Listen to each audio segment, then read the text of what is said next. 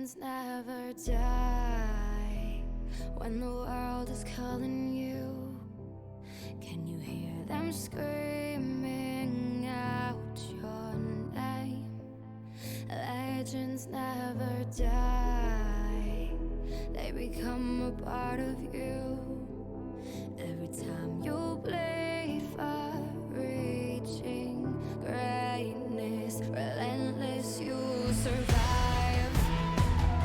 They never lose hope when everything's cold and the fighting's near. It's deep in their bones, they'll rot into smoke when the fire is fierce.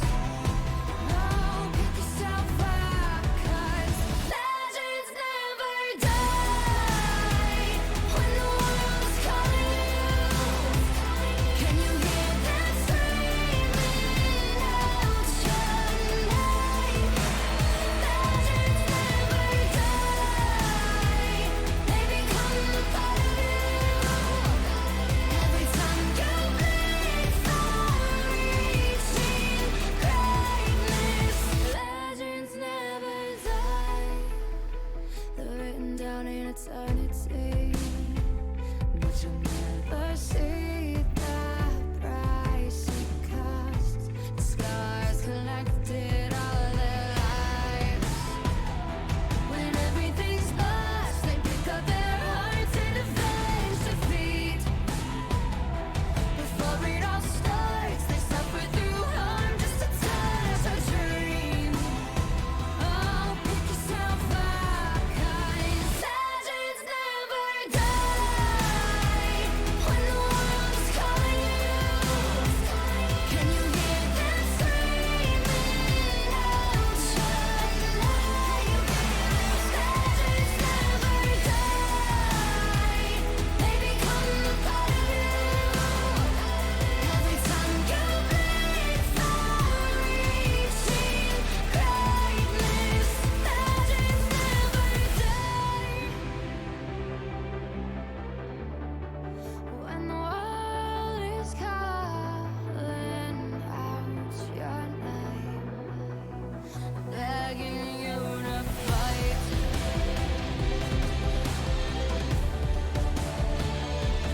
Pick yourself up once more. Pick yourself up, 'cause legends never die. When the world is calling you, can you hear them screaming out your name? Legends never die. They become a part of you. Every time you bleed for reaching greatness, legends never die.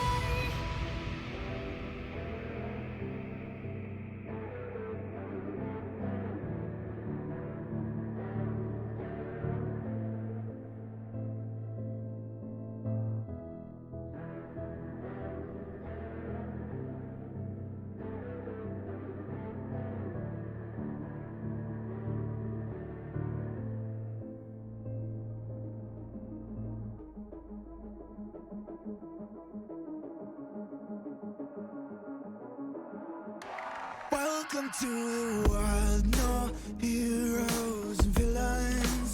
Welcome to the war, we've only begun. So pick up your weapon and face it. There's blood on the ground, go and take it. You get one shot to make it out alive. So higher and higher you chase it. It's deep in your bones, go and take it. This is your moment, now is your time. So prove yourself and rise, rise. Make them remember you. Rise, push through heaven. Rise, rise. They will remember you. Rise. Welcome to the climb up, reach for the summit. Visions brave and one false step lead the end. So higher and higher you chase it. It's deep in your blood, go and take it. This is your moment. nothing. Lies, lies.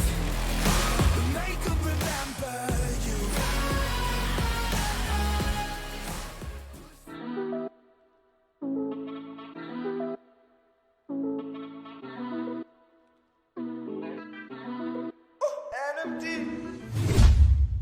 I'm very excited to start this season as my first time, and I think our team actually has a very good chance. At first, I wasn't very sure because there's some teams that are doing it for their second or third time.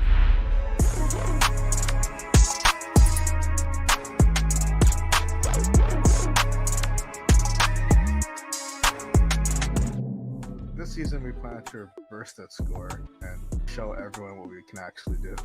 Don't worry, last season we made it seem like we were weak. Really, we're all diamond. At the top, baby.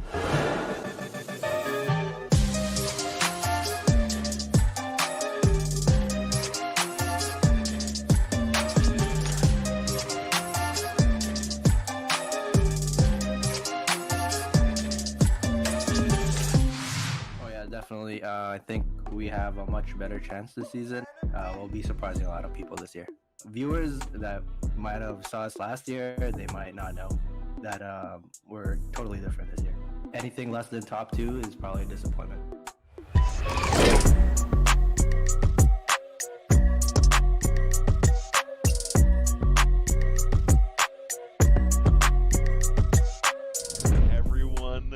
Was kind of disappointed with how poorly we did in playoffs. We got Dilly now, and Dilly's been killing it on ADC. We have the makings of a championship roster. I mean, after winning the 1v1 tournament, my next thing on my list is KDL itself. Oh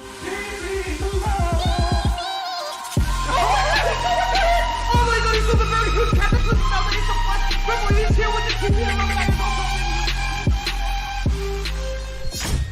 Put it straight and say we were not 5th or 6th, last place, dead last. So getting 4th was good. I think this season we can definitely go for the win because we played better in the early beginning than in the end. Kind of like got in our own heads and did bad. Darius, he gets the first dunk on. This Ori, the Q will keep him alive a bit longer. The cover sets are pounding deep. He slam dunks on top of the Shen. Now it's just a couple rounds. We'll do it. That's a triple kill for the Darius. I feel very good. I'm very excited, actually. Teams are really good this season. The last 2 seasons, I feel like we didn't really try that hard, and we still won. I feel like that's why we lost last season. The teams were really good, and we didn't really put much work in. So I really like playing against Rave. I don't know why. I just love shitting on Rave's team.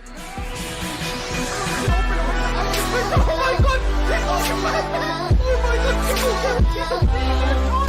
Triple kill for Vito! We all had like really good synergy, but we've been playing a lot with Henry, so I don't think we're gonna have any problems. Honestly, I think we're solid. Yeah, actually, I think we carry Terim. All I want is certain. All I want is certain.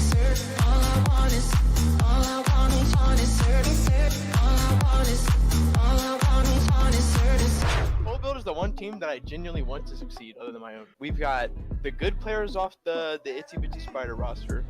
We took Terim, so now it's just like how do we lose them? After those scrims, I'm not gonna lie, I kind of feel bad for them. Nice guys, but I kind of feel bad for them. And then Rave's team is full. It's just Poseidon. You've got ABD, bro. Like, lol. 大家家里飞你放你放你看着窗外光景 I don't see your face 我想法赶你你们 run 你看不到我被隐瞒的都被累即便我为了配合你的规则不担保为我印下给的开始 Hey 当我们大把 cash 配给主播上周这样 Look at my eyes baby We will win KDL. We will win KDL. We will win KDL. We will win KDL. We will win the KDL. We will win the KDL. We will win KDL. We will win KDL.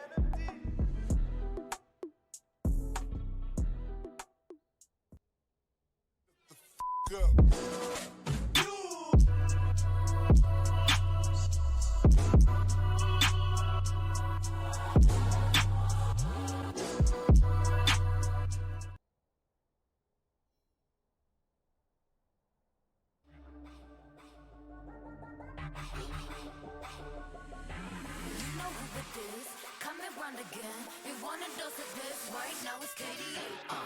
I'm a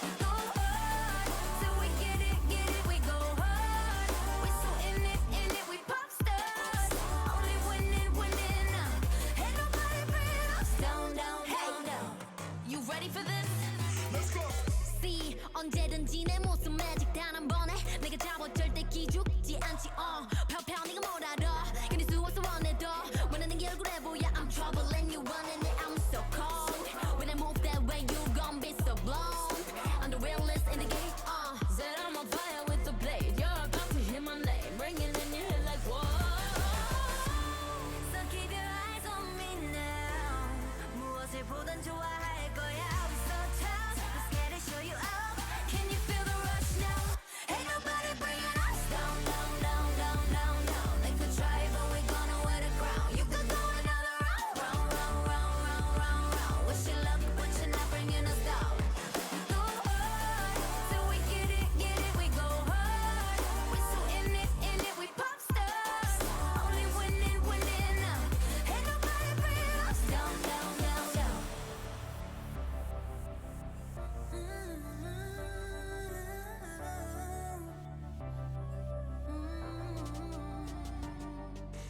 Oh, 난 멈추지 않아. Oh, we go hard. Oh, we pop stars. Ain't nobody bringing us down, down, down, down, down, down. They could try, but we gonna wear the crown. You could go another round, round, round, round, round, round, round. Wish you luck, but you're not bringing us down. We go hard, till we get it, we go hard. We're so in it, we pop stars. Only winning now. Ain't nobody bringing us down, down, down, down.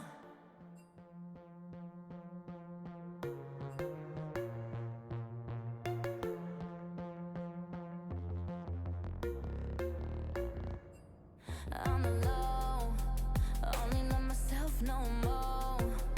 Take it to the grave, I'll ghost. I know I can be so cold.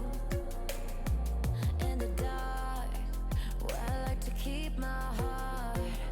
No more bite, no bark. Like to catch you way off guard. I'll stay so deep inside your brain and take you somewhere far away. Time to roll the dice, you know I'm the type to risk my life, not afraid to die. Type to make you cry, type to put a price all up on your head. Do just what I said. I'm a straight up villain, yeah, no feeling, straight up villain, yeah, no feeling. Alive, but I'm dead. Hear my voice up in your head. Watch it fill you full of dread till you go. Is it really a surprise if I'm playing with your mind and I treat you like a prize and I throw you to the side? And am I really that bad if I love to make you mad and get happy when you're sad? Only care about a bad and control. That's how I like it and I'm never letting go. No, never had a soul, so you ain't taking nothing from me when you go. No, I'll stay so deep inside your brain and take you somewhere far away. Time to roll the dice, you know I'm the type to risk my life, not afraid to die. Type to make you cry, type to put a price all up on your head. Do just what I said. I'm a straight up villain, yeah, no feeling, straight up villain, yeah, no feeling, but I'm dead, you know what's up in your head. Watch it fill you full of dread till you go. Bang, bang, you can do anything. No fear, no pain. Listen to your breath.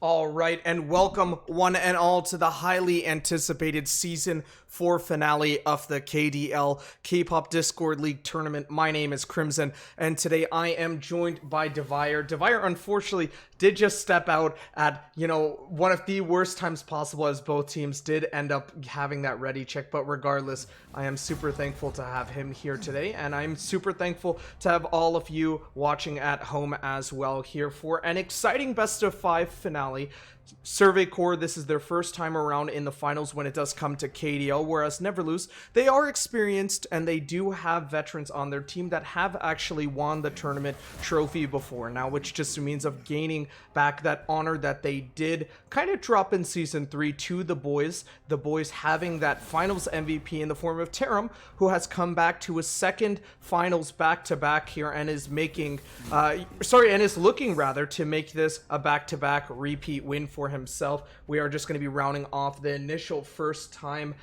draft here, the first phase at least. More than likely going to have that Jinx, and we will be seeing that Jinx coming out of the banning phase from the side of Survey Corps. They could get a nice B1 here, and it's interesting to see the B1 Orianna. Typically, you don't really blind the mid lane, especially seeing how it is such opponent lane when it does come to both of these teams' playstyles. Very interesting nonetheless that they do choose Orianna. Orianna is the coveted champion of I can never say his name. Kyokyung. There we go. Kyokyung, AK Tanner. That is his most known champion. Aside from the Akali, we still could see that Akali coming out. How broken is Lulu, by the way, has been the sentiment that Survey Corps support Stu has been ringing out for the last couple weeks, and we will just, be able to see how broken she is indeed here.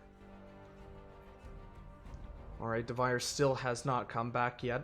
B2 more than likely going to be a nice comfort jungle pick here coming out. I would not be surprised to see either a Hecarim or an Udyr, but we actually are going to be seeing a Twitch instead. Twitch Lulu, very, very coveted pick. Another potential deadly bot lane could have been that Twitch Yuumi, but they really see merit in having that Lulu just for the W, shielding the attack speed bonuses. I believe off the top of my head it's 35% to 45% scaling. Then you also have that overgrowth as well in that form of the ultimate, which does keep you alive and sustainable for such a long time, especially seeing how Twitch is an incredibly squishy opponent to go up against. And they really want to get that hard lockdown CC in the form of that Nautilus on the side of Never Lose. So I really like the draft so far from Never Lose. You still have to be scared of the Lulu's polymorph. That is again her W on enemy champions. Very tricky thing to navigate out of. As well as the Varus just point and click CC ultimate. It does chain around if you are within the vicinity. But Tanner looking to flex his ego, looking to flex his champ pool. He will lock in this Yone versus the Orianna. Already having two prominent AD picks here. You still could pivot on that Twitch as a jungle though, so this potentially could be a flex. Versus you think so damn slow. I honestly think so. Welcome Devire to the casting desk for finals. I think so because Twitch typically, in Season 8, Season 9, in the early midst of Season 9, we did see him just coming outside of that jungle position. He's always been a nice little coveted level 2 ganker, especially seeing how all you realistically need is that EQ combo. Q makes him invisible, and then you just directly head out mid. You can get multiple sums, you can get potentially first blood. And so it's a pretty smart thing to have this on a flex Twitch, and I think Never Lose are aware that this is a flex Twitch. It still is extremely viable because you have that machine gun Twitch in the bot lane, especially paired with that Lulu. Again, who I said gives you that passive, passive stats, those passive bonuses. But if Survey Corps don't want to lock themselves into a tricky position, I think that they need a good flex. And I think that this Twitch is exactly that. I think here we are going to be seeing a top pick and then potentially on that R5, maybe getting that AD carry counter pick or maybe even a jungle if this is going to be a Twitch AD. So that is going to be Rumble Top.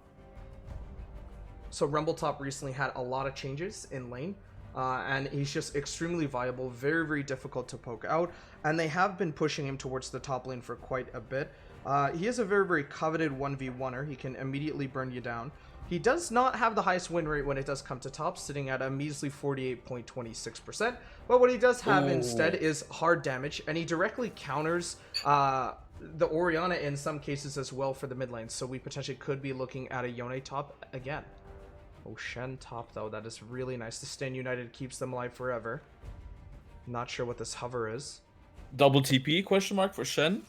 Oh, 100%. And speaking of, mechanically difficult champions to play, we see the Rammus coming out as well. We saw the Rammus yesterday in the show match with ABD versus SC. Unfortunately, ABD was not able to utilize it properly, but we could be looking at an inverse today with this Rammus pick on this B5. The R5 here, definitely a little bit of a tricky one. I think I'm sticking true to it. I think this is going to be an AD pick here. No, actually. Oh, wow. So this is a rumble in the jungle. Or this possibly could actually be a pivot again. Darius So jungle? Let's yeah, go. it could be Darius jungle. I'm all for it. I'm all for it. Oh, no. I'm really surprised here that this could be a Darius jungle. Darius did get buffed recently. They have locked into the positions unless they really want to do a last second switch. But this is looking like a rumble in the jungle for me right now. Liandry's into Demonic Embrace, having that health percentage. 30 seconds left, though. I want to ask you, Devire, when it comes down to it, in your finals KDL Season 4 matchup, how do you see this series going? For me personally, 3-1 Survey Corps. Woo, 3-1 Survey Corps. Sorry, my mind and my mouth are saying two different things. For me, Survey Corps. Say, for me, 3-2 Survey Corps as well. 3-2 Survey Corps? Yeah, I think it's going to be a very, very close. Oh, we'll have to see how close it is, and we'll get a chance at looking how close it is after this next 3-minute spectator delay. Don't go anywhere. You are watching the KDL Finals.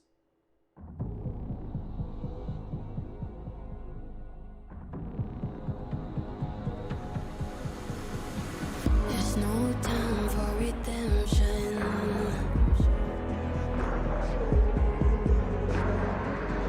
Those flags you wave, will they hold up? Don't cry for your vengeance. It's right there to take. Oh, if you want it, the world is watching. Here's your judgment. Here's your reckoning. Write your story down. Enter history. Pride and country. You could have everything. So bring home the glory alive. Going right for your nation.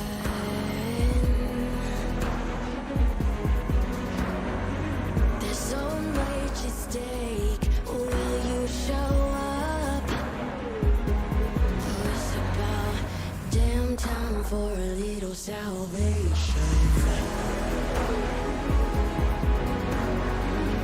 Those flags you wave represent them. The world is watching. Here's your judgment. Here's your reckoning. Write your story down. Enter history. Pride and country. You could have everything. So bring home the glory alive. Here's your judgment. Here's your reckoning.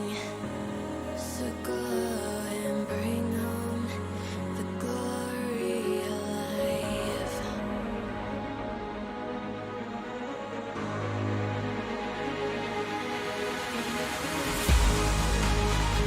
Here's your judgment.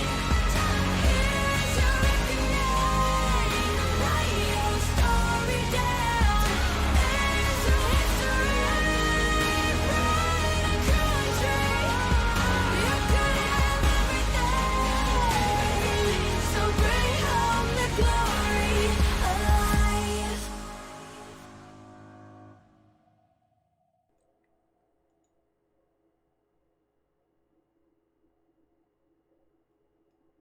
All right, welcome back, ladies and gentlemen, to the KDL Season 4 Finals. This match is going to be between Survey Corps versus Never Lose, and an exciting best-of-5 matchup. My name is Crimson. If you were not here for the draft, we are just waiting now on loading into the game. Don't worry, it's not on our end. It is Riot's client, Omega Lol.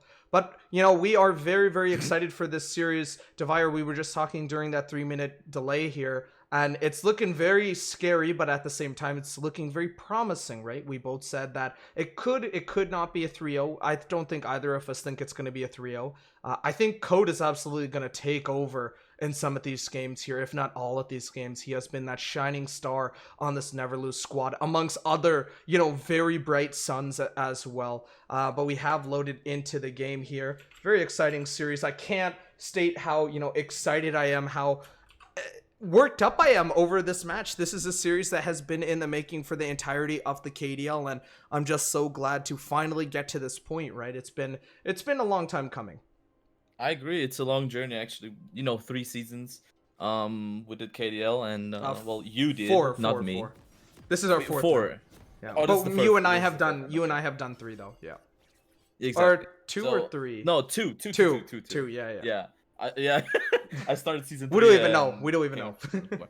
See, that's how long it was. No, but I think, or I'm actually not very sure on whether or not Code is gonna go full AP or full AD, because there is that little hybrid build. Well, not really hybrid. It's either like AD or AP for Varus. I do think it's gonna be poke. I don't think he's gonna just go auto attacking all in all. I think it's gonna be most of the time his ult and his Q. Right. And his passive, of course. So you're saying more so yeah. you were playing an execution style Varus rather than trying to I think fully so, yeah. stack up that lethal tempo, or in this case the Hail of Blades. I hear you out, right? At the same time, I think Varus is going to be such anchor, and I don't mean to say that as a pun because they have Nautilus or anything, but I think it's going to be an anchor in the side of Never Lose just to keep them grounded, right? If they don't have that initiation that they want with this beautiful comp, by the way, Shen taunt, Rammus taunt into the Soaring Slam, which is his ultimate, Shockwave, Varus ult, Nautilus ult, Nautilus point and click stun with his auto attack, and then with that Q as well with the Dredge line. I think it's such a beautiful pick composition on the side of Never Lose that it is so unfortunate if you do not have those early picks and then you try to snowball that out into the mid game. But again, as I said earlier, only time will tell whether or not they actually get this great draft off, whether they can execute it enough. Oh wow, Yes, look sir. at the healing. What on earth? I'm not quite sure what that was. Bidoof immediately actually popped a Corrupting Pot there, so that the Tempest Steel didn't actually do anything. Or sorry, the Mortal Steel rather. Tempest Steel is his brother's Q. But regardless, the Mortal Steel did not actually do any damage because he immediately was forced to pop a Corrupting Pot. I don't know if that is necessarily worth, to be honest. I don't know either. It's very early in the game, but I do think he's going to be basing early as well. So maybe it will balance itself out once he goes for a early back. We'll have to see though.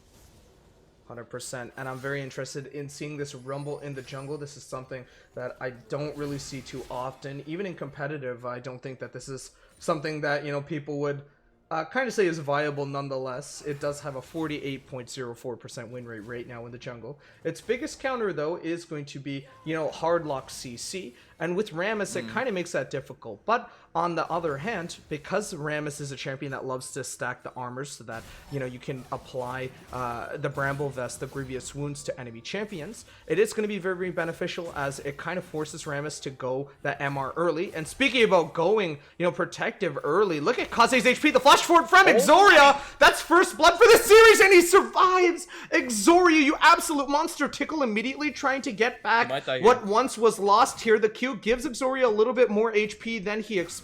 Immediate taunt into the W there for this Rammus. Powerball is charging up, and that surely is going to be a kill. They trade it 1 for 1. Oh my goodness. Tickle forced to use the Ghost as well.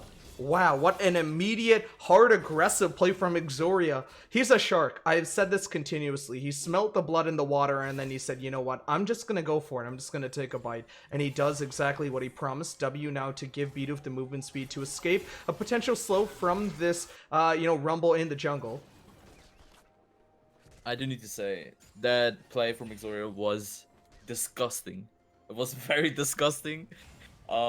He would have survived, but Tickle was right there, so he just, got that kill.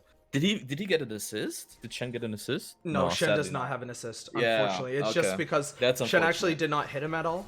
Shen was trying to get out, but we do see the second cast of that Mortal Steel passive into the immediate W, gives Bidoof a sizable amount of HP lost there. All Corrupting Pots have been used in the mid lane. Now he just has those Total Biscuits of Rejuvenation. It's not like it's entirely over though for him. The W has not been used though. The Q does land on top of Tanner. Rumble now setting up for a potential gank here. Sweepers will spot out that ward in the second bush. They don't have any vision of the try though. I love the map control right now on the side of Survey Core. They have the bottom scuttled, they have this try, and they even have TP ward set up. Just in case there is a further extension into the tower. They do see Tickle here, though, and with the Lulu W, this surely does mean that Terim is able to escape off to safety. That is not a Prestige Lulu, though, so it kind of is scuffed. I'm skin shaming. I'm skin shaming today. Yeah, I'm aware. I'm skin shaming. It's come on, dude. You didn't have time to grind out 2,200 tokens? Come on.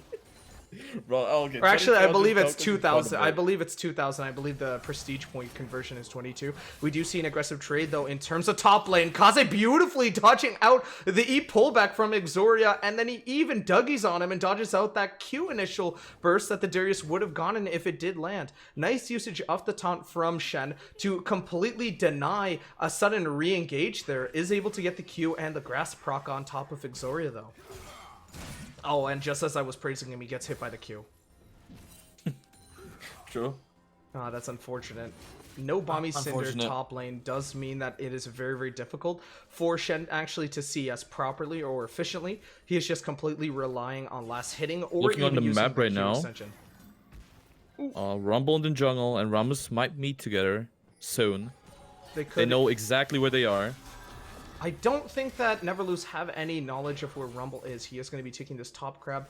Very uncontested for the most part. Look at that vision control, though, Devire, on the top side. That is... Yeah. Like, what on earth is that?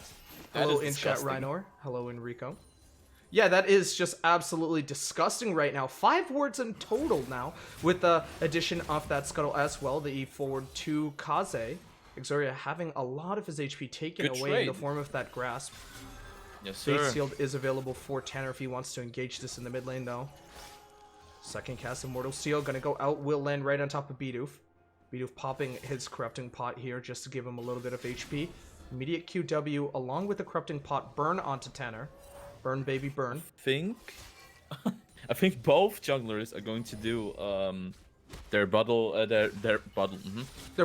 jungle. Yep. And are gonna move towards the dragon here, as we do know the objectives are this season are especially like they are worth to do them. Right, they're just so key in these games. Exactly. And, you know, they have the passive bonuses there. They have so much setup that leads into the mid game, that leads into that late game that is completely foolish. You know, like you said, if you want to turn a blind eye to these types of passive buffs, Immortal Steel going to be allowing Tanner to secure that cannon. Second cast, though, does land right on top of Bidoof, who is struggling in terms of mana. He did pick up that tier on his first back, sitting right now on 3 biscuits of rejuvenation.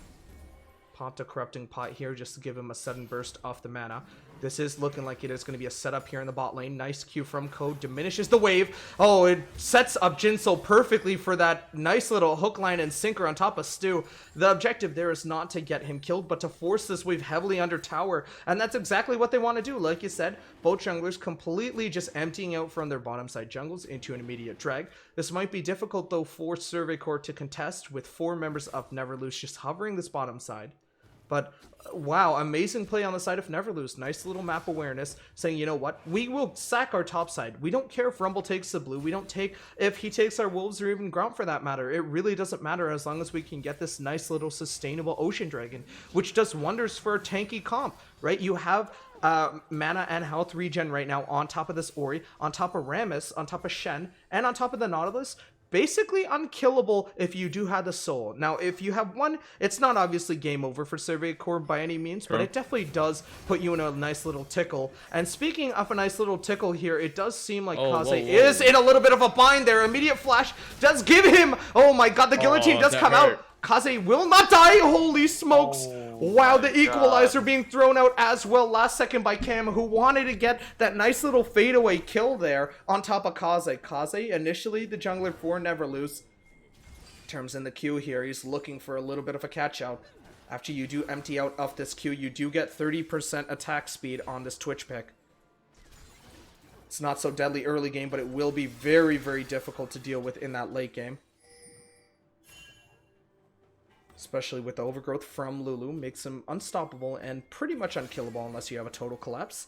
But luckily enough, you know, they do have a lot of forms of hard CC. There is only Exactly. one. Oh, wow. Oh. Immediate flash forward. It does catch him outside at the Fate Oh Seal. my Shockwave God. right over the wall, but Terim instead has his eyes right on Tickle here on this Rammus pick. Powerball away with this Ghost. Leads him into safety. Leads him into, you know, the grasps of his team's arms. They're the clutches of his team's arms, rather. But regardless, that could have been disaster for either team. They somehow are able to get out of it without any scratches for the most part. I think if Cole would have hit his ulti right here, there would definitely be a kill. Because I think either, he did, but it gets no, proxy. I don't think he actually hit. I don't think he actually hit. I think he missed barely. Oh, just by And the like only, a little bit. and the only ulti that was hit was the death charge by Jinsol, Mhm. by Nautilus. So that was probably the problem, because you know when Varus ult hits, it stuns him immediately, so he can't use any abilities.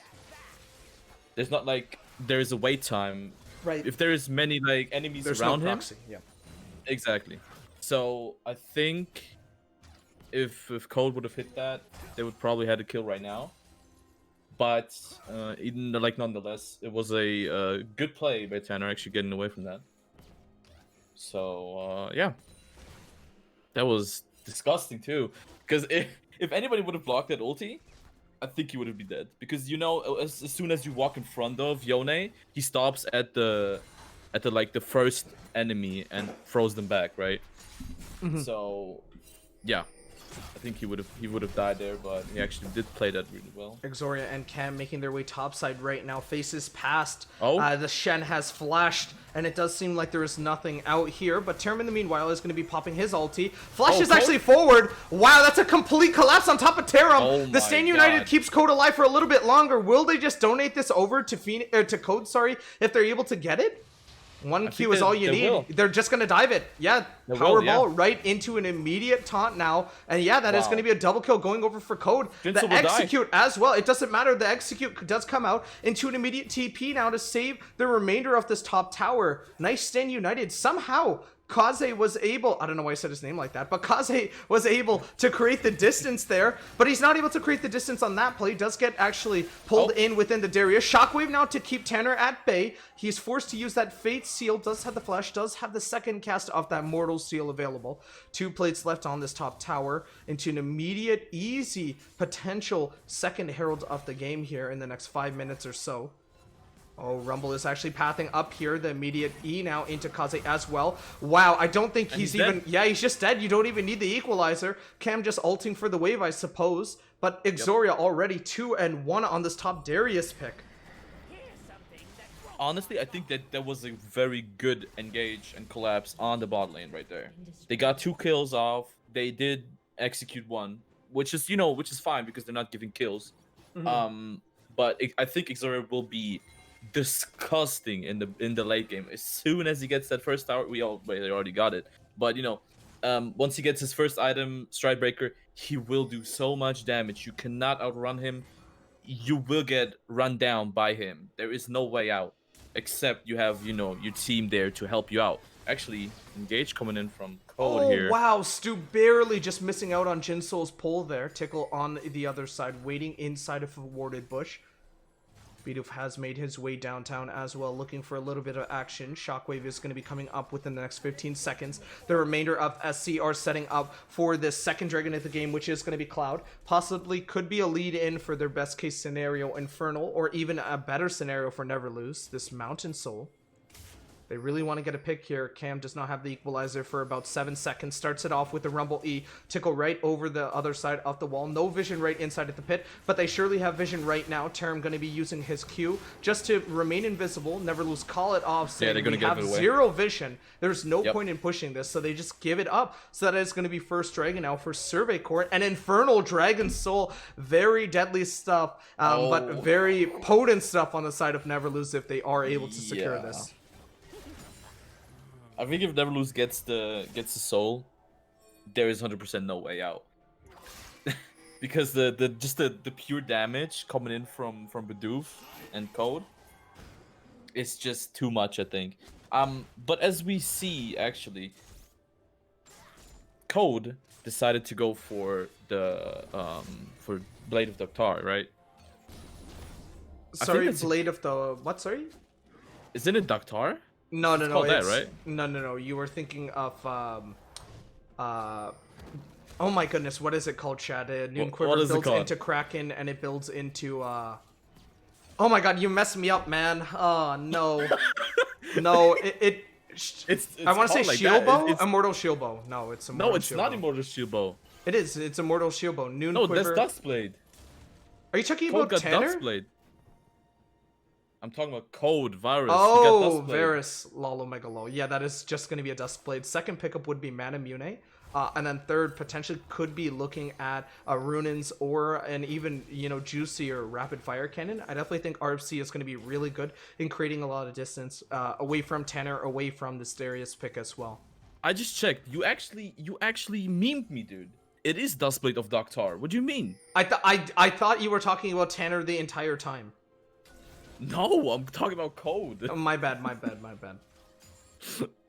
Jeez, dude. Apologies.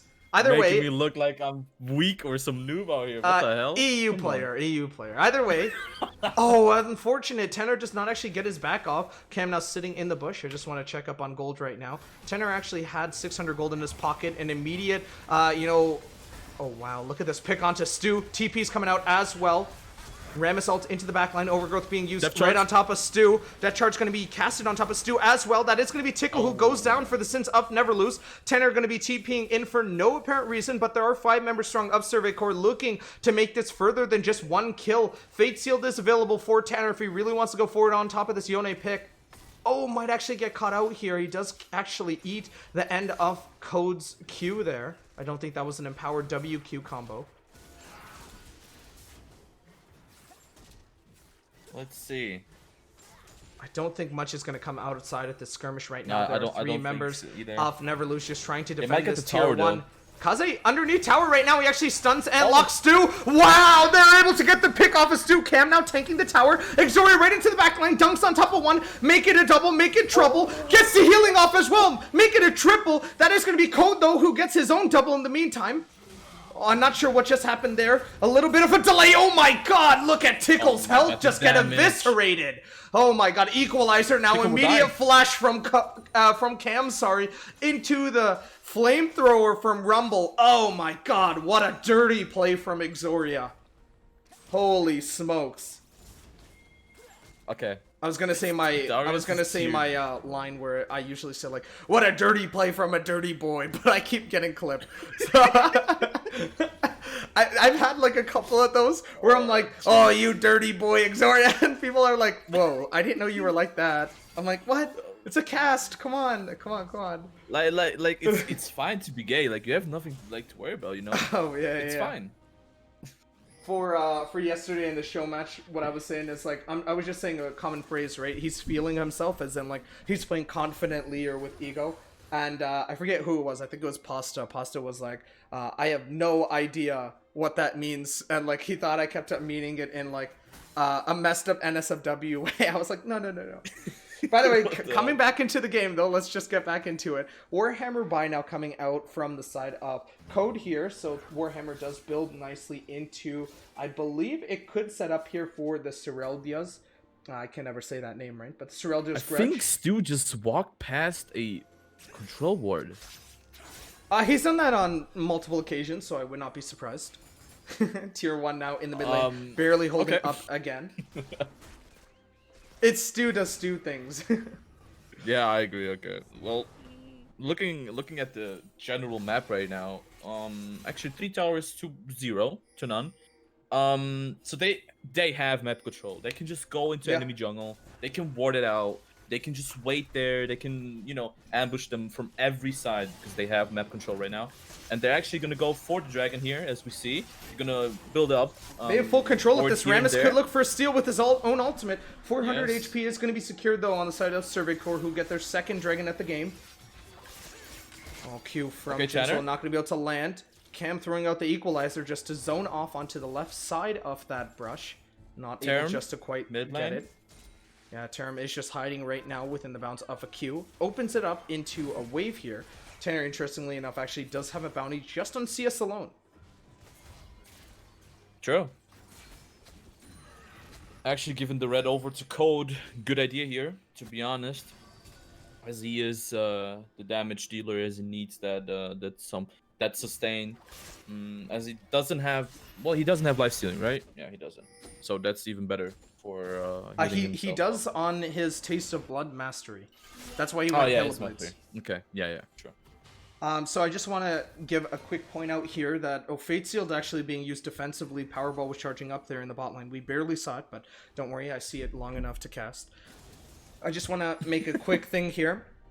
Because I was talking about the tanky composition on the side of Never Lose, it does seem like Terim actually is opting in for Blade of the Rune King, which does do that health percentage. So very smart utilization and optimization. Before in prior seasons to the Mythic update in Season 10, we actually did... was it Season 10 or Season 11? I feel like it just came out, right?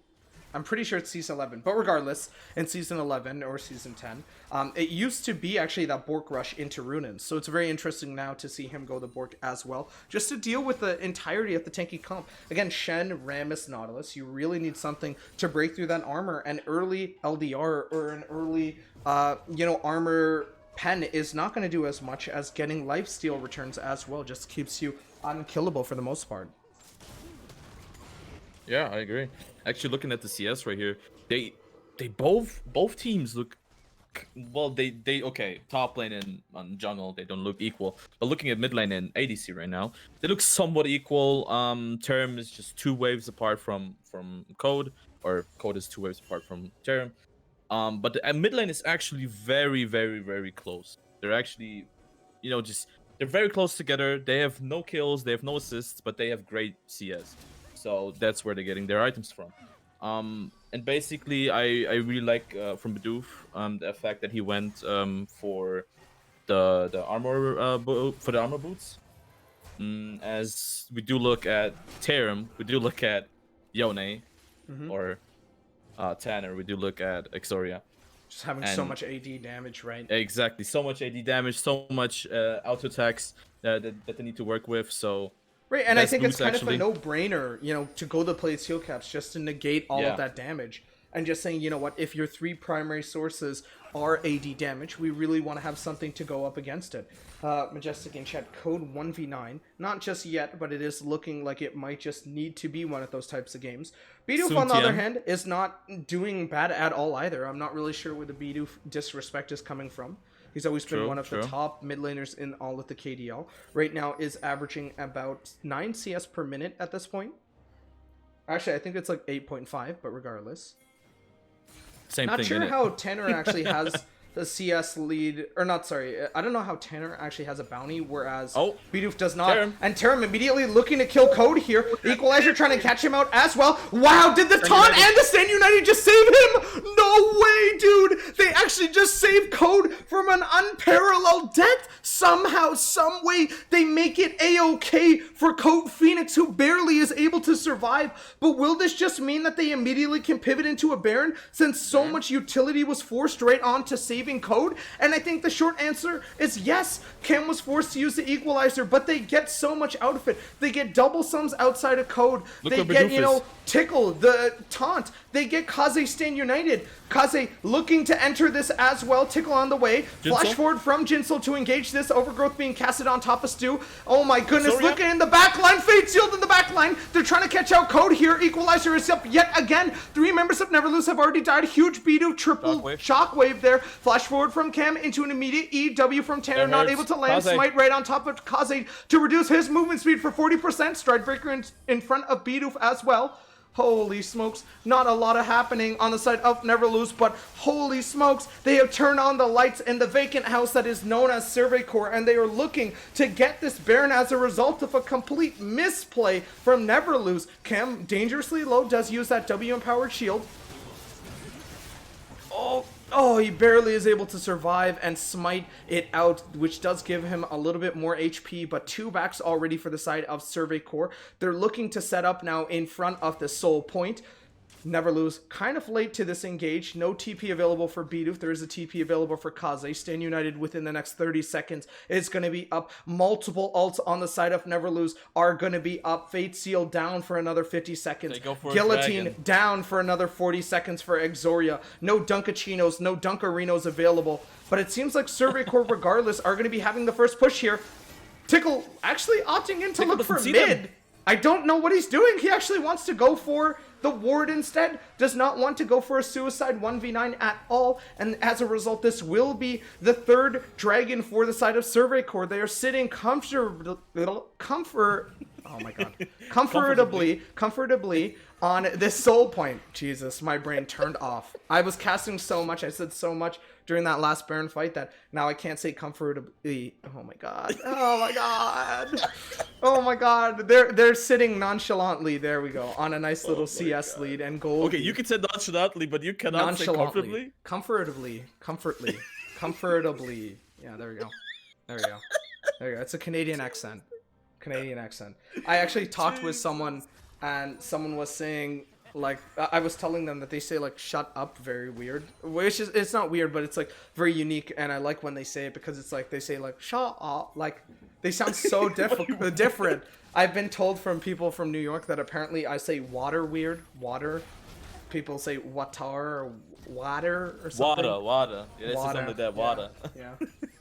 I say one weird. Oh, like, we won the game. I don't know. People want me to say won. They want it. It's like, what?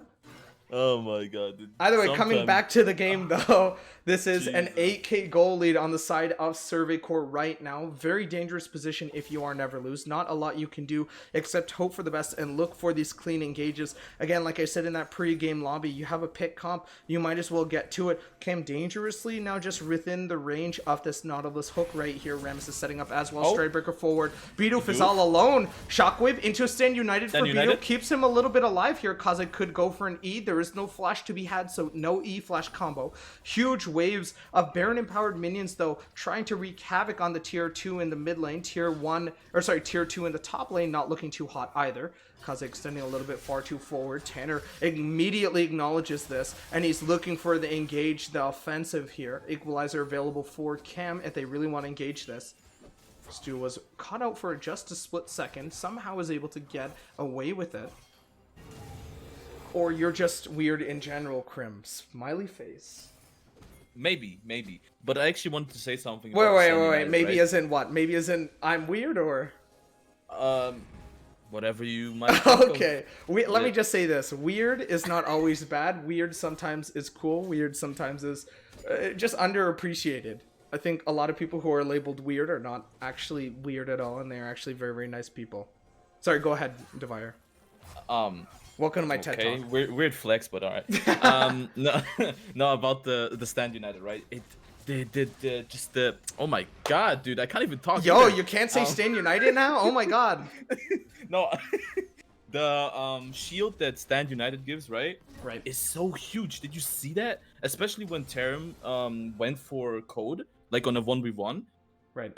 That was amazing. The fact that you get half of your life. Okay, it's just a shield, but still, like, the shield is half of your life. So, like, what? 700, 800, 600, something like that? That's actually a lot. That's a good amount for a shield. And just like that. But it's also an ulti. So, it's a teleport as well. So, for everything, it's a very good pick. I actually like Shen. Generally, Shen is just an amazing champion. Even though sometimes it seems like you're very, let's say, useless. As you it's your utility based. That's what you're trying exactly. to do. You're more so looking at utility. Right, I feel you. We potentially could be looking at an engage here. Code forced to flash away from the equalizer. Immediate TP now coming in for Exoria. Tanner dangerously low, but look at Terim just go. Huge two-man shockwave. The cleanse coming out as well. They're able to trade it. Tanner in the back line just immediately dying. Look at Terim just kite everything.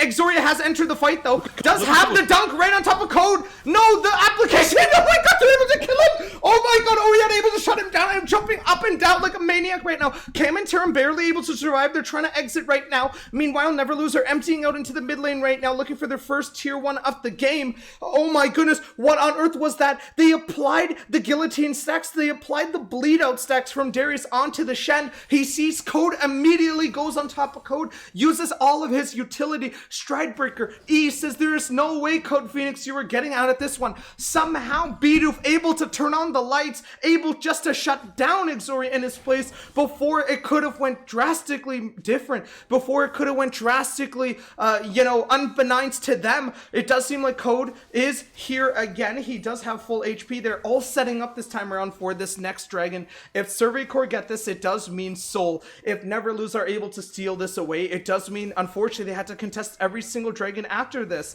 Yep. But how close was that fight, despite being so much gold down right now at this point, 7k gold? It is completely dangerous for them. Terim actually popping his ult really aggressively and prematurely. Equalizer not going to be casted as well. Tanner on the backside, flash ult, fade sealed, is not able to collect on top of anyone. Terim in the meanwhile is able to trade with Shen. Code Phoenix able to kill Tanner in turn. 4 members of Survey Corps are still alive, whereas only 2 members of Neverlose are available here. Bidoof and Tickle available. There is a Powerball ultimate available. Terim surely gets this kill on top of Bidoof. Shockwave, no way! Oh, he trades it the 1-for-1. Oh my god, the Shockwave almost meant his death before he could actually trade it. Tickle uses the flash on red. Meanwhile, Cam uses the smite on red. Meanwhile, Cam uses the smite on their 4th dragon at the game. Baby, we are looking at Soul Point. We might just be looking at game here, as Survey Corps are immediately going to be taking this slight advantage that they just got and trying to, translate this into a Baron. Oh my goodness.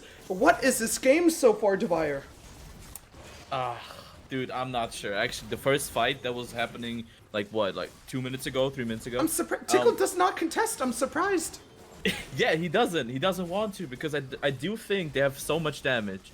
Even if he has 1,000 armor, he's not gonna do well. He's not gonna live much. So especially with the Exoria and generally that AP damage coming in from Rumble or Cam. I want to ask. I know you said that you were looking at a Varus poke. I saw the Hail of Blades, and typically when you go Hail of Blades, it means you were going attack speed Varus. So when on hit Varus. I'm not quite sure what I'm looking at right now. I'm kind of confused right here. I'm not sure if that was purposely, the Hail of Blades for an early game sustain, or he might have misclicked Hail of Blades onto Duskblade or something, or vice versa. But I'm not really sure. It's not really doing anything for him for the most part. Terim able just to kite away. It's a space glide, baby. That guy's been watching a lot of Rat IRL or something. He's just completely able just to shift away from everyone. Terim really needs to be careful, though. I've seen this before from Reckless, as Reckless kind of threw his Worlds tournament in 2016 here on this Lulu and Twitch. He was in the same position here. Just luckily he's in Worlds though.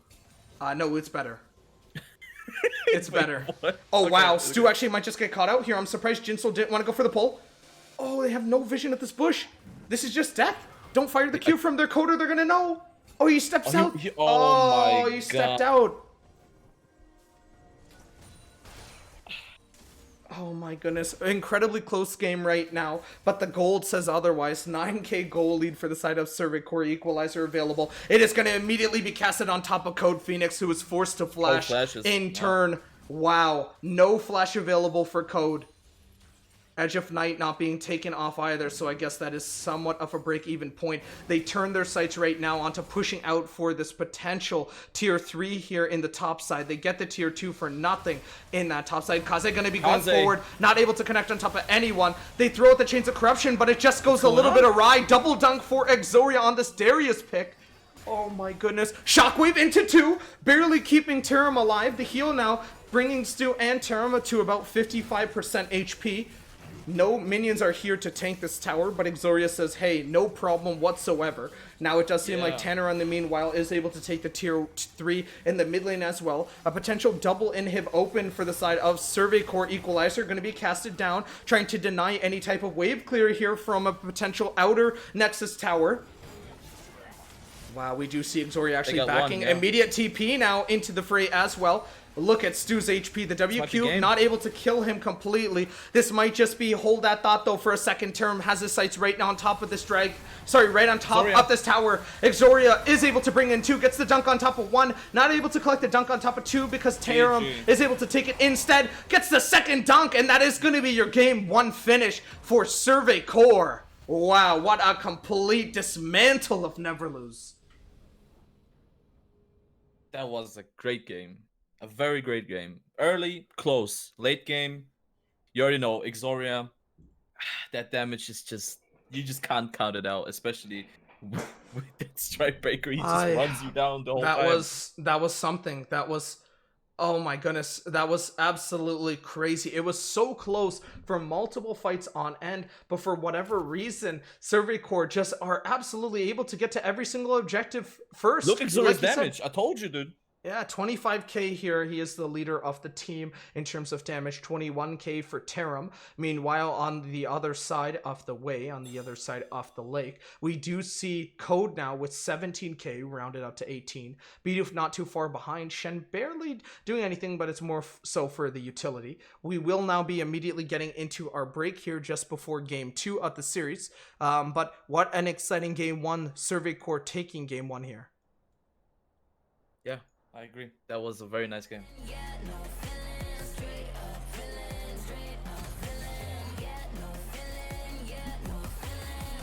But I'm dead, you know what's up in your head. Watch your feet full of dread till you go.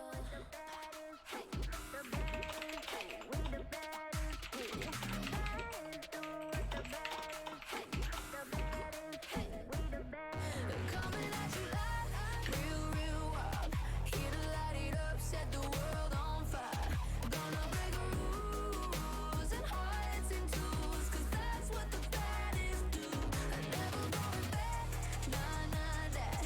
Diamonds on drip, 'cause our game will make a splash. Gonna break rules and hearts in twos, 'cause that's what the baddest do.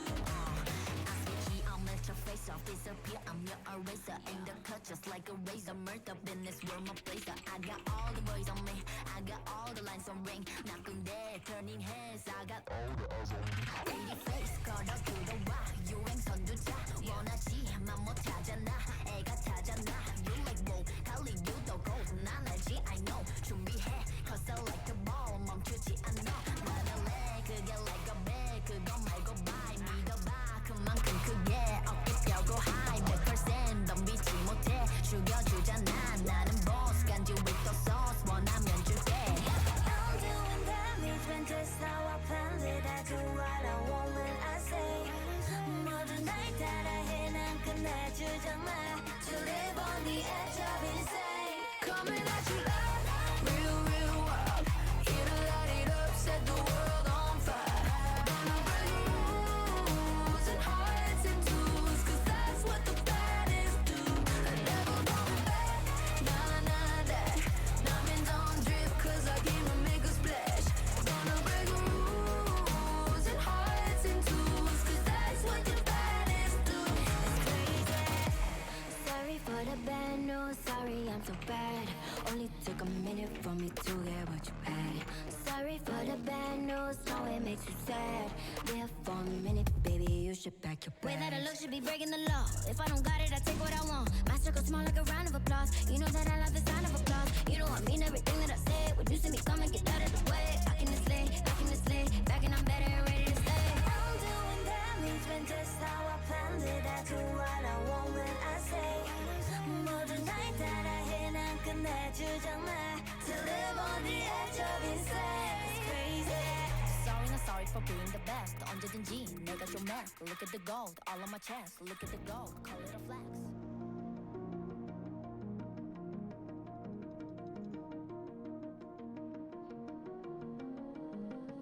What are you willing to lose? You cover your wounds, but underneath them a million voices in your head that whisper, stop now. Another twist of the knife, a turn of the screws. It's all in your mind, and it's fighting you on yourself. The storm is coming.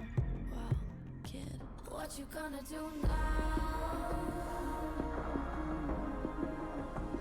It's your reflection looking back to pull you down. So are you gonna die today or make it out alive?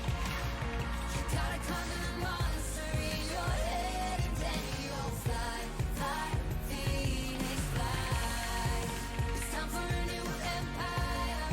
Go bury your demons, then tear down the ceiling, phoenix fly. And now you're playing with matches, come out of the ashes underneath you. A million voices in the crowd, they're screaming, stop now. Well, let them swallow the pride, you're turning the tides, it's true believers. Got them in the palm of your hand, you're playing God now. What you gonna do now? It's your reflection looking back to pull you down. So are you gonna die today or make it out alive? You gotta conquer the monster in your head, and then you'll fly, fly, phoenix fly. It's time for a new empire. Go bury your demons, then tear down the ceiling, phoenix fly.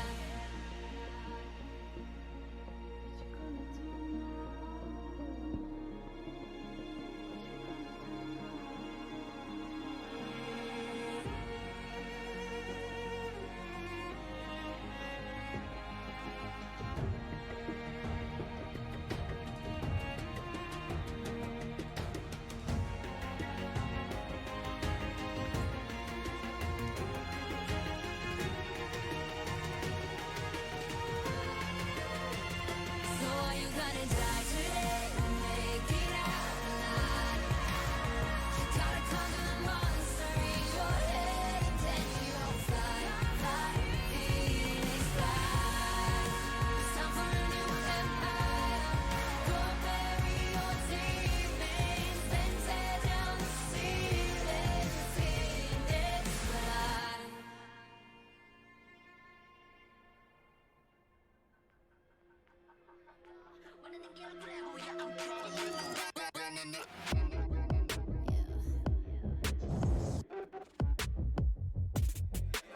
Moving too fast, life is moving in slow mo. I'm a god, but I actually don't know. I mean, better put your pride aside. I'm a Benz, get more like a Volvo. Your best stuff looks like my words. Synapses, fire, and burst. Got the whole crew with me, about to do damage. You know we ain't average. I ain't gonna say this again, but it's in my time. Better look in my eyes. I'm a genius in the skies with my heart on my sleeve. You force to a block to a king in his prime. Everybody got a line. Sit back with the stars in line. I finesse like my life on the nine. Was a diamond in the rough, and now I shine. No one could stop us, they'll try, but they won't. Nada nos puede parar. Oh no, we're wide awake now. Our eyes are wide open. We're running this world. We're keeping it turning. We're living like giants. Yeah, giants. We're bigger than giants. We're giants. Oh, sleeping giants. Sleeping giants. Yeah, shutting it down. Been in the ground and my people all up in this place. Spinning this thing, go to my rank. Royalty up in my veins. I'm loco, think I'm so cold. I say something, ain't no going back. Now they ask where Kiki's at. I'm like, you can't hang with that. 쏟아져 빛이 멀게 된 눈이 멈추지 않아. Once we go, 내게 더운 멜로 모든 뼈 빨리 달려. 넌 못 따라와. True damage we do it. True damage 보여줄게. 뭐든 쉽게. 이기든 지든 my crew make the beat. No one could stop us. They'll try, but they won't. Nada nos puede parar. Oh no, we're wide awake now. Our eyes are wide open. We're running this world. We're keeping it turning. We're living like giants. Yeah, giants. We're bigger than giants. We're giants. You thought that we were weak, but we coming right back. This time you're gonna see how we do it like that. We're living like giants. Yeah, giants. All right, and we sorry about that. I don't know why my voice just died on me. All right, and now we are back on game 2 for the KDL Best of 5 Finals. My name is Crimson. If you are just joining us, Survey Corps just did take the win over Never Lose. Survey Corps previously playing on red side this time around. Never Lose actually opting in for the red side counter pick themselves. I am joined by Devire. Hello, Devire. What's good? Dude, I'm hyped. I'm hyped. Because, you know, it's not very 100% sure on who's going to win either. Like, okay, yeah. You know, this game was a clear win on late game. Early game is evenly distributed between NL and SC. I mean, it was a nice little back and forth for the most part, right?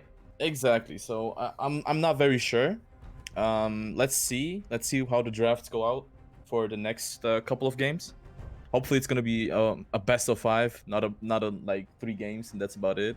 Because we're not looking for a clean sweep. We're looking for more games. We're looking for fantastic games, for actual gameplay. That's what we're looking for, I think. Well, speaking of, you know, having more games, I definitely think that having a lot of momentum, having a lot of drive motivation to get to that next game is definitely a driving force. And for the most part, Survey Corps immediately just destroying Never Lose into this next game too. With the B1, they might want to mimic Never Lose's B1 last time around, and they will give Tanner this Orianna blind rather. But my point being, like, Never Lose just went down versus Survey Corps, and I feel like Survey Corps have so much momentum now to try to win, you know, the next game. And if they are able to win this game, then win the next game on top of that. It's very difficult sometimes to overcome, you know, that mental block, to overcome, you know, some of these like macro blocks, these mental blocks. No, it's okay. You're just dying. It's okay. Jeez. We're in a really gonna be first pick this whole series. Probably Tanner is known for the Orianna. Bidoof can play a nasty Orianna as well. This is going to be a Nunu jungle though, very spicy pick. They're picking, interestingly enough, in draft order, and just as I say that, they changed the script and actually get the Corki. Corki more than likely going to be played here in the mid lane, but alternatively could be played in that AD carry position as well. AD Corki not too bad either. True. Well, you know, Corki, of course, he's going to be mid lane, I think. I don't think he will be ADC.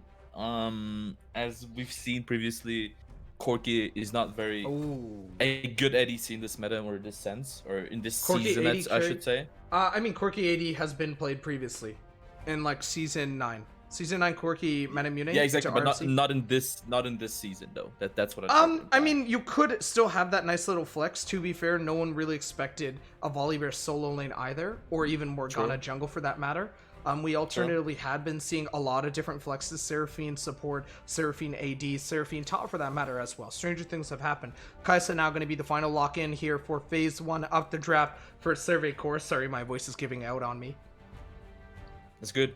So we talk less. No, that's a joke. No, but I think Morgana is actually going to be the jungler here. It could be support as well. But I don't think Stu is actually allowed to play anything else than Lulu. But that's just my opinion, you know. So I'm not very sure about that. But I think it's going to be Morgana jungle. Actually, Morgana jungle now very viable. Due to the changes, especially what does it do? 200 plus damage, like 200% plus damage to monsters now. It's 175. So it originally was 200, and it got brought down to 175. Oh, okay. Yeah, same shit basically. 50. Yeah, pretty. I mean, you're not going to be crying over spilled milk or anything by that means. They do get that last pick on the Nami. More than likely, this is going to be possibly a ban towards a jungle pickup. I definitely think that they need to ban out. Oh wow, actually, they're looking to ban out Varus. They don't want to get hit by any chains of corruption or anything like that. Gwen now going to be banned as well. I don't know if Exoria has a lot of games played on Gwen or what the reasoning behind that is. Riven definitely one of his better champions for sure. Fiora, interestingly enough, available as well. Yeah, I just think Gwen is just a good champion in general, isn't it? Like, I've played her multiple times on mid lane and top lane. Her damage is just insane, especially her ultimate, her needles or whatever you call it. They do so much damage. If you get 3 on your ulti, they just do so much damage. You can't really. It's not really funny. It is not funny. That you just want to commit at that point whenever Gwen is being picked in the enemy team.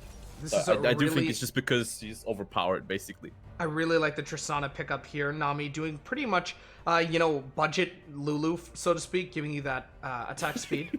Lulu. I definitely think that because this is a Volibear lock-in and they're trying to associate this as a hover, you could go for a blind Gnar or a Jax. You definitely need a lot of AD here, but instead they are going to be going the Thresh here, but immediately after this, the B5 is going to be top anyways. So I definitely think, you know, in order to do good into this lane, and if you want a sustainable or tankier than normal front line, you could get away with a Gnar. As well, seeing how there are multiple ADs right now, you could also get away with a Jax, which does reduce that, counter-strike all of that incoming normal attack damage that you normally would get on those auto attacks. Garen as well being a nice little counter towards this top lane volley. Oh, Malphite. Quinn Cannon not allowing Jax Shen, but it will be that Aatrox lock-in that we do see here on the B5 for Survey Core. That is going to be your final squad out for Survey Core. Meanwhile, they're hovering this Darius pickup. They hover the Rammus initially. Oh no. Malphite. Okay, so we're going to be looking at Malphite top. I actually like Anel's composition. I actually like both. Mm-hmm. There's a lot engage. So I love it. Malphite with paired with the Nami, paired with the Volibear, and with the Corki passive. I mean, it's definitely a tough matchup for the Aatrox, because if Malphite just completely is zoning you out with the Comet on the Q into an early Bramble, it really is going to spell a lot of disaster for you. He actually does have a 47.7% win rate against that Malphite top. But 20 seconds left. You said you like Never Loses comp, but then you also said Survey Core's comp. For me, I'm going to distinctly say it right now. I really, really like the comp of Never Lose. Like, there's so much engage this time around. There's so much damage. Whereas, you know, Survey Core have a lot of damage, but it's going to be really tricky to actually lock down anyone on Never Lose's side. That being said, we are going to be getting into our 3-minute spectator delay now. Don't go anywhere. You are watching the KDL Finals.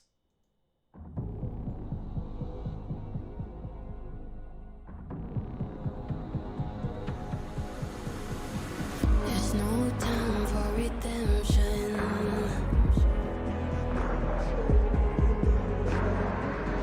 Those flags you wave, will they hold up?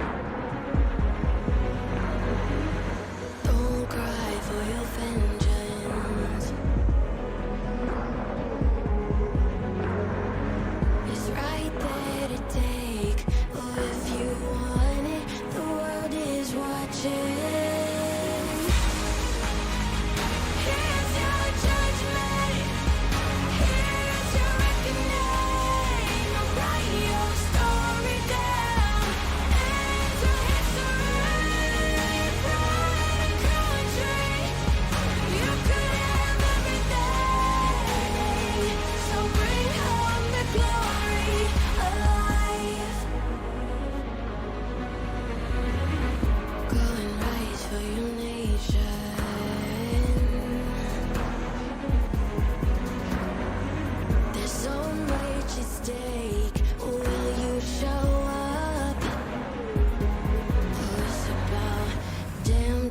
For a little salvation.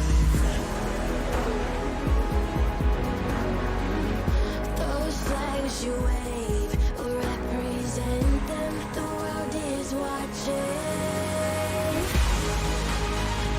Here's your judgment. Here's your reckoning. Write your story down. Into history.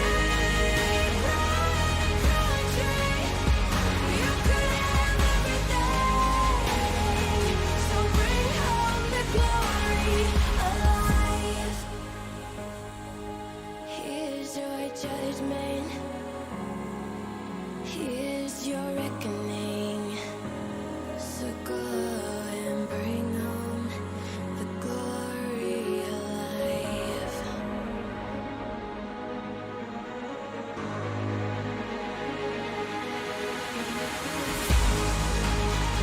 Here's your judgment. Here's your reckoning. Write your story down. Into history. Pride and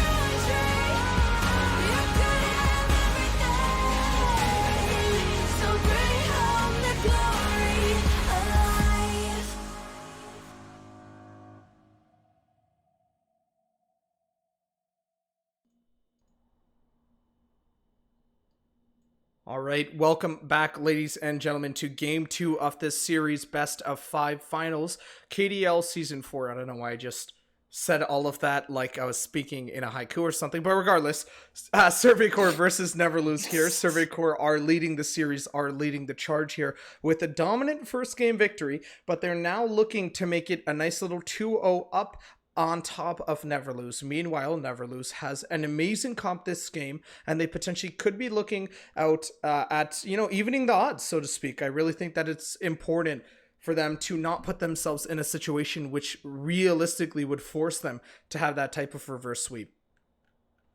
If you are just joining us again, my name is Crimson. I am joined today by Devire. We are just slowly waiting to load up into the game right now, but I really like that game 1, and I'm excited for this potential, banger of a game in game 2. I really think that every single game that we are going to be seeing today in this series is going to be an amazing one at that. True. Both teams are just amazing at macro, so I'm just waiting, looking, hey, what's happening left and right, what's going on, top lane, mid lane. Actually, I'm still looking at Exoria.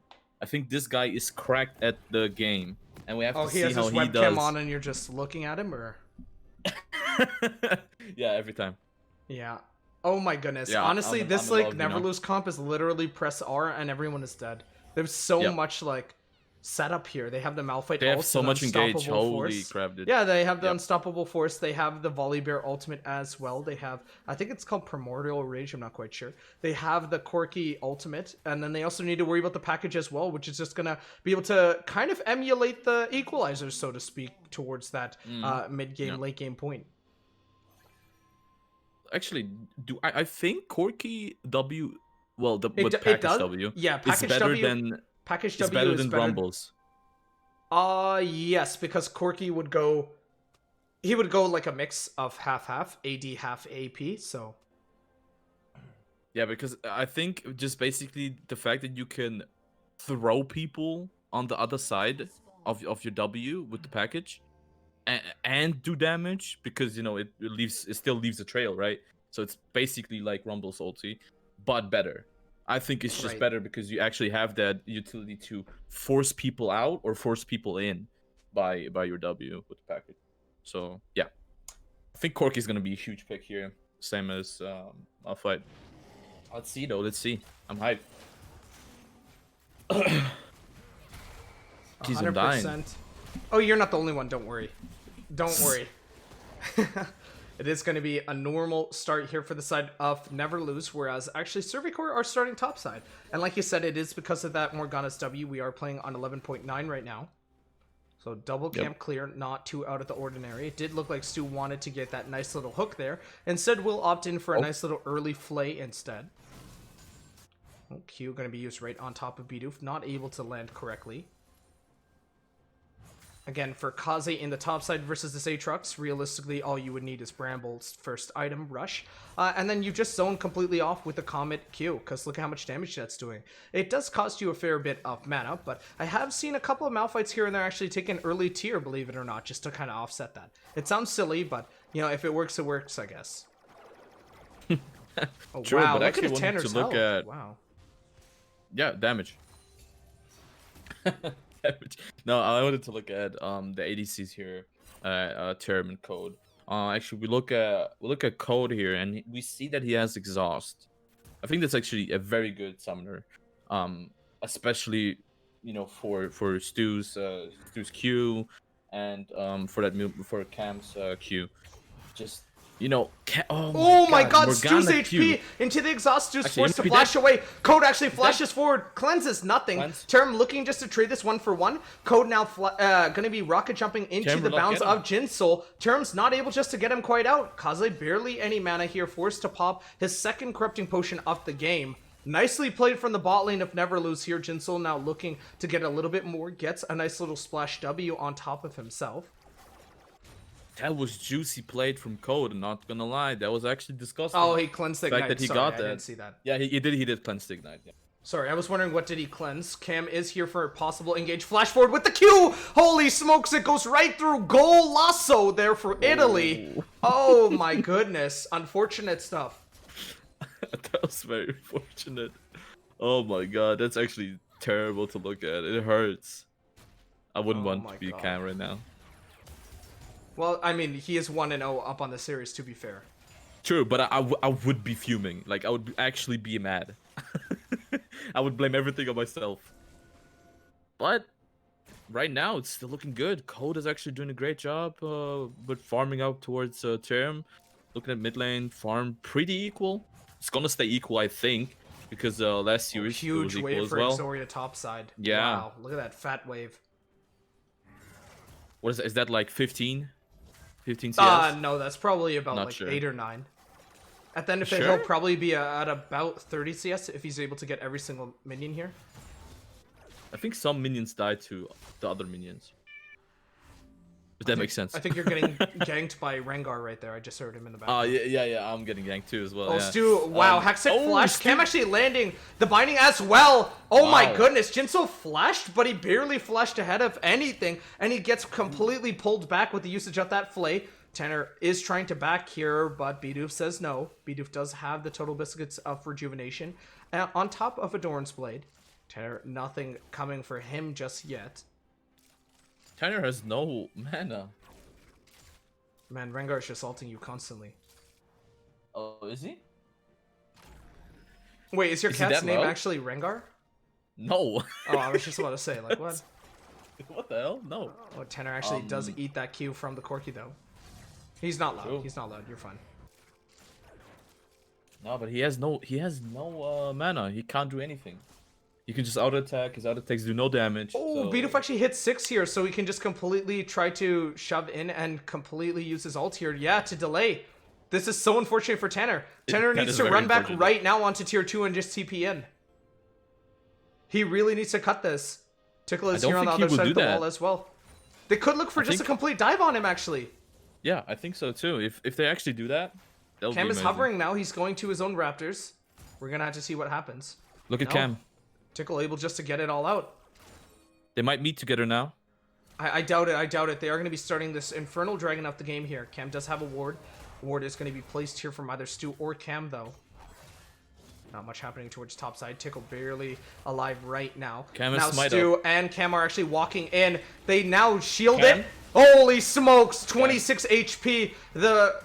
Oh no! The flash forward from Tickle into the media queue. Code gets one. Kaisa able just to kill him again. Stu able just to deny the potential re-engage there. Wow, that is a 2-for-1 on the side of Never Lose. Meanwhile, Aatrox does go down to the Malphite. And again, like I said, it's all silk and cereal, baby. The grievous wounds that the Bramble Vest does provide means Aatrox is not going to have the healing that he really wished for. An immediate TP now from Exoria. The W does That land. hurts. Kaze trying to Kaze. get him bounded back. And Kaze able to survive the onslaught as well. Wow. Q from the Thresh now going to be thrown out as well. No death sentence going to be connected just yet. Wow. Spamming a little emote there from Code. Nice. Would love to see that. Wow, wow, wow, wow, wow. That No buster disengage shot just yet. from Stu was actually very lit. He's That was a- playing that was out a of his great mind. cue. That was crazy. I agree. Completely agree. hooking him. The death sentence does land within the bounds of that rocket jump. We potentially could be looking at an engage here. I think Code is going to be the first to 6 here. He was the first to cut the wave. One more? Oh, no, not yet. Oh, no. Within the next wave. Terim is going to have 6, though, because of how the wave is situated.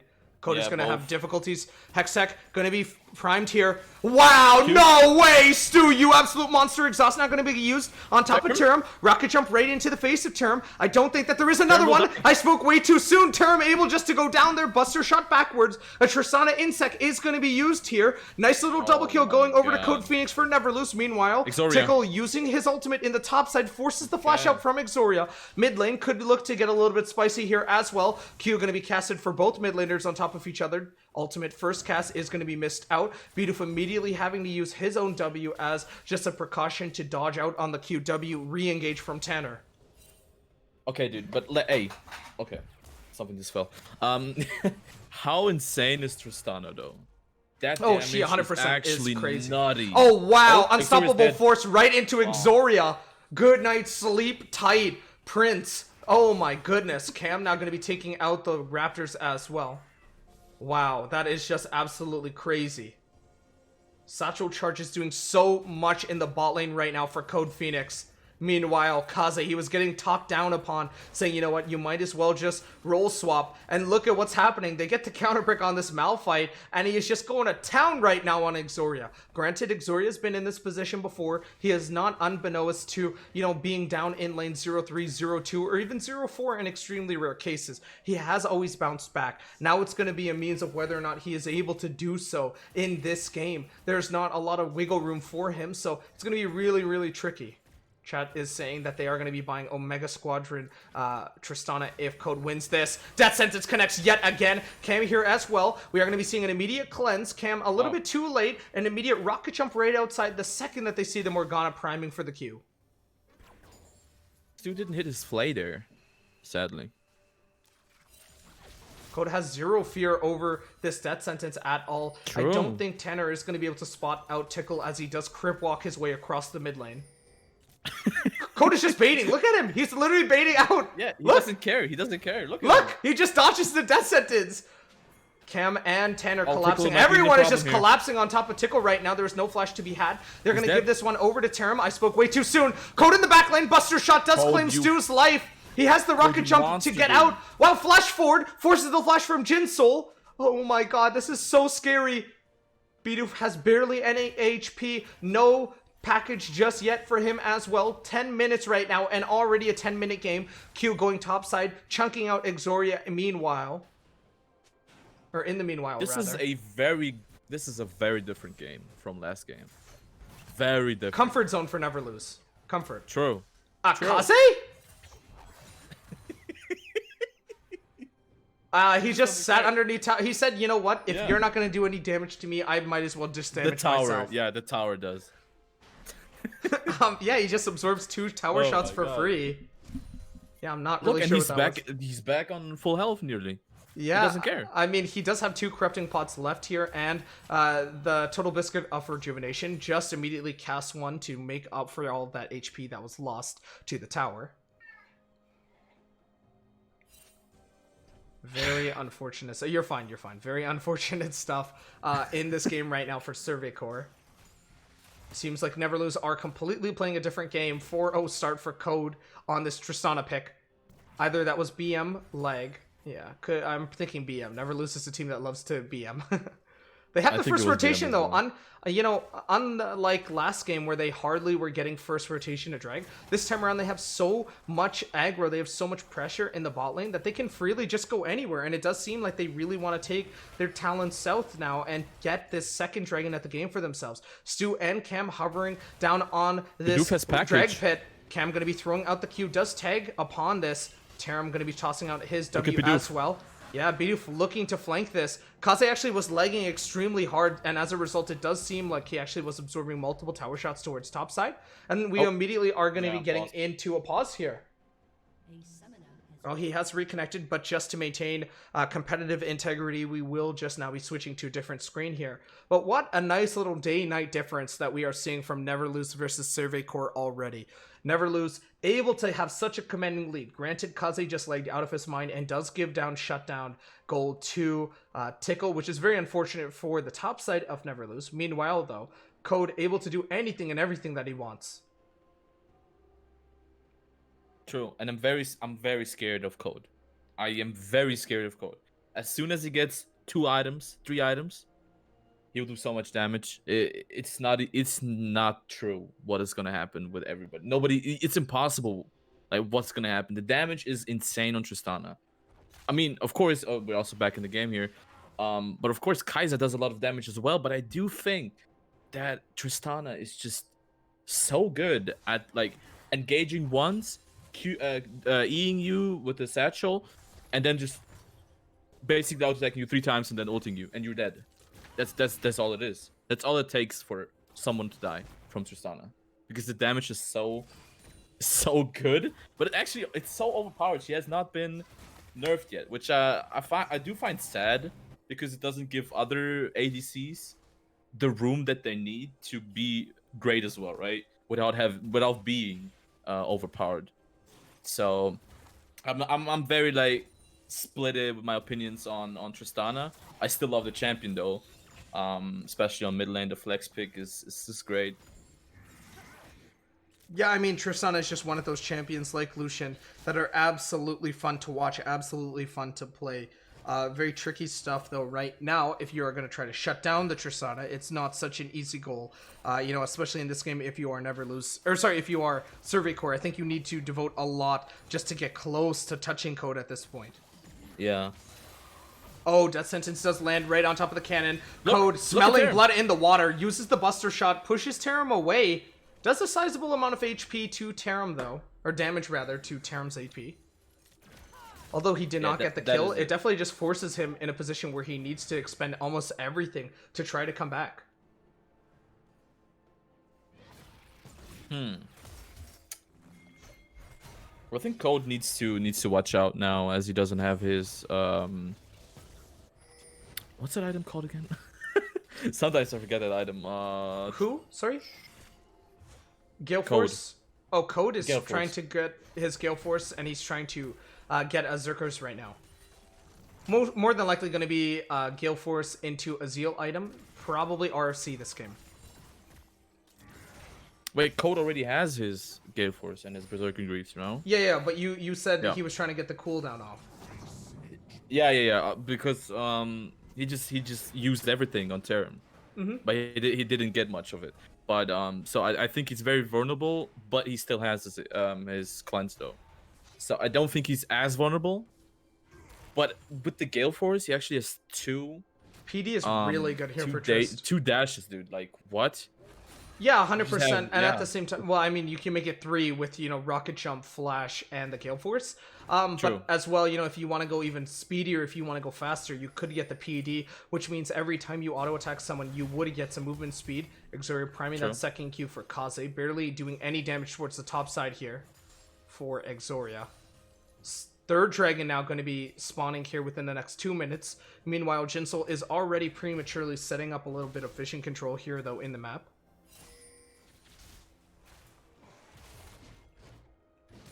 Is that the first Herald that we're seeing right now? Yeah, this is going to be first Herald of the game.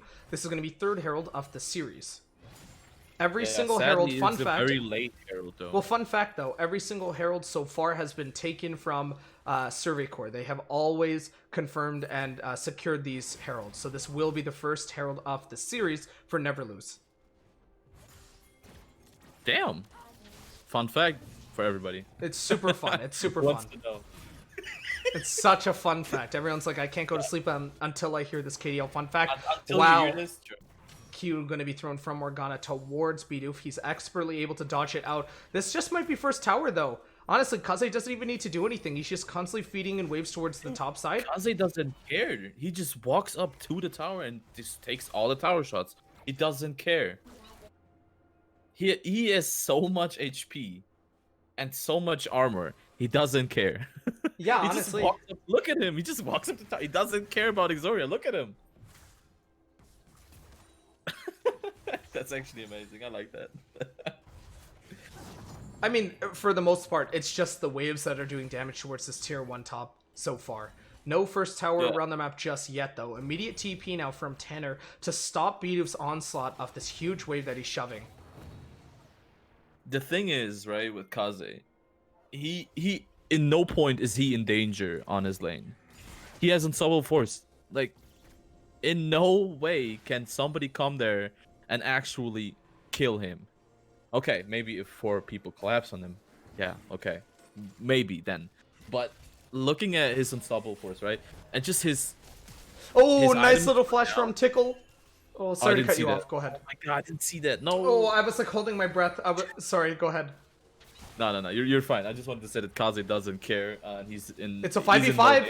Tickles on the flank. Yeah. Oh no, he actually does get pulled within that death sentence. Predator Instinct in the back line. Terim's looking to collapse on him. Terim forced to flash away, but meanwhile, that's a Kaisa no flash. So Never Lose could fully commit here. Death sentence landed right on top of Kaze. Double kill going over to Terim. Bidoof cutting the entirety of Survey Corps. Look at all of them burn. Code, no! Code, what was that? He goes a little bit too close to the sun, and Icarus does get shut down. Code does get shut down now from the usage of that shockwave. That's going to be Ocean Dragon now going to Survey Corps. What on earth was that? Why go for that play?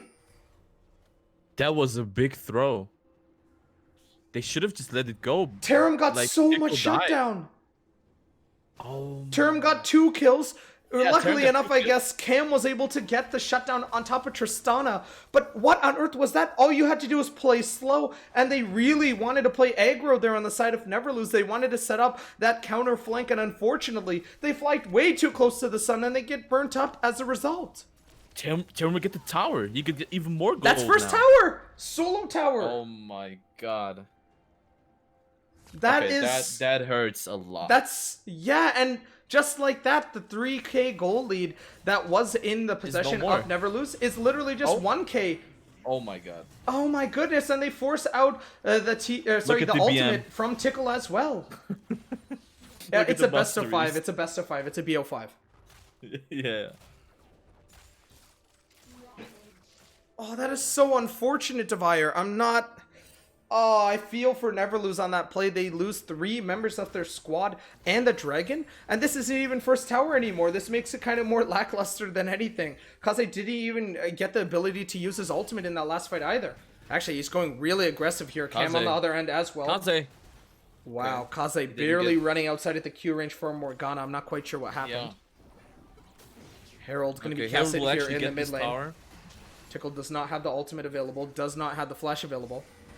I don't think that Herald is going to take it. No, it doesn't. So they just randomly use Herald here. I think it had to be that was expiring. close. Cam going to get the black shield right on top of Terim. Terim ulting in with the Predator Instinct on top of Kaze. Flash forward from Cam equals Kaze? flash away from Kaze.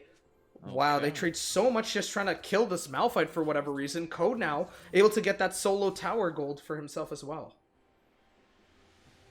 They still got the tower. Unfortunately, not by Herald.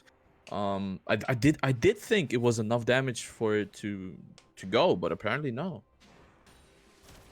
That's sad. I mean, It I is very guess sad. turning point or good thing about that is Code was able to secure that tower. I guess full plated seal, True. or sorry, Yeah. full plated everything. Gold wise. But in the meantime, that is such a waste of the Herald. If I'm going to be honest with you, you could have easily pushed a side lane or used it for an objective. You could have some objective control, but for whatever reason, Tickle just plots it down randomly in the mid lane and just departs. For the most part, there is no aggressive push with it. I think, as you mentioned, it probably was the fact that it was expiring. I don't think he wanted to place it there, but that's the problem with Herald, right? Like, you have how much time? 2 minutes, 3 minutes to put it down somewhere, and sometimes it doesn't work out because you had a fight there. You have to put your team together now. You have to go there now, or basically just farm. Because this meta is all about farming, especially for junglers. They need to, be ahead to do something. This is like support jungle meta. This season is support jungle meta. Utility, 100%. yeah, a lot, yeah.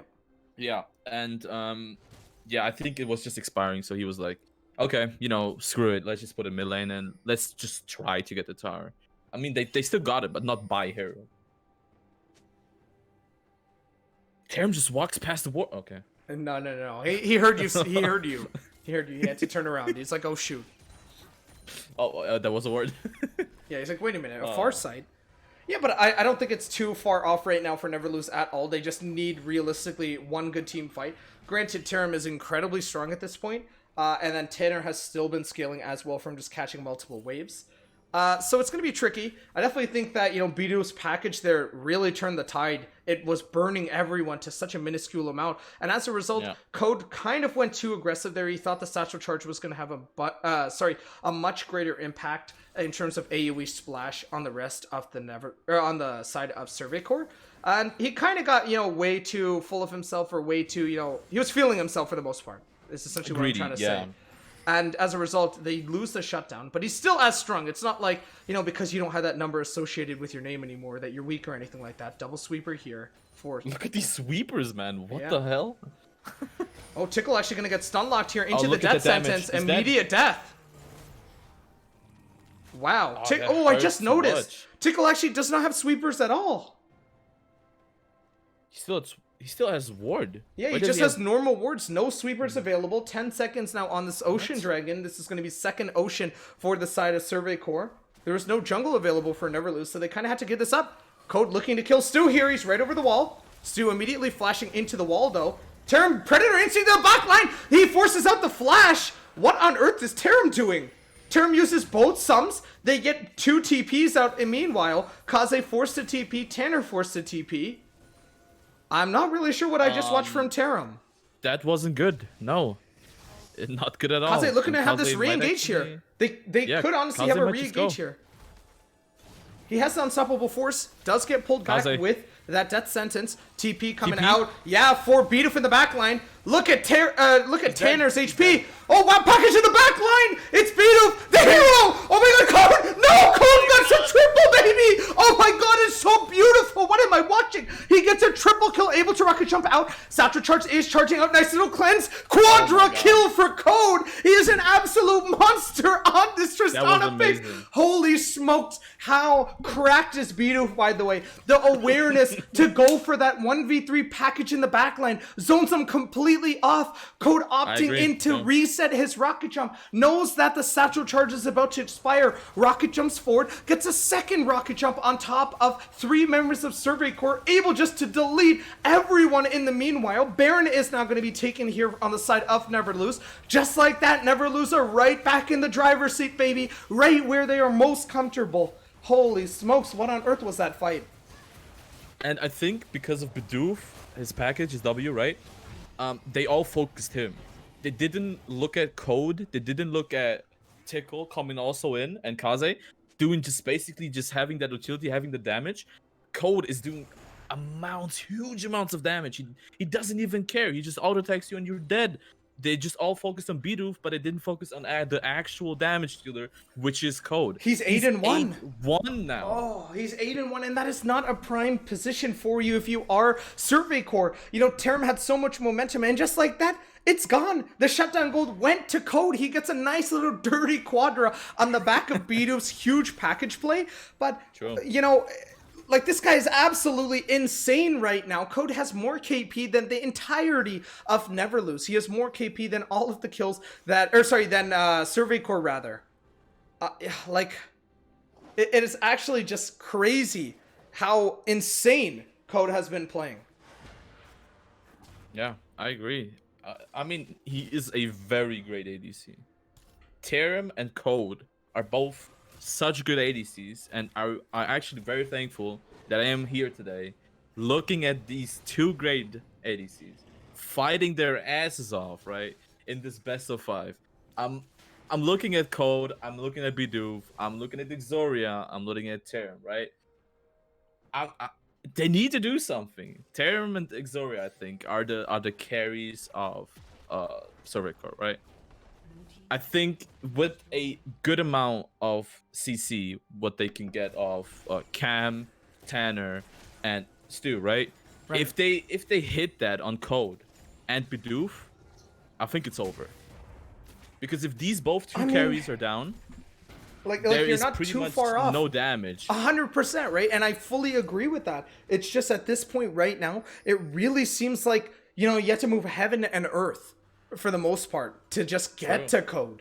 Like, Bidoof this season has been sacrificing, and I hate to say this because I think Bidoof is an amazing player, but he's been sacrificing his stat line just so Code can shine. Like, Code is a cracked player in his own means, but Bidoof is just taking second, you know, seat in this series, at least, or in this season for the most part. And as a result, they're able just to do so much in this game. Code now 8-1-2 with 241 CS. He's 20 CS off of Terim, but meanwhile, it does seem like they really want to go for this top tier 2 aggressive push with 4 members of Never Lose. Kaze doesn't care. He just stands there. I mean, there's no threat. There's no threat for him. Aatrox is doing no damage to him for the most part. Frostfire into a Thornmail, into plated steel caps, and potentially now looking at an adaptive, or is it called adaptive? I think it's something else. It's Cloak of... Either way, looking for an MR item now, just to, you know, kind of put Cam and Tanner to bay as well. It's going to be really nice here, but Morgana forced to use her ult just to tie down Kaze. They force out the unstoppable force, though, in the meanwhile. Code and Tickle now setting up for this next dragon. 24 seconds. Look at Terim just absolutely destroy Jinsoul. Shirelia's forced on Jinsoul just to get a little bit of movement speed away from Terim. Predator Instinct was used as well on this Kaisa pick. Oh, that's so unfortunate. This would be a Kaze. good dragon fight. Oh, 100%. Kaze does not have the ultimate available though for another 40 seconds. Cam doesn't have the available either. Hasn't the Oh available. wow, Survey Core just Hasn't get the ult complete available control either. of this. Oh TP my coming God. out for Bidoof as well. Are they gonna try to re-engage this fight? Wow. Bidoof has package. Tickle leading the charge. Kaze not too far off. No, they can't really re-engage on anything No. here. They can look for a pick or two, but Yeah. that's about it. They just bursted the dragon down so fast. Terim does a lot of damage to the dragon. They're here. playing for soul at this Damn. point. They're repeatedly pinging soul at this point. If they are able to get Ocean Soul, I don't think you're ever going to be able to kill Aatrox or Terim unless you absolutely have a lot of just, you know, pressure or diverted attention towards those two targets. Yeah, we Look at that shall guy's see how attack it speed, though. turns Holy. out. Yeah.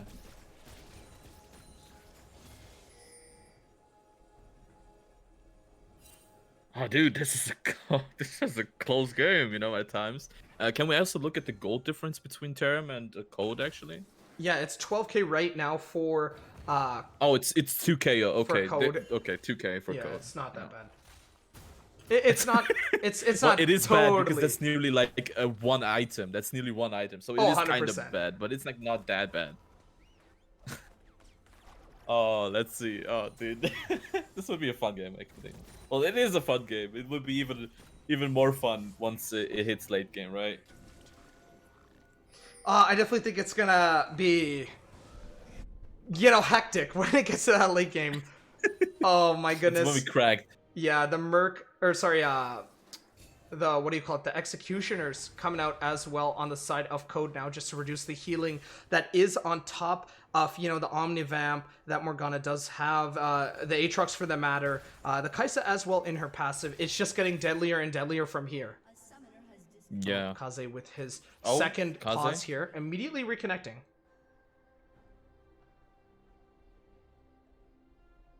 Not much happening right now. We are just waiting on, you know, reconnect here for Kaze, the top laner of Never Lose. We will be switching over to another screen, though, in the meantime. What are your thoughts so far in this game? You know? Dude, I like it. I love this game. I love this particular game because we actually get to see how cracked Bidoof and Code are, okay? Like Kaze, actually all these players are good. I'm not saying none of like one of them is trash or one of them is getting carried. There is no such thing as that. Tickle, yes, he has been not playing his best right now. He's getting caught out at different times where it's not really good for him. It's not really good for his team because they're losing objectives while he dies. Especially at that one fight, right, where you remember Tickle got killed and then Code got greedy, so he went in and died as well, gave away a bunch of gold towards Terim. Right. That was one mistake. That was the one big mistake that they did. It did cost them their gold lead that they had. But I do think if they continue playing like this, Tickle more just backing up a little bit, right? Not just being overly greedy or just face checking bushes all the time. It's not very. In this time, 30 minutes in the game, face checking is bad. It can be detrimental towards the game, right? So what you have to do is you have to get some far sides, right? Like one or two. I think Code already has one, right? If I'm seeing it correctly. For what, sorry? For the far side trinket. He does have The a blue far one. sight, yep. Far sight's for top, Good. mid, and AD on the side of Never Lose, whereas top and mid for Survey Core are just normal wards. No sweeper, by the way, still for Tickle in the jungle. Wait, what does Tickle have then? Just a Normal, normal. normal, yeah. Why? The only sweeper. Why is that still a thing? I'm not sure. The only sweeper on the side of Never Lose right now is on Jin Soul on this Nami pick. Okay, yeah, I think Tickle just needs to pick up that sweeper. He has enough control wards, right? Actually, their whole team has enough control wards. They have 4 control wards on their hands right now. They can just basically ward out all the enemy jungle. It's good, but the fact that you don't have a sweeper and you have 1 sweeper less than you can already have, right, is bad. Because if you have a objective. You want to fight around, right? And you don't have control wards anymore. Actually, the game is continuing now as we speak. I think the sweeper can be also detrimental to the game because it denies vision. Just for that. Oh, Terim might get. Wow, Terim just gets one shot out of nowhere here. That damage. Oh. Okay. And Kaze with will another go to DC. sleep. I will go to sleep after this game. This Tristana damage is so huge. It's not even funny. Oh, and we're just instantly back. What is happening? What is happening? What? Oh my god. They just keep unpausing and pausing. Yeah, I think Kaze has some problems right now. With his internet or something, I guess. Internet diff? Internet diff, yeah. Internet diff does seem to be hitting him hard. Yeah, I mean, It's fine though. We have enough time. Yeah, we have more than enough time. Very, very tricky situation right now. But dude, what do you think of that damage you just saw towards? Oh, that was thrown that was towards crazy. Terim? But at the same time, I'm not really surprised because Tristana has Yeah, so not much on top of what's his face on top of Terim. I mean, that wasn't even funny, right? That was 2 seconds and he was dead. He couldn't even do a single thing. He just died. It was jump onto him, settle, proc Hail of Blades, and then ulti. Dead. That's it. That's your carry. That's your carry. It's gone. It's just gone. You can't do anything. Now looking at the damage, right? You still have Bidoof and you still have Cam, right? They still do a lot of damage, especially I think especially who does more damage? I think Bidoof, right? With Orianna, with Shockwave and etc. I think he does more damage than Cam does with his WQ and Oh yeah, ultimate. Bidoof does so much right now, but Shockwave is going to definitely be a turning point. Yeah, I think so. They just need to watch out. Code doesn't need to step up so greedy. If he actually gets peeled by Malphite and by Volibear, I think there is no problem whatsoever for him to actually carry this whole game. Because his damage is enough.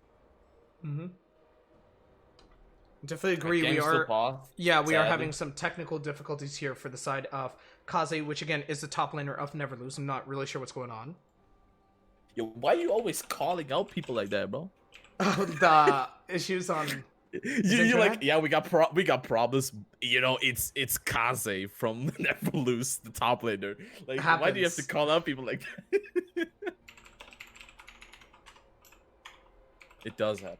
Sadly.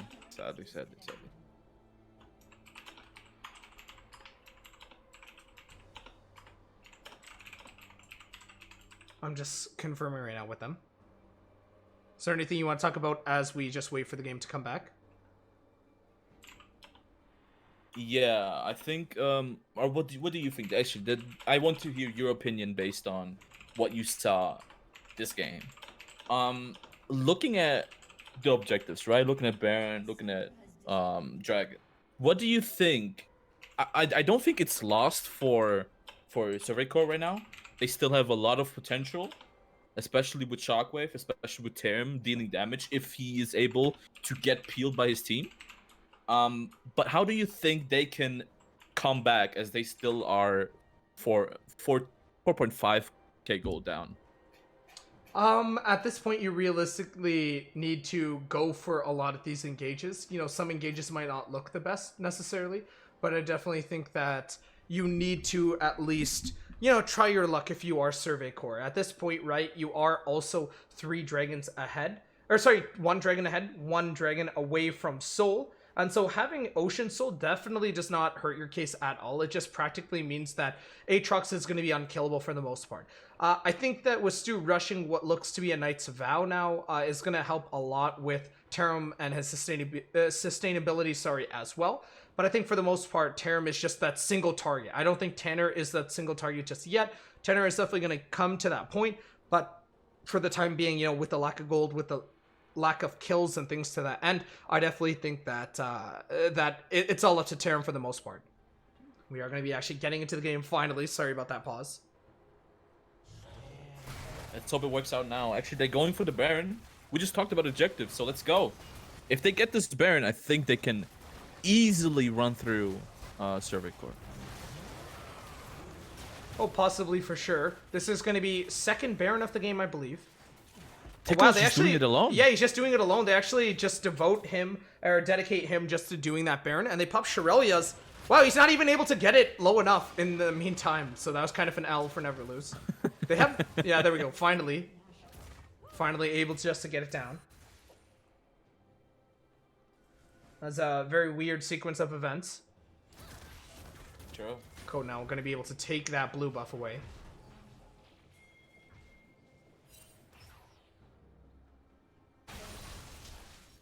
Yeah, I mean, tier 2 now in the mid lane looking very dangerous, looking very, you know, susceptible just to getting taken out from this Neverlose squad. Neverlose looking to make this a 1-to-1 series. Doesn't look like they are far too off from it. Look at the vision control towards topside, by the way, from Neverlose. Look at how many wards are over there. That is just amazing. That's Porky's crazy. skills so hard, he just needs one more item. Yeah, he honestly does. He literally could get an RFC here and just hard win the game. He has the Sheen in the form of having that the Essence Reaver, the ER. Now just needs a little bit more of just the static shard there in the form of that RFC, which is so nice into this comp of Survey Corps. Yeah, true. And actually looking at the items, right, from Bidoof and Code, they both have anti-healing. Mm-hmm. Actually very good towards the Aatrox, and I do think if they go for oh wow, they get the death sentence on top of Kaze into the Morgana cube. Could they look to re-engage this? Oh. They take with Terim's W. Nope, they're scared. They don't want to. That's basically it. They don't want to go on to Kaze. I think Kaze is way too tanky. If anything, I think they would pick out either Bidoof, Code, or Tickle, or Jinsel. Of course, yeah. The Nami is very squishy. Kaze actually walking into them doesn't care. He does not care. No, he's just completely zoning the SC squad right now from their potential soul here. Morgana does have the flash to over. walk back. They cannot, you know, go into him because if he uses unstoppable force and everybody else comes around, they're dead. So they can't walk into him. They need to, you know, respect him. Go back. Actually, death sentence here. Not gonna do much. Kaze actually taking 3 people. Kaze has the ultimate here. He is zoning them out. And they have secured it. Package right into the back line. Nami wave now going to be catching out. Wow, look at Tanner just get absolutely destroyed. Terim's HP just going to nothing. Kaze absolutely performing and cosplaying Godzilla in this team fight. Get out of your seats right now, ladies and gentlemen. Never Lose are looking to go into the series 1-to-1 right now. What an amazing play. We were talking so much about Code, but we forgot about Kaze. The Malphite absolutely putting on a show, putting on a boutique, a showcase at that, a workshop on how to just carry as this Malphite top. What an amazing play on the side of Never Lose. Oh my god. Jensen question mark.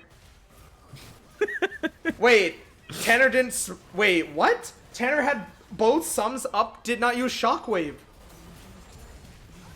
What? Wait, Tanner had everything He's up trolling. and he just didn't want to flash. 9% of people voted for Never Lose. Cam went all in for Survey Corps. Whoever voted Never Lose. Huge payday. Huge payday. Huge payday.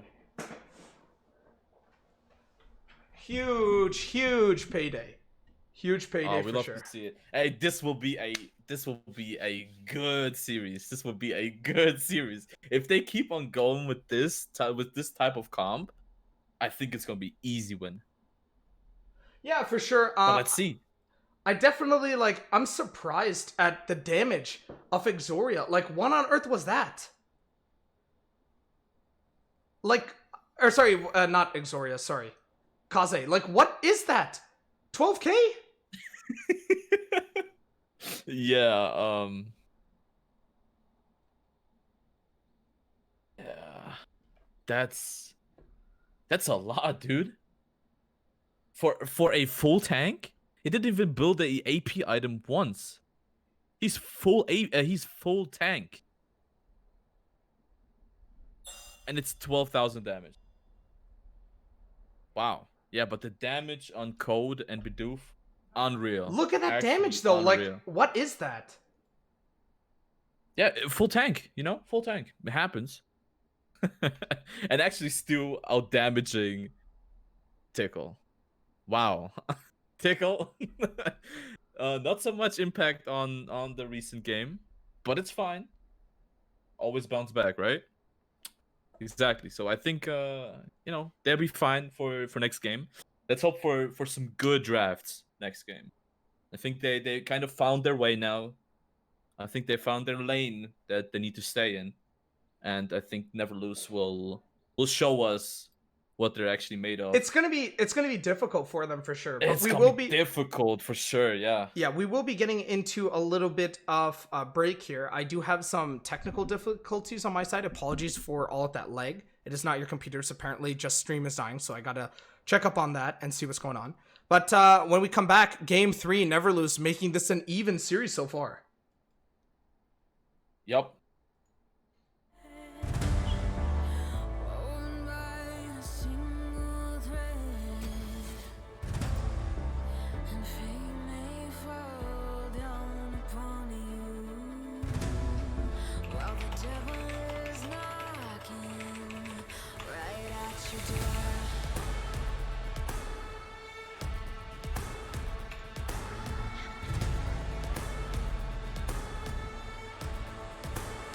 So are you restless?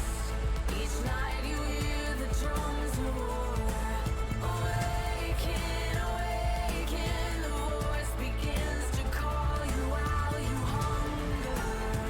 A taste of destiny you're searching for. Awaken, awaken, the fight is at your door. Take up the cause.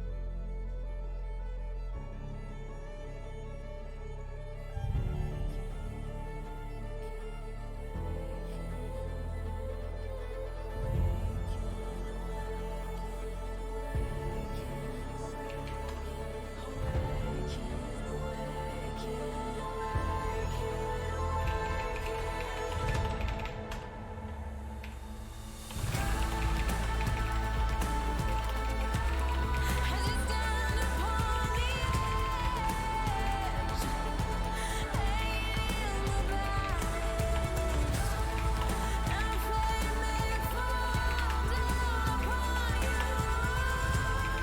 while the devil is knocking. So are you restless? Each night you hear the drums roar. Awaken, awaken, the voice begins to call you while you hunger. A taste of destiny you're searching for. Awaken, awaken, awaken.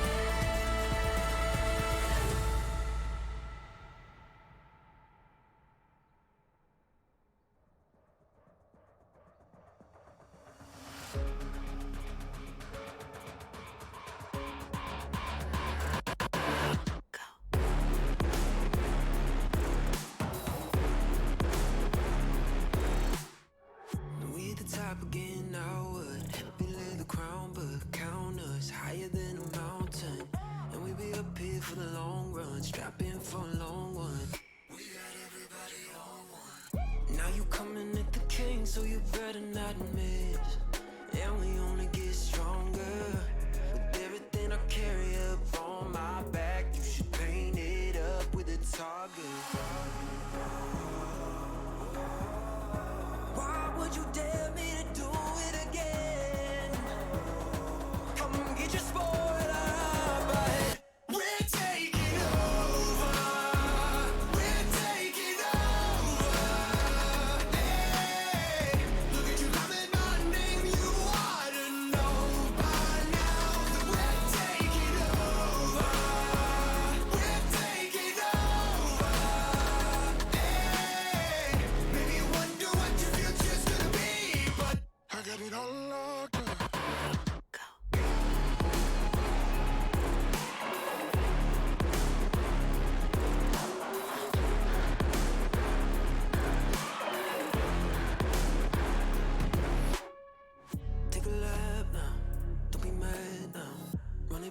run it back.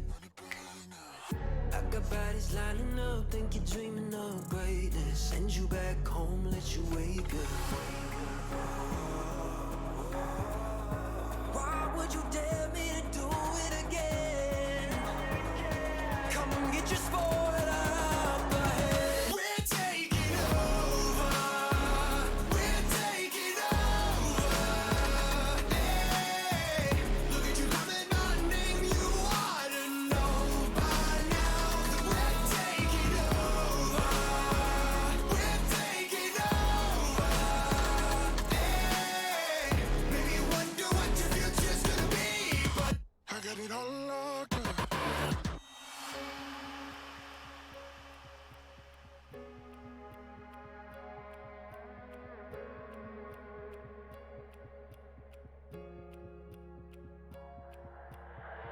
在以后，除了是傻子，还有其他吗？我左右，键盘噼啪着，时间滴答着，还不够。你的固执让我来守候，哪怕太迟也不想以后。就在这时放肆的挑逗。I got the heart of a lion, I know the harder you climb, the harder you fall. I'm at the top of the mountain, too many bodies to count. I've been through it all. I had to weather the storm to get to the level I'm on. That's how the legend was born. All of my enemies already dead. I'm born, I'm ready for war. They know I'm ready for war. I told them we're taking over. We're taking over. Hey, look at you loving my name. You ought to know by now that we're taking over. Hey, maybe you wonder what your future's gonna be, but I got it all locked up.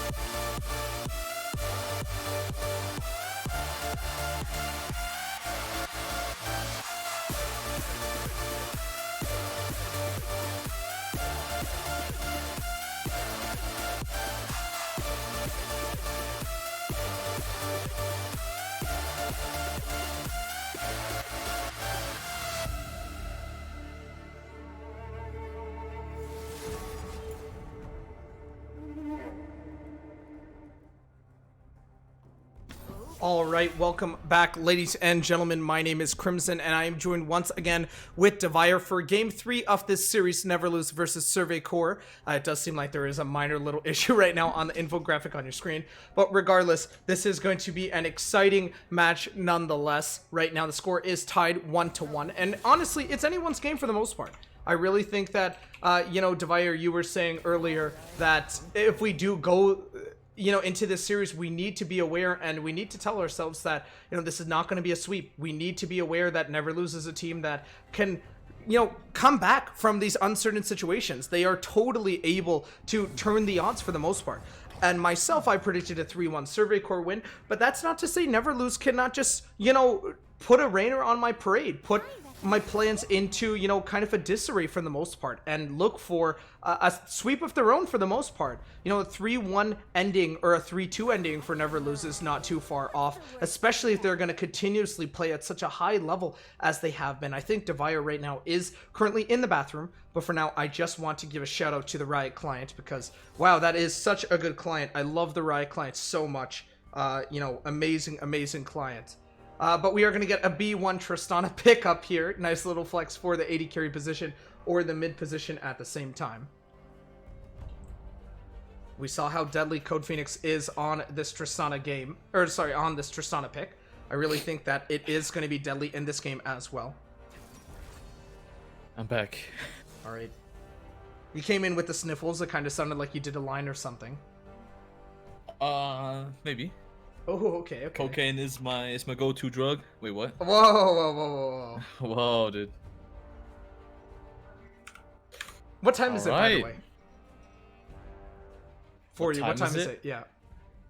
Oh, 2 a.m. 2 a.m. All right. So you're going to be willing to stay up until like 3, 4? Of course. Oh, that's why I'm here, nice. right? Sounds nice. I should make a folder for you. Anyways, we are going to be getting into the B3 pick here for B2. Nami is going to be locked in the B2, B3 for Never Lose here. Yeah, that's the smoker's cough there.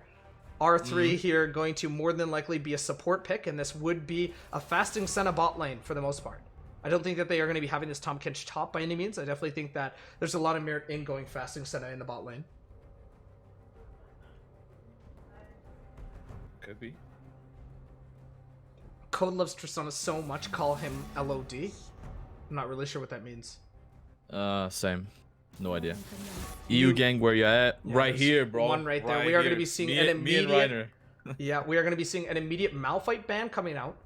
Interesting because, Kaze absolutely tearing everyone a new one on this Malphite pick. For the most part, it really seemed like they were kind of running it, though, in the first half of that game. I'm not going to lie. Like, Kaze and Tickle, very questionable engages. They did get caught out repeatedly by Stu on that death sentence with the Thresh. I think it was only Tickle, to be honest. I think Kaze wasn't that much of a problem early in the game. I think Tickle got caught out more, and that was the problem that, made this game as long as it was, like the 35 minutes that we had. For sure. Because he got caught out 24/7. Because he face checked and etc. didn't have a sweep until like did he had a sweep after the game? Like did he go back? No, he and still did not get have a one sweeper? at the end. He still did not have one. Okay, very questionable. So I'm not judging though. Everyone for themselves, right? But 100%. it would be better for the team, right? To have a sweeping lens, but it's okay. 100%. Zach now going to be locked in on that R4. B4, B5 going to be set. And more than likely, I would not be surprised to see an Azir here. I really like Azir, but it will be an Anivia. Wave clear versus that Orianna. Traps you with the Weaver's Wall. Or sorry, not the Weaver's Wall. With the wall instead. In just that Glacial Prison. Very, very nice pickup. Stu is hovering on top of the Sylas. Sylas is very good in this comp, especially with a lot of juicy ultimates, such as those on the Never Lose lineup. This would be a Sylas top, though. But no, they actually will be going for the Vlad top. Wow. So these are going to be your final... don't think... Okay, yeah, no, go ahead. Sorry, my bad. These are going to be your final comps, but sorry, to your point. I do not think Vlad is the go-to pick here. I would have appreciated Sylas more because of Tickle's ult, Set's ult, and Nami's ult, right? For the engage, so they have more engage. Because Tahm Kench doesn't give you any engage. Senna does with her stun. Oriana does with her shockwave. Zac does with his jump and with his ultimate, as is like throws away people, right? At the sides of it. And Silas would have even more engage / disengage, right? So I think Silas would have been a greater pick here. Mm-hmm. But maybe Vladimir does counter out Set in that sense, because he can just pool his abilities. I mean, we're gonna have to see and wait and look at how this game develops. At least they had amazing comps last game, and we saw how that transpired. Now, only time will tell. But speaking about time, we will be getting into yet again another 3-minute spectator delay. Don't go anywhere. You are watching the KDL Finals. Yes, sir.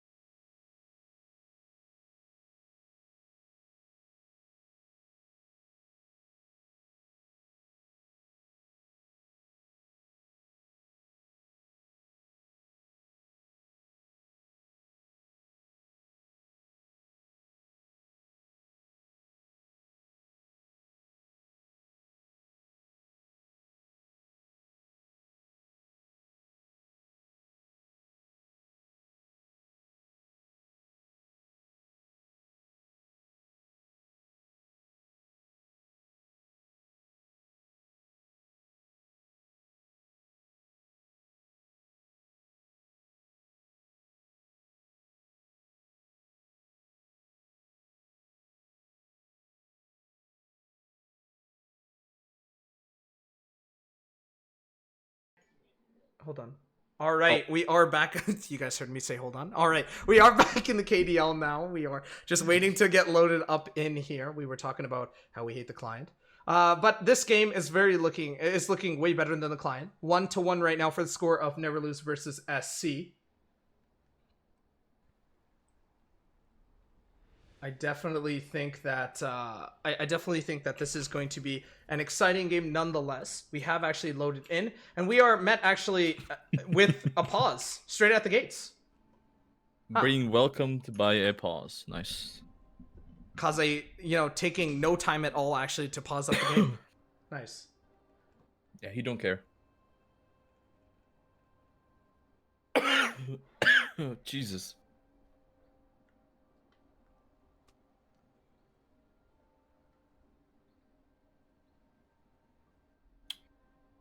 Yeah, so what do you want to talk about? What do I want to talk about? Okay. Not quite sure. There's like nothing much happening right now, right? Yeah, I mean game wise, yeah. I'm very interested actually. There is no aftershock here for Set. It's actually Fleet. Also, no electrocute That's for fine, too. Anivia as well. Oh, it is 100%, but no electrocute. Something that we've kind of like come to know, I guess. It actually is just that phase rush instead for Anivia. I like it. I mean, for both mid laners, right? We have that phase rush. They want to get out of the out of that range of each other as fast as possible, right? With that phase rush. So I think it's a great addition towards Anivia. She isn't, she isn't known for being like speedy boy, speedy girl, whatever you want to call her, speedy it. But like Oriana, yeah, she does have like movement speed on her W, right? So she can actually speed up and do something and get closer and get her range towards you. But if you don't have that movement speed, you're basically kind of doomed. As you get just run down by that ability itself. So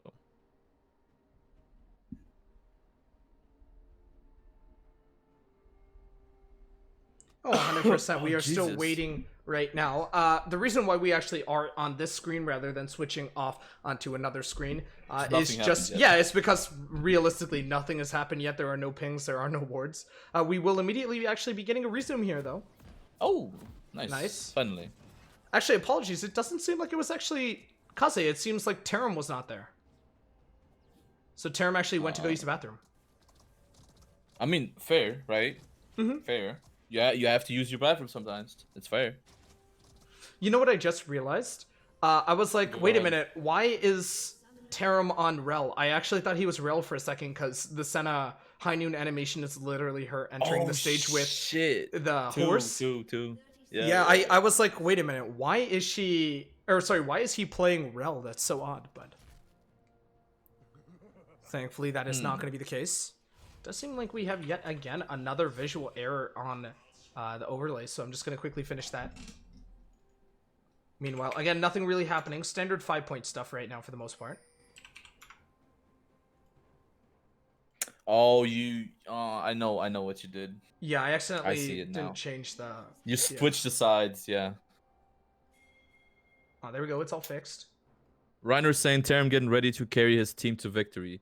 Could be. Yo, Could Krim, be. would you like to play Clash after this game? You're assuming that this series ends really quick.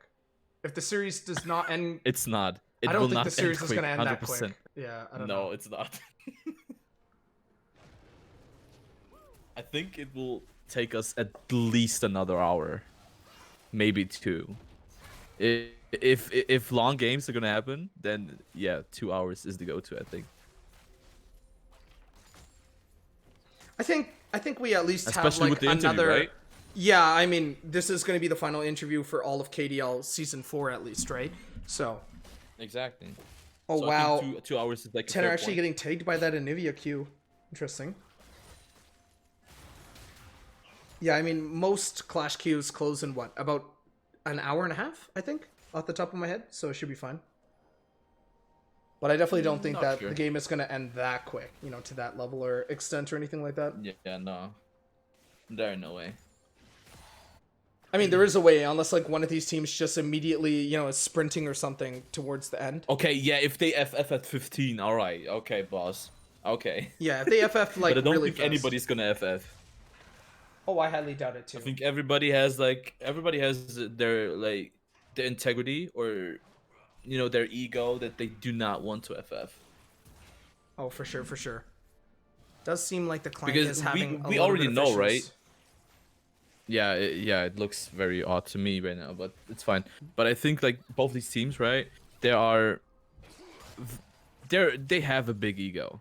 Both of these teams never lose, actually, right? Bidoof talking about Rave's team and etc., saying that they just want to smash them and cave their face in or whatever he said. Same thing with Cervico, right? About ABD, like. They just BM the whole time. They have the big ego, so I don't think anything is gonna happen, such as a FF. But there could be surprises. Maybe NL will take the series, reverse sweep kind of thing. Shall see. I'm not quite sure what's happening with the client. I'm trying to fix everything, but it's like stuttering for whatever reason. It's it's lagging for me. Yeah. Yeah, I'm not quite sure, but I'm going to try to fix that as soon as possible. In the meantime, I am screen recording, so, you know, it's not like this is completely lost or anything like that. But, you know, talking about the game, talking about general specifics, this is going to be a fasting Senna lane, so I'm not quite sure if you actually touched upon that just yet. So that does mean that Stu actually is the one to last hit. We do have Tickle now pathing towards bot side. Terim going to be throwing out his W to keep him at bay for the most part. Oh, wow. Code Phoenix now with the W rocket Flash jump forward. instantly. Flash instantly from Terim. All right. We randomly are getting blessed in chat, I suppose. Yeah, I mean... Thank you very much. Yeah, thank you.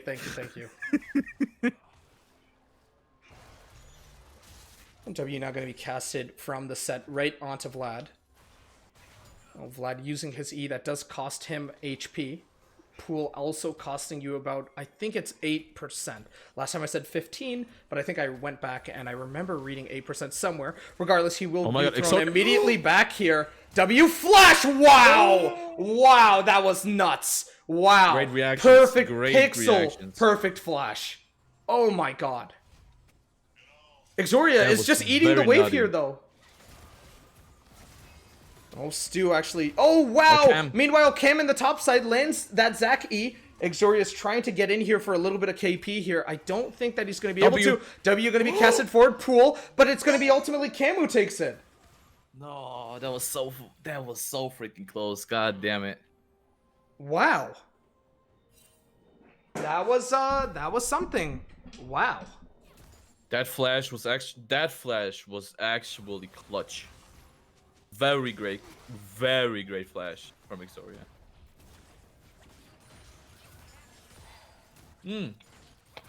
Also, somebody mentioned in chat, right?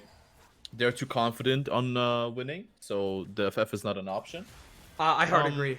I think both of these teams, like I said, it's, you know, an ego, it's confidence, it's more than just winning this game. I think it's like validating the entire season for the most part for some of these teams. Yeah, and as Bidoof said, right, as the team captain of this team, it's Bidoof, right? Bidoof is the team captain. He did mention that he is coming back this season stronger, and I feel like this isn't just like a bluff or like, hey, yeah, you know, we're just gonna say that for dramatic purposes or whatever. I think he did say or he did meant what he said, or different. I don't know how you say it. You know, EU gang and stuff like that, but I do think he didn't line that purpose of saying that, you know, they'll come back stronger and will actually just, you know, dominate the series. I mean, yes, they are doing a great job, especially last game. You know, I was standing them last game. They had a great game.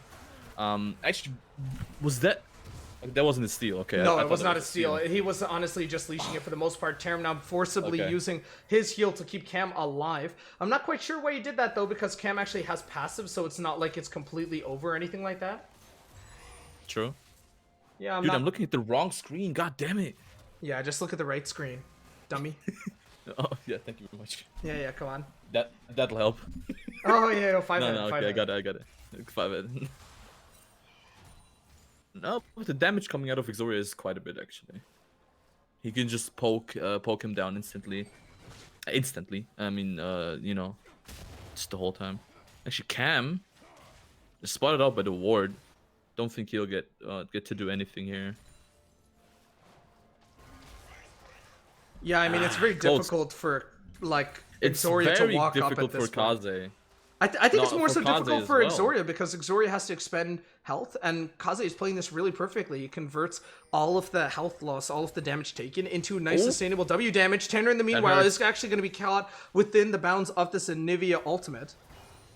That hurt. Double back for SC right in the face of Never Lose. The wave will crash though. That means they will lose at least some. They lose at least 2 plates here on the side of Survey Core in the bot lane. Yeah. Oh wow, Shockwave actually going to be pulling back Bidoof. I'm not quite sure what he thought was going to come out of that play, but yeah, that was something. But the game is looking very, very close right now, as we can see on top lane on NL's side, right, is a up and ahead in CS. Mid lane is up and ahead in CS. Bot lane is as well. I mean, yeah, that's kind of expected because fasting sen, etc. And ganked right there, doing nothing, just some damage onto Tanner there. But yeah, I do think NL has the early game right now, even though they're one kill down, like one death up, I guess you could say that. So I'm still very it's not one-sided, not one-sided at all. It takes a lot to make it one-sided. I think there's still more need in objectives. There's still more need in CS, more need in kills to even be close at being one-sided. So I'm just looking at Herald right now. If they get I do not know why they don't go for it. Oh Jesus, I do not know why they go for early Herald, because early Herald is usually the go-to for every team. We've been looking at pro play, right? They usually go for the Herald to give one lane even more gold as they already have. So I'm looking at either top lane or bot lane right now. Because can we actually look at the gold? The gold, yeah, for sure. I mean, when we're talking about letting a lane get ahead, right? We are talking within the bounds of how hard can you carry? What is your carry potential? And in this game, I realistically see Code just taking over. And so if Tickle is able to get this Herald early and to shove out in the bot lane, I think it's really beneficial for them, because then they could be looking at first tower. And now, in the meanwhile, I guess you could counter-argue that and say, you know what, why would you want Tickle or, anyone else to share the gold when it could just be Code, or it could just be Code and Jinsoul just taking all of that gold for the bulk of it? Like, it's really crazy. And then we look at the top gap as well, but just hold that thought, actually. A complete collapse from Neverlose in the mid lane here. Wow, Tanner forcibly using that shockwave. Kaze just goes down. No W available for him. He just didn't want to press the W quick enough. Terim with the cross-map ulti. Yeah, Terim, that was very close. He would have actually survived that because he went out of range already. But that ultimate gave him the burst, because the burst damage that tower needed to finish him off. Actually, Cam right here. Cam does have that This smite. might be very dangerous. Yeah, Yoinks actually Tickle right within that bound. Smite coming out for Tickle. He does confirm and is able just to get that Gromp. But Code, look at how close he is to Cam. Cam could look for a re-engage here. They don't want to pull the trigger just yet. Not really sure why that phrase is not allowed, but I guess I'll allow that in chat. But what? Yeah, I'm not really sure why that was censored, but... Yeah, okay. Unless you said some wild stuff, because I know you say a lot of wild stuff in chat, Devire. Me? Yeah, of course. It's the... Ain't no goddamn way. What the hell? No. Oh, I always see you, thirsting for Wanho in our chat. You said you want to be... Yeah, no, sure. no. You. Either way, okay, I'm going to try to get the Q right onto Code Phoenix right now. Not going to be able to land. Terim is not successful either with the W. I'm still very confused on what you mean with ho. What ho are we talking about? Ho? Is it Wanho? Wanho. The idol. Oh. Exorian pooling. What are you thinking? Meanwhile, Cam actually does secure that second dragon. Yeah, you have something else on your mind, bro. Yeah, I do have something else on my mind. Okay. I was thinking as one ho, I was thinking you. Oh, just hold that thought though for a second. Cam actually yoinks them back together. Makes Jinsoul and Code kiss each other. Not turned dangerously low. Oh, the Devour saves him, but the satchel charge is still gonna explode. No, I was not calling you a hoe. It's because of Canadian accent.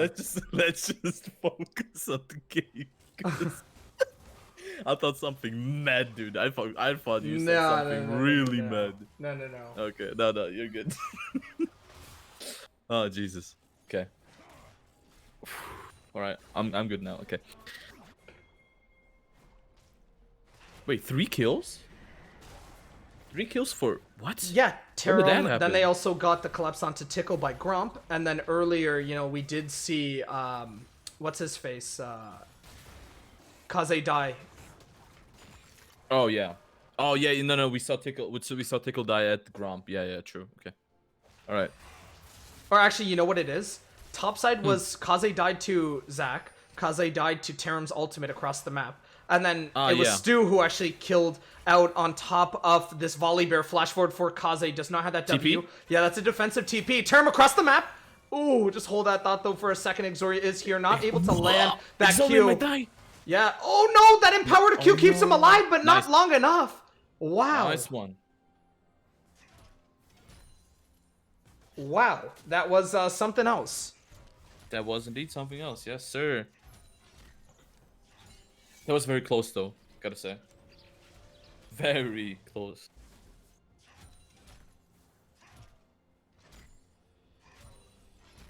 Like I'm honestly surprised at Terim's accuracy on these ults for the most part. Not able to quite get it on that play when it came. When it came to getting Kaze, but was necessarily pretty close nonetheless.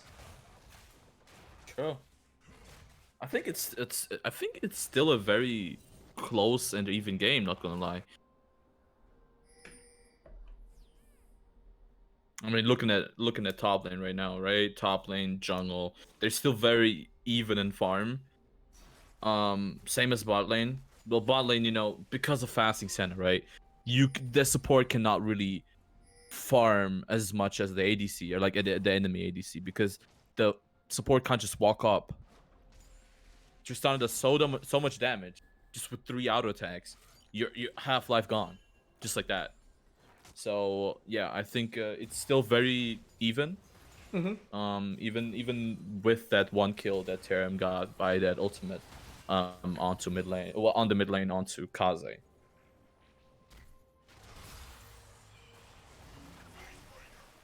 Oh, Kaze 100%. Sometimes. Dude, I just Oh want him to wow, hit the flash away from the Oh. Zac E. The Q is not going to land Nice. just quite. Oh my goodness, the Q now going to be casted from Bidoof into the ult here. No Cam? wall just being used yet. Cam actually was charging up the E for a potential re-engage. Kaze in the meanwhile tries to get the face grabber, or face breaker, sorry. Not able to quite grabber. connect. Face grabber, sorry. Good. That's a Long good one. finals. I think one year we had 4-game finals or something like that. I mean, this Did we? has to go 4 games. Like, it's 1-1 right now. This has to go 4 games. Best case Okay, scenario is yeah, 4 games. Yeah, true. Like, True. this is just 3rd game. We have like another game right after this. No, best case scenario would be 5 games. No. I want Best 5 case games. scenario is I don't 5 want, games. I don't want. Well, 4. no. Just hear me out. Best case scenario is 5. Shortest case for games is 4. There has to be. It's 4. Yes. Yeah, there has to be a mandatory 4. Yes, sir. Because you had to win 3 games in total, right? So You if have to they win win 3, this, yeah, exactly. Yeah, so let's Yep. say Never Lose win this. They're 2-1. They need to make it 3-1 in order to close out on the series. Yes. So Best case scenario 5, and the shortest amount is basically 4 games. So, assuming every game goes around 30 oh to my 35 goodness, minutes. that means that there's going to be two Yeah. more opportunities for the Riot client, dude. Oh Jesus. Yeah. I mean, you already got leaked. It doesn't matter, dude. Yeah, true. It does true, not true. matter. What you else can can just happen? show all your stuff right now. Should I show our Nobody DMs will. or? Hey, yo. Yeah, no. exactly. That's what I thought. No, That's no. what I thought. No. I mean, game is Bro, kind of you going calm slow down. right now. Can you say code is stinky? Code is stinky. That is a very, very dirty, dirty boy. I don't think code. What the heck? Do you know that's gonna get clipped, right? Yeah, I mean, it's a sound clip, right? Like, what do you think? Like, I'm not expecting someone to not clip it, Like, it's a request. Why would you say it then? Oh, it's a request. Nobody cares Meanwhile, about a request. speaking of Never Lose, though, they are going to be getting their first dragon of the game so far. Mountain Dragon for them. Kaze has the Facebreaker available. Insta Pool cancels actually that animation out for Kaze. He did at the actually damage, cast though. it. And there's a Dude, lot that of was damage. 2 auto attacks. No. Two It's Exoria also has to use his health as has to fodder, use his right? So spell. the Yeah, W exactly, does yeah. take that, I think at this point, 10%. I think it's only pool, right? That takes. Yeah. 10%? It's taking quite a bit, 10% at this point. And so, like, even when he's Eing, it still takes a quite, a quite big chunk. I think Blade of the Ruined King actually go first is the best go-to pick for set. Oh wow, we are going to be looking Yeah, at a that's complete it. engage here. Terim with the defensive ult into a shockwave for Bidoof. They're just going to hand this one over to the Nivea. 3-0 for Bidoof. Zac is channeling the E. Code Cam? Phoenix actually does get tagged. Oh my god, Cam? Jinsel over the wall. Wow, Jinsel, monster Close. with that Nami bubble. Very close. Yeah, I don't think these games are one-sided at all. Actually, Cam looking to re-engage here. Backing off though, the enemy enemy bot lane. The bot lane of never backs off. They don't want to risk too much. Maybe second Herald here for Tickle right now? Nope. Apparently, yep, okay. He is going for it. I think second Herald is actually very good here. As they already have the mid lane tower, they can probably just either take bot lane or top lane. If there is enough push and if there is enough minions for it. I think top lane looks very good right now. Can we actually see bottom turret, maybe? Yeah, so tower's not looking too bad here for either side. They're about even. It's about one plate down. Bot would be good. Yeah, I think bot would be good to place the Herald. I think honestly, opening up topside is better here because it, like, I don't know, you can collapse on Exoria way more aggressively because at this point he's just constantly allowing waves to get shoved in. Also, it's very hard to actually set up anything like when he is like that, especially knowing that he has the pool available. Terim not going to be walking forward with that pink ward. Wow, I'm actually surprised that he gave that one to Cam. I'm surprised that he did not actually take the pink ward there.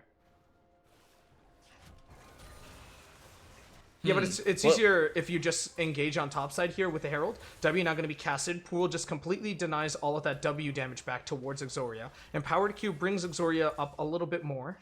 This is a Bork, by the way, for Kaze first item, going into more than likely a Spirit Visage, or could honestly get a Mythic as well from this. True. Actually, somebody asking and having a request here in chat for the Senna souls. Can we actually take a look at that? Senna is sitting at 74 souls right now. After this wave, more than likely going to be 75. Okay, that's already quite a bit of souls, not gonna lie.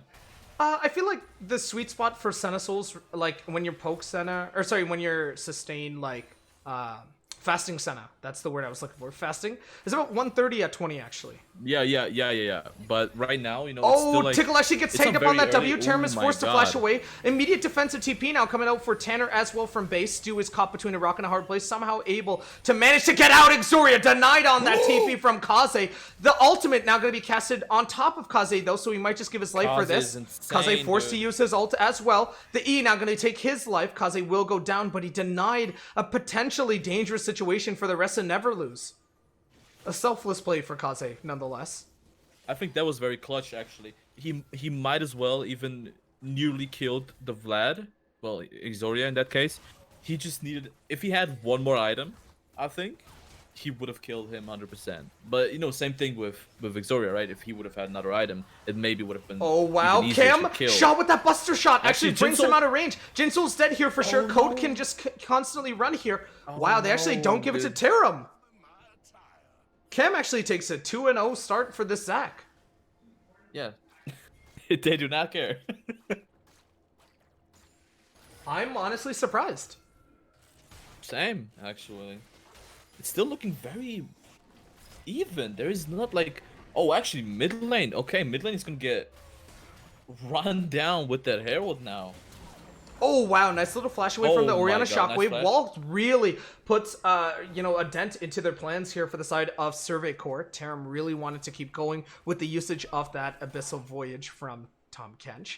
But they get a nice little consolation prize in the form of Soul Point here. Volibear does have his ult here in 2 seconds. This would have to be a suicide play here. It's going down rapidly fast. Never Lose is not even making their way towards this. No way. And this will go down uncontested. Soul Point now for Survey Corps.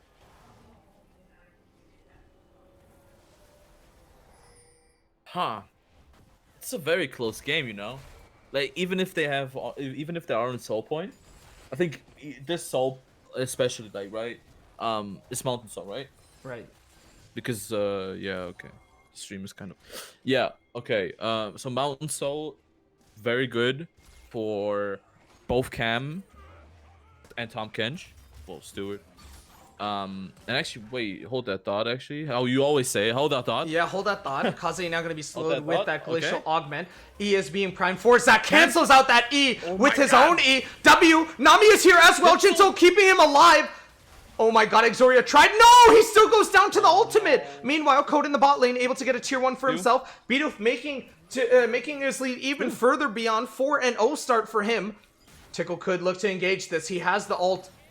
Bidoof would just need to cut within the bounds of this top side. What happened to Stu? Stu just got absolutely deleted. He tried making his way towards top side. Yeah, he tried making his way towards top side. Oh, smite! He actually smited it away! Oh, he primes out that Q. You run him down. Yeah, he's trying to run him down. Pops the Chem Tank last second. Bidoof is here as well. E is going to be used from Cam defensively. Tier 1 going to be taken towards the top side. Meanwhile, Tier 2 for Code. Terim is here as well for a potential support here. Oh, Tickle actually going to be moving quick. Terim cancels out his back. No, W Tickle, being primed no. for Tickle. Gets hit with the W from Senna. Tries to cancel out the stun lock Nice here ultimate. with the usage of his own ultimate. Zach E right over the bounce. Not able to quite connect. Hits the Q, but just too late. Oh my goodness. Not able to yoink back Volley Bear. Oh my god, okay. But these were very good crossplays that we saw, right? Especially for Code. He got a turret. He got 2. While everybody was fighting topside. Yeah, he got 2. He got 2 Buster turrets shot while away everybody was for fighting topside, Exoria. actually.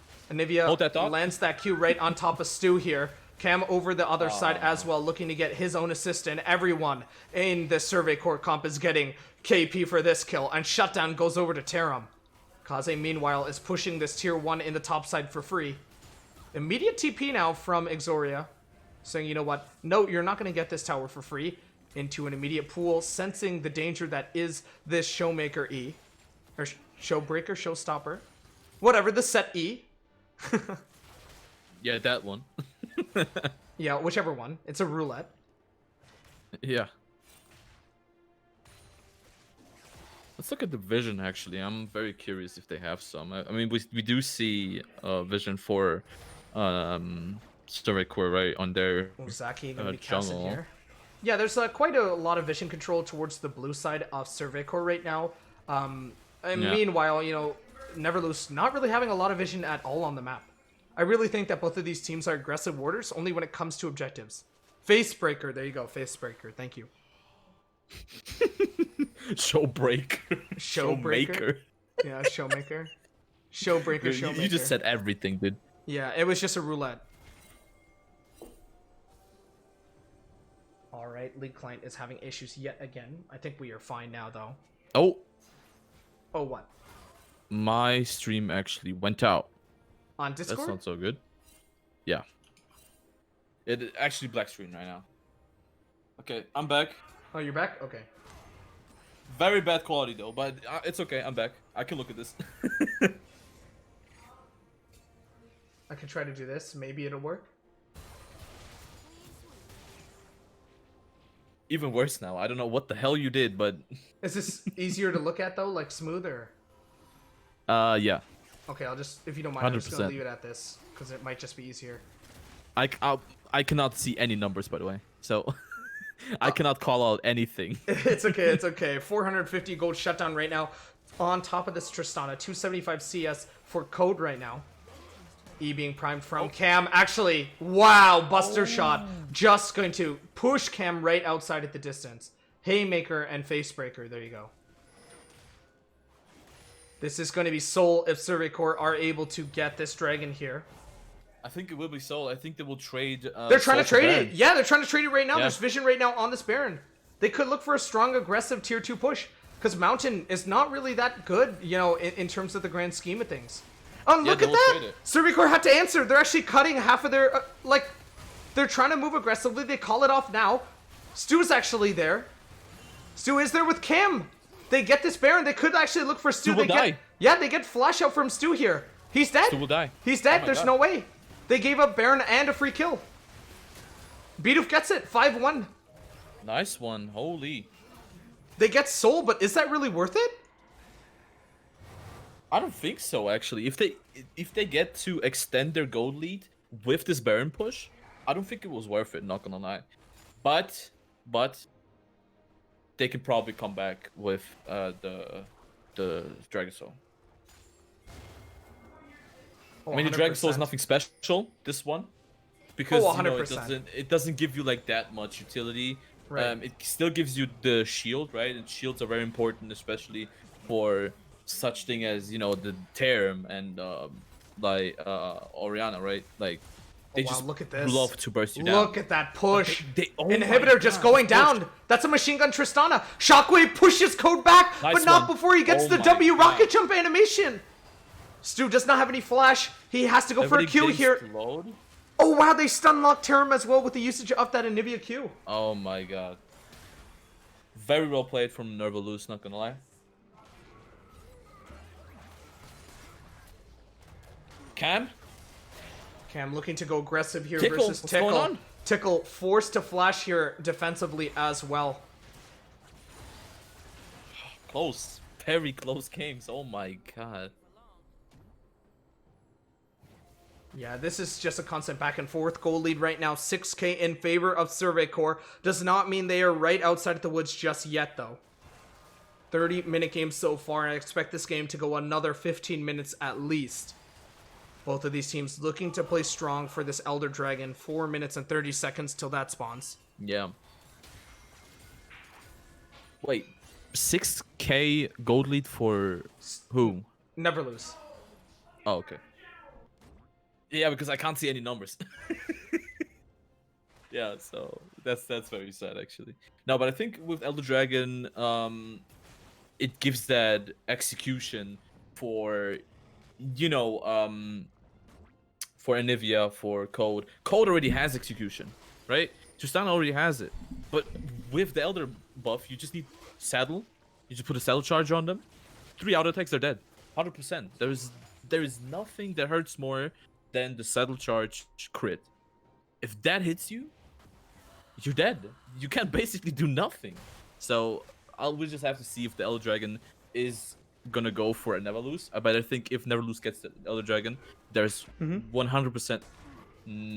Like, I don't want to say not coming back, but there's 100% holding them back to actually run their base down. Because Elder Dragon is probably with like the most scariest thing with Baron that I've ever seen in my whole goddamn life in this game. Yeah, I mean, Zac as well, just doing so much damage, can apply the Elder Dragon debuff there and just that passive burn. They actually do get that Q tag right upon Tickle right now. He is doing his best just to bite out time so that they can try to sneak in an inhibitor towards the top side. Exoria looking to chase this down. Baron is spawning next 2 minutes and 30 seconds. Elder Dragon in the next 3 minutes. Very tricky situation for either team. Exoria is extremely difficult to deal with at this point of the game. I think Kaze is just going to be relegated to, you know, utility for the most part. Yep. Oh, Zaki actually is going to be casted out. Code Code actually does get queued here. There is no pullback. There is no secondary target, though.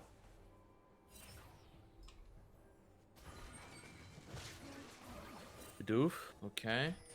Single the top lane with Anivia. It's looking very split up. The map is looking very split up right now. For Survey Corps. You see they're investing 2 members down on the bot lane, 2 members on the mid lane. Wow, they just get that in him for free. There. Wow, and there is they no... just got it again. Oh, in the back line, Cam- they use Shirelia's here. Cam just completely eating forward.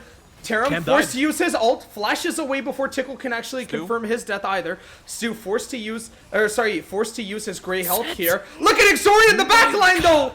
Oh my god! It's Kaze versus Kaze versus Exoria right now in the backline. Exoria somehow is able to take out Jinso, looking to take out much more than that. Code on the back end, Tickle 1 HP right now. Empowered Q does claim him. Bidu says enough of this. Double kill over to Code. No way. That's a 2-1 series up for Never Lose at this point. Survey Corps thought they had it in the bag. They had the soul. They had so much going for them. But somehow, someway, Code says not today. Bidu showing why he was one of the best in Season 2, in Season 3. Now looking to make it Season 4 as well. That's game. Wow. Oh my god. Oh my god. Bidoof and Code. Oh my god. Oh my god. I just want to say right now, if my folder did not leak, I'd be DMing both of them. Oh my god. What an amazing showing. What an amazing showing from Bidoof nice and leak, Code. by the way. Nice leak. Oh shoot. Yeah, I'll leave that one. But oh my Let's god. look at the graphs. What a crazy ending look there. at that damage from Exoria, man. He did most of the damage of his whole team. Kaze did so much damage just by being 0 He did and 4. so much damage. Yeah. Wow. Jesus, that was a very close game, but Never Lose actually coming in clutch with that Baron trade and the Dragon trade. What was that? Like they just got they got turret for free, and then they got the Nexus, not the Nexus, I mean the inhibitor for free. Well, I mean, smart heads-up awareness from the side of Neverlose saying, you know what, if we're not going to be able to match that, we immediately need to run and go catch this Baron instead. And they get so much out of it, they have so much utility. This Tristana pick is actually so nutty. It's so disgusting. I mean, Code is playing very well on this Tristana. Bidoof very well playing on this Nivea, right? Yeah. Keeping the enemies away from them, slowing them down, not giving them the chance to catch up to them, run up to them. And then we have also, you know, Set, our big boy Kaze, right? He just vibing, and then once he sees the opportunity, he ults, catches 4 with his ultimate. That was actually so nutty. Can we expect a Volibear was ban? good. That was so good. That one fight was so good on their Yeah, base. I don't know exactly what happened towards the end. Neverlose just, like, honestly, it's just absolutely phenomenal how they're playing now in the last 2 games. We will be going to a break, but when we do come back, we will be coming back with potentially the last game in the series if Neverlose are able to clutch it out or keep up the momentum. Don't go anywhere. You are watching the KDL.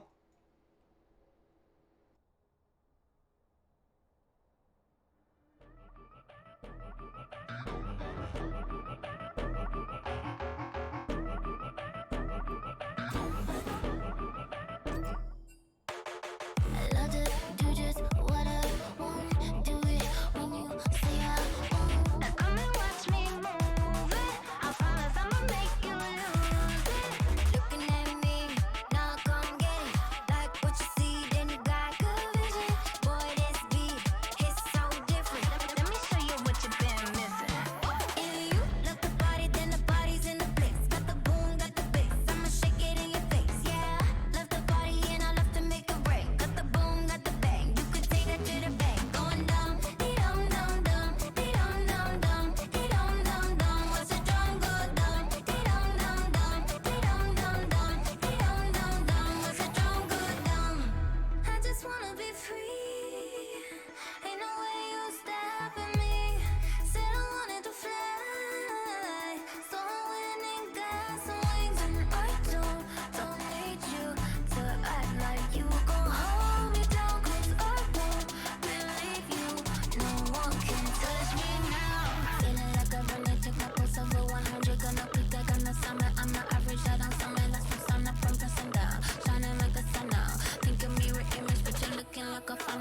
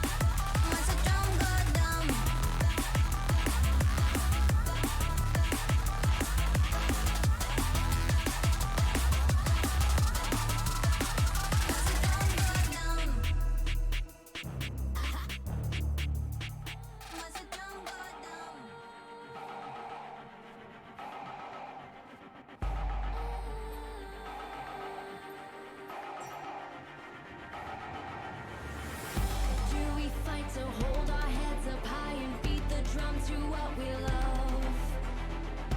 Risk the follow, we have felt it all come crashing down from far above. Stars are rising, countless worlds colliding, only one will take it all. Can we bring to fall the giants? Can we make the final call? We are the ones to ignite the darkened skies. The champions of a world that we defy.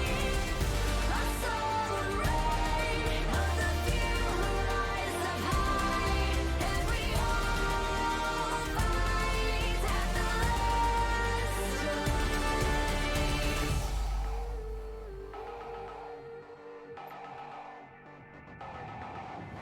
Hearing voices from afar, join the madness when the curtain falls. Risk it all, hold nothing back. Seize the day, we must attack. Stars are rising, countless worlds colliding, only one will take it all. Can we bring to fall the giants? Can we make the final call?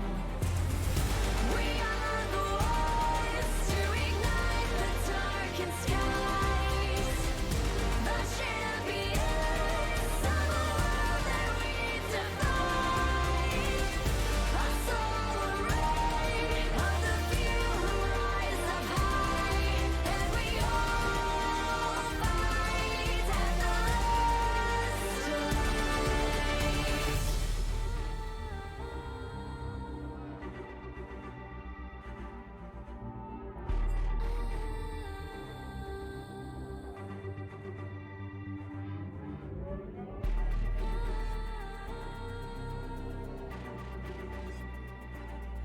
Can we bring to fall the giants?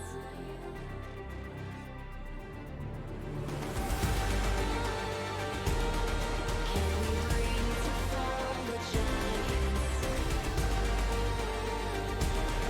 Can we bring to fall the giants?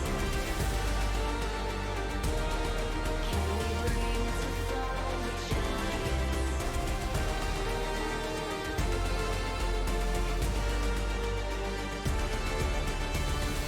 We are the ones to ignite the darkened skies. The champions of a world that we defy. A solar ray of the few who rise up high, and we all fight at the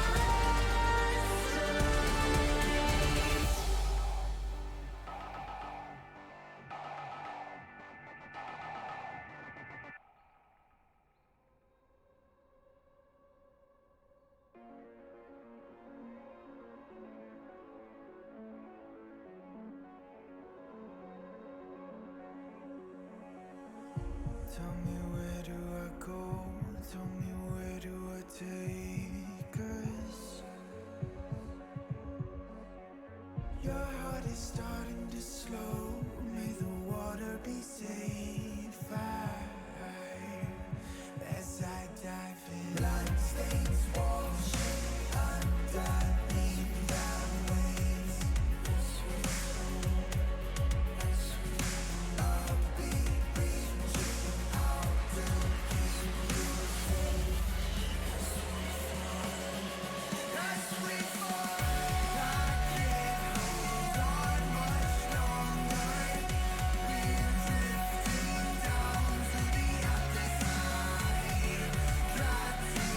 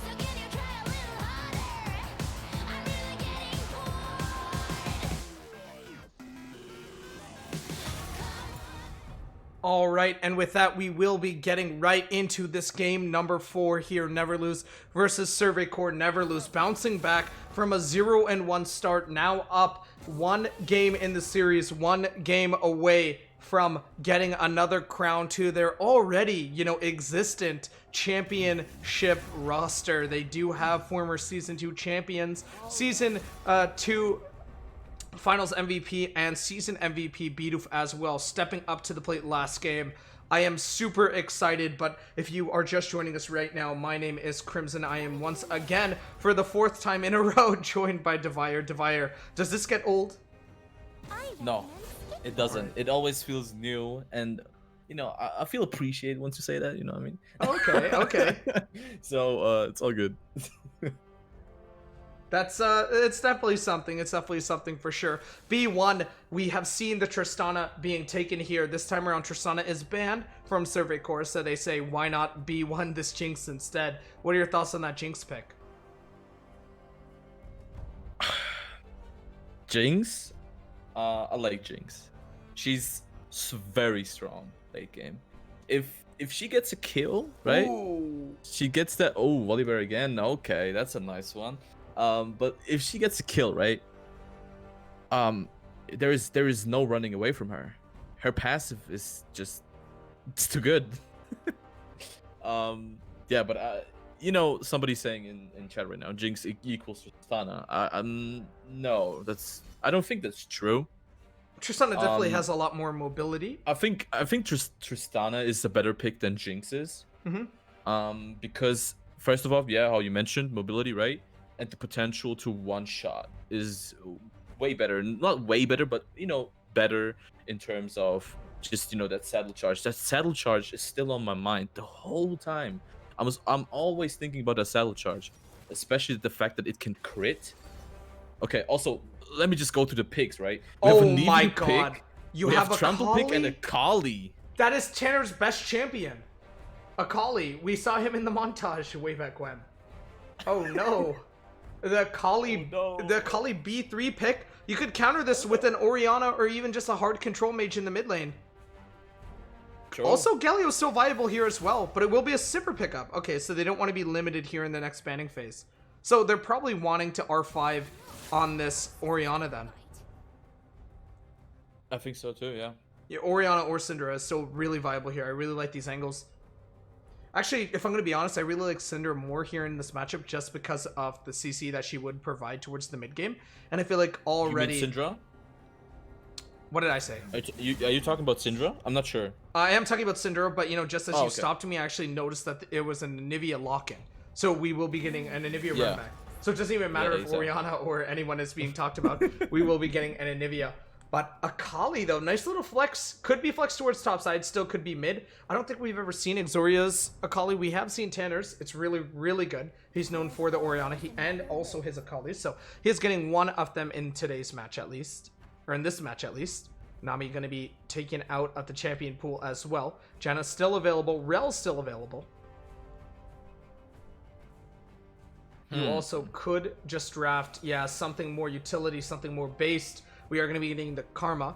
Mantra Q's will hit you for a lot. Mantra Empowered Ease. Also speeding you up for a lot. Is this Sivir going to be a poke Sivir with Dustblade as well? Could be a poke Sivir. Could be, that lethality full on. Throw the Q out. You just get melted. Yeah, Sivir. and you're dead. Yeah. Yeah, I mean, typically when you do go up against the Jinx matchup, you can go the lethality. Typically, though, you really want to go Lethal Temple or Halo Blades just to match that attack speed towards the mid-late game. But it still is there on that option for you. Alistar locked in here for Stu. Last pick is going to be countered towards top side on B5, but you are blinding it unless you assume Volibear is a flex. Which it more than likely is. Yeah, but I do have a very, very good question. Not question. Does Sivir E? Well, no, it's W, right? W is her shield. It's E.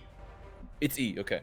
E does that block Jinx ult? Or only hard to see? No, it does block damage. It blocks W and stuff, but it's also going to be splash damage. So although you can fire it at the person, it's still going to splash you and kill you. The initial impact won't, but the splash will. It's like a millisecond thing. We were seeing a set lock in last second though for okay. Kaze. Interesting. They're having a run back here off this comp. The set Anivia, Volley Bear, the unholy trio of a front I line. think that's a that's a very good comp still. I think. Oh, I love Volibear this comp. set I 100% with love this Anivia. comp. 100%. I really like that's this so comp. Survey Corps are with their backs against the wall right now, 2-1 right now, so they definitely need to win 3 games in a row if they want to win out and clutch this series. That's gonna be a tough Okay, one. Tanner on Akali. 2 games, sorry. Let's see, dude. Oh, Let's no, see. 3. No, I'm tripping. 2. You're tripping, dude. I'm What the tripping. hell? I'm tripping. You need to win. Yeah, 3-2. It has to go to 5 games here. They need to win the next 2 in a row to win this. Both 15 Exactly, seconds yeah. left. You know, again, backs against the wall. This is where champions are made. This is where championship moments happen. You're Yes, watching sir. the KDL Season 4 Finals, game number 4. We'll come back to you right after this 3-minute spectator delay.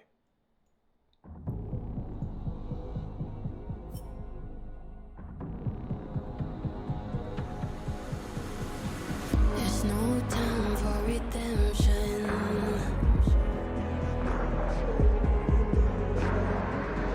Those flags you wave, will they hold up? Don't cry for your vengeance. It's right there to take. Oh, if you want it, the world is watching. Here's your judgment. Here's your reckoning. I'll write your story down. Enter history. Pride and country. You could have everything. So bring home the glory alive. Going right for your nation.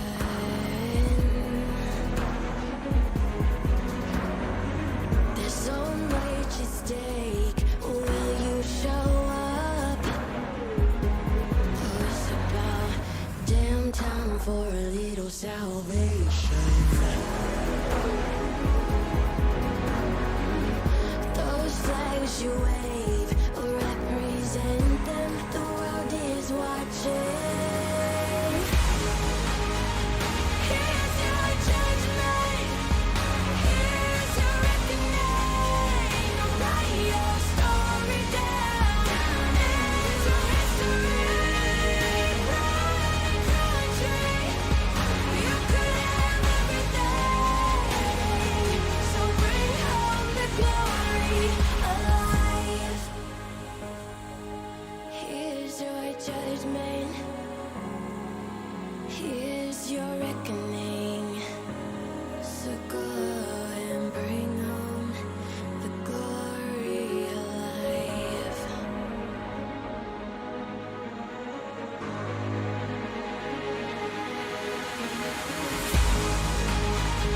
Here's your judgment. Here's your reckoning. Write your story down. Enter history.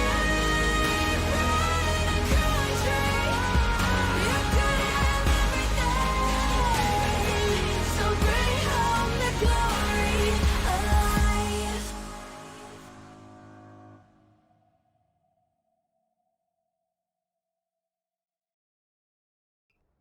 All right, we are back now into game number 4 of this best of 5 series. Current scoreline being on your screen: 2-1. Never Lose is 1 game away from getting their second ever KDL victory. Meanwhile, the new school, the new homecoming runners, I guess, so to speak, the new, champions, potentially, are looking to cement victory and give Terim, their AD carry, his second back-to-back championship. Will that actually go through? Will it happen? We'll just have to see. We have loaded into the game in the meantime. Very exciting game, for sure. You were saying Never Loses stepping up more than you thought, more than you ever hoped. Let's see if they can continuously step up, in these next 2 games, which really are going to define their season. Well, I've been disappointed by I don't want to say it like that because it sounds like I want to like put them down already or it's like stuff like that. But I was disappointed by GME. I was like voting for them, right? I was like, yeah, these guys are gonna step up to the plate, step up to the game, actually do something, and have fun while doing it, right? But sometimes you mental boom and it's okay, right? But actually, the fact that Bidoof said we're gonna step up to this. Oh wait, hold on. Early invade? Question mark? No, okay, just a word. No, they just want to establish a ward here. Yeah. No, but I, like never lose or Bidoof in particular, right? He said we're gonna step up to this. It's not gonna be funny for anybody who's gonna face us. And honestly thinking, I was like, okay, it's probably just gonna be like, BM, they're just talking. It's fine. Like, it's not gonna be like that. But Bidoof is actually showing us with his team right now that he can do that for a fact. He's been a champion. He can come back. So I'm looking at this and I'm actually very surprised. And yeah, I hope this will be a great series. I hope we still get 5 games. If we don't, though, congrats to never lose at this point.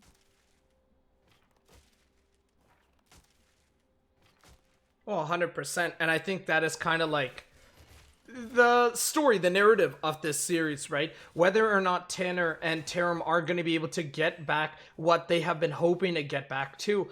Tanner and Exoria have been in a semifinals before, but never a finals. Stu is new to the finals in general and has never gotten really past that 4th place finish. So already guaranteeing a 2nd place finish, even if you lose, is very good. But for Terim, who just recently got a championship last season, I don't think that you want to settle. And, if you don't want to settle, you need to play this game out to the best of your ability, and you need to play the next game out to the best of your ability. It doesn't matter what happened in game 2, game 3. It matters what happens in this game 4. And what is happening right now is apparently a pause. We don't know specifically why.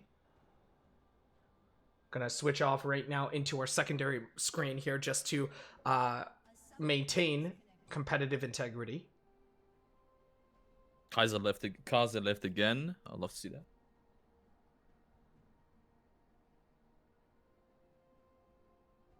Yeah, I mean, let's talk about both of these teams in the meantime while we are waiting for the pauses.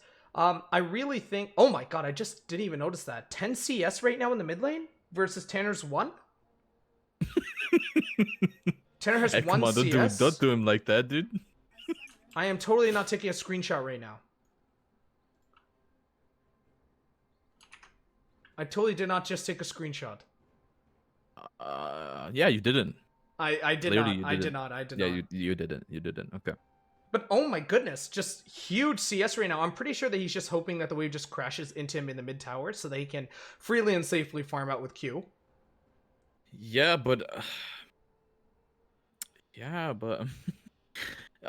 I think Anivia versus Akali will be a hard matchup, especially mid game. When she'll get her ulti. It's gonna be very hard. I think if you don't catch up in CS, you need to catch up in kills. Mm-hmm. Because there's nothing else that you could do. You need to get gold somewhat, and the only option is either CS or kills or assists, right? But if you don't get any of those, like look how much damage just Bidoof is doing to him. It's disgusting. It's just disgusting. You don't want to see that. Yeah, no, honestly, 100%. And this really reminds me, Tanner Dorn ring starting against Anivia greedy. Oh, that is specifically really True. greedy. No Dorn shield? Wow. And already we are seeing the taunt coming out for Exoria onto Kaze. Kaze. No, the grasp does do a fair bit of damage to him, but he has popped all his potions. D-Shield would definitely be more viable here. Sure, you lack that lifesteal there and that additional attack damage, that AD. But you also get, passive regeneration. Damage. Yeah, you're just getting shoved out constantly now. It is not a fun way to play this lane. D-Shield as well, not really giving you that mana back by any means either. It's just kind of greedy. I think he's mostly going for just that HP into the AP there so that he can get a little bit more oomph on that Q. Terim really stuck in between a rock and a hard place. Yo, Terim, what the? Yeah, Mantra Q will not actually land right on top of him. It was actually used right on the minion. Yeah. He stepped up a little bit too much, and half of his life is just gone. Also, like you said earlier, this is a poke 100% lethality Dark Harvest Sivir. There needs is to no be. attack speed here whatsoever. Yeah, there is no need for attack speed, dude. If you have a full lethality build, Sivir, you do 1 Q and 1 auto attack, they're dead. That's it. You don't need more. 100%. Yeah, I'm very happy to see that, like, these niche picks, you know, because like Sivir is not being picked that much in solo queue. Actually, I have never seen a Sivir in my games. Maybe because I'm gold, but you know, like, you know, still, like, I have not seen a Sivir pick yet. Sivir's pretty up there when it comes to spamming. Very In good NA or into what? in NA or just even in Korea. It's very good into engage supports, which is typically the meta right now. We are kind of moving towards passive supports. So as in like passive supports like attack speed, shielding, things to that end. But Sivir's always been one of those nice little hybrid champions like Varus, like Kog'Maw. You can have so many different build paths that are all viable. Attack speed is definitely probably what I would have went in this game, just because you do need that true damage on that Kraken into, you know, an early LDR for 3 engages, Shen, Trundle, and Alistar, like Dilly is mentioning in chat. I definitely think that you are going to have a lack of that, but at the same time, once you do get the Sorelgia Grudge, you are going to be doing a fair bit of, you know, pen as well. Exoria actually taunted forward into that W from Kaze. I'm not quite sure what that was. I definitely think that he thought he could cancel out that W last second. Crunchy CS difference mid. I don't think that was English. I probably meant crunchy, like as in, like, I think you know? that's I'm not like an quite apple sure. crunch. I'm not quite sure what that really means. Exoria now going within the means of a huge wave. W will land, but just the outskirts of one. Oh my god. Cam is going to be here, and Kaze forced to flash as well. Yeah. Crunchy was the correct word. I think that's a Michigan thing. I'm not quite sure. Nivea now going to be keeping Tanner at bay. Kunai has landed on this Nivea. Now, I guess good thing about client bugging is whenever I am mean to someone, now I guess that it's warranted, right? Yeah, true. True. I mean, true. you are pretty much a bully, so there's. I'm always bullying you. Akali no. first pass. Oh my god, that was clean! That was clean! Holy smokes! R1 into that nice little kunai. I heard you get up out of your seat, by the way. I did the exact same thing. Oh my god, what on earth was that? Tanner absolutely turning on the lights in his house, saying, I'm not going down today. Oh my goodness, I think Fishy told him to turn the lights off. But holy smokes. If I have to say something, right? Oh my god, okay. Tickle needs to stop doing that. He can't be that greedy over little things like that. Yes, okay, a camp is, you know, it's a good thing to have because you get up in CS, you get level advantage, etc., right? Oh, actually, I mean, oh my god, this might be a kill. Oh my god! Oh my god! Kaze, you're insane, dude. I can't believe it, Kaze! Oh my god, he gets a nice little double treble! Oh my god, Survey Corps regretting every single life decision that they have ever made before. Oh my god, Jinso spams the Soraka, this is okay emote? Dude, oh my god. god. Kaze telling Survey Corps to go to sleep.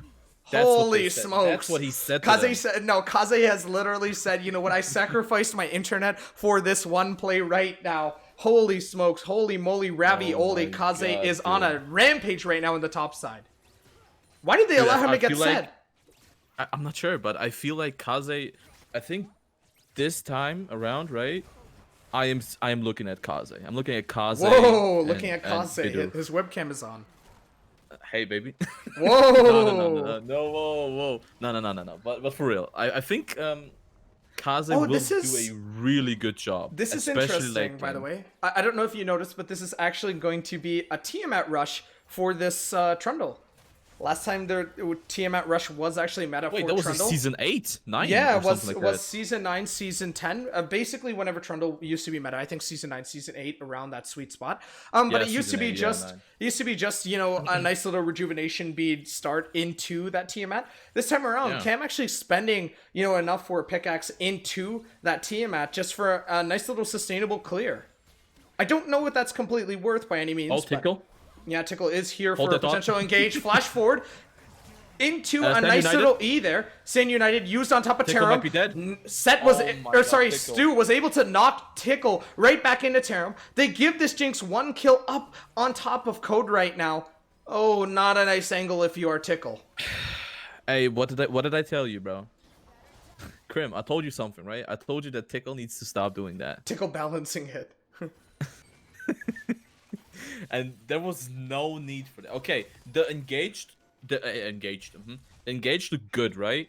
But as soon as a Stand United comes around, you already know you are 3 versus 3, and you can't win against a Alistair, Shen, and a Jinx, because your team, like Code and Jinsol, was already far away from you. Well, so why don't you just I run mean, let's back just and see run it how away? it is, right? He lacks the sustainability for that. He didn't have the Bomby Cinder at all. Exoria now going to be tossed by that Set's E.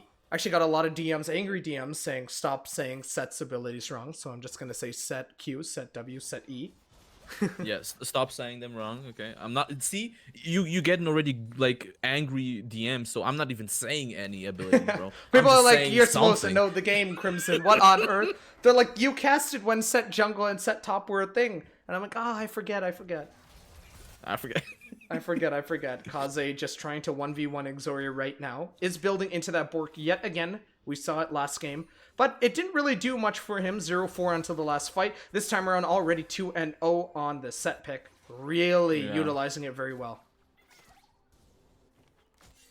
I'm surprised. I'm very hyped to see how the late game is gonna turn Oh, out. 100%. I'm especially surprised, with honestly, Kaze. Cervicore is not allowing Exoria to play carries. I'm really surprised that they are putting one of the best players on their team on utility only. I agree. I would have loved to see Ixoria back on Riven. Not gonna lie. Well, I with mean, you. it's been a permaban, but like his Darius on game 1? Yeah, that's another thing. Like he literally carried. He did so much damage. I mean, granted, they did get like macro gapped or whatever in that game 1, but Yeah, true. why isn't Adrian Riven on a carry? True. That's a very that's a very good question actually. Oh, look at how much damage Bidoof is doing. Lands that Q right on top of Tanner. Tanner misses out on that Ikunai onto Bidoof. Nice little pink ward there. It was a panic pink ward.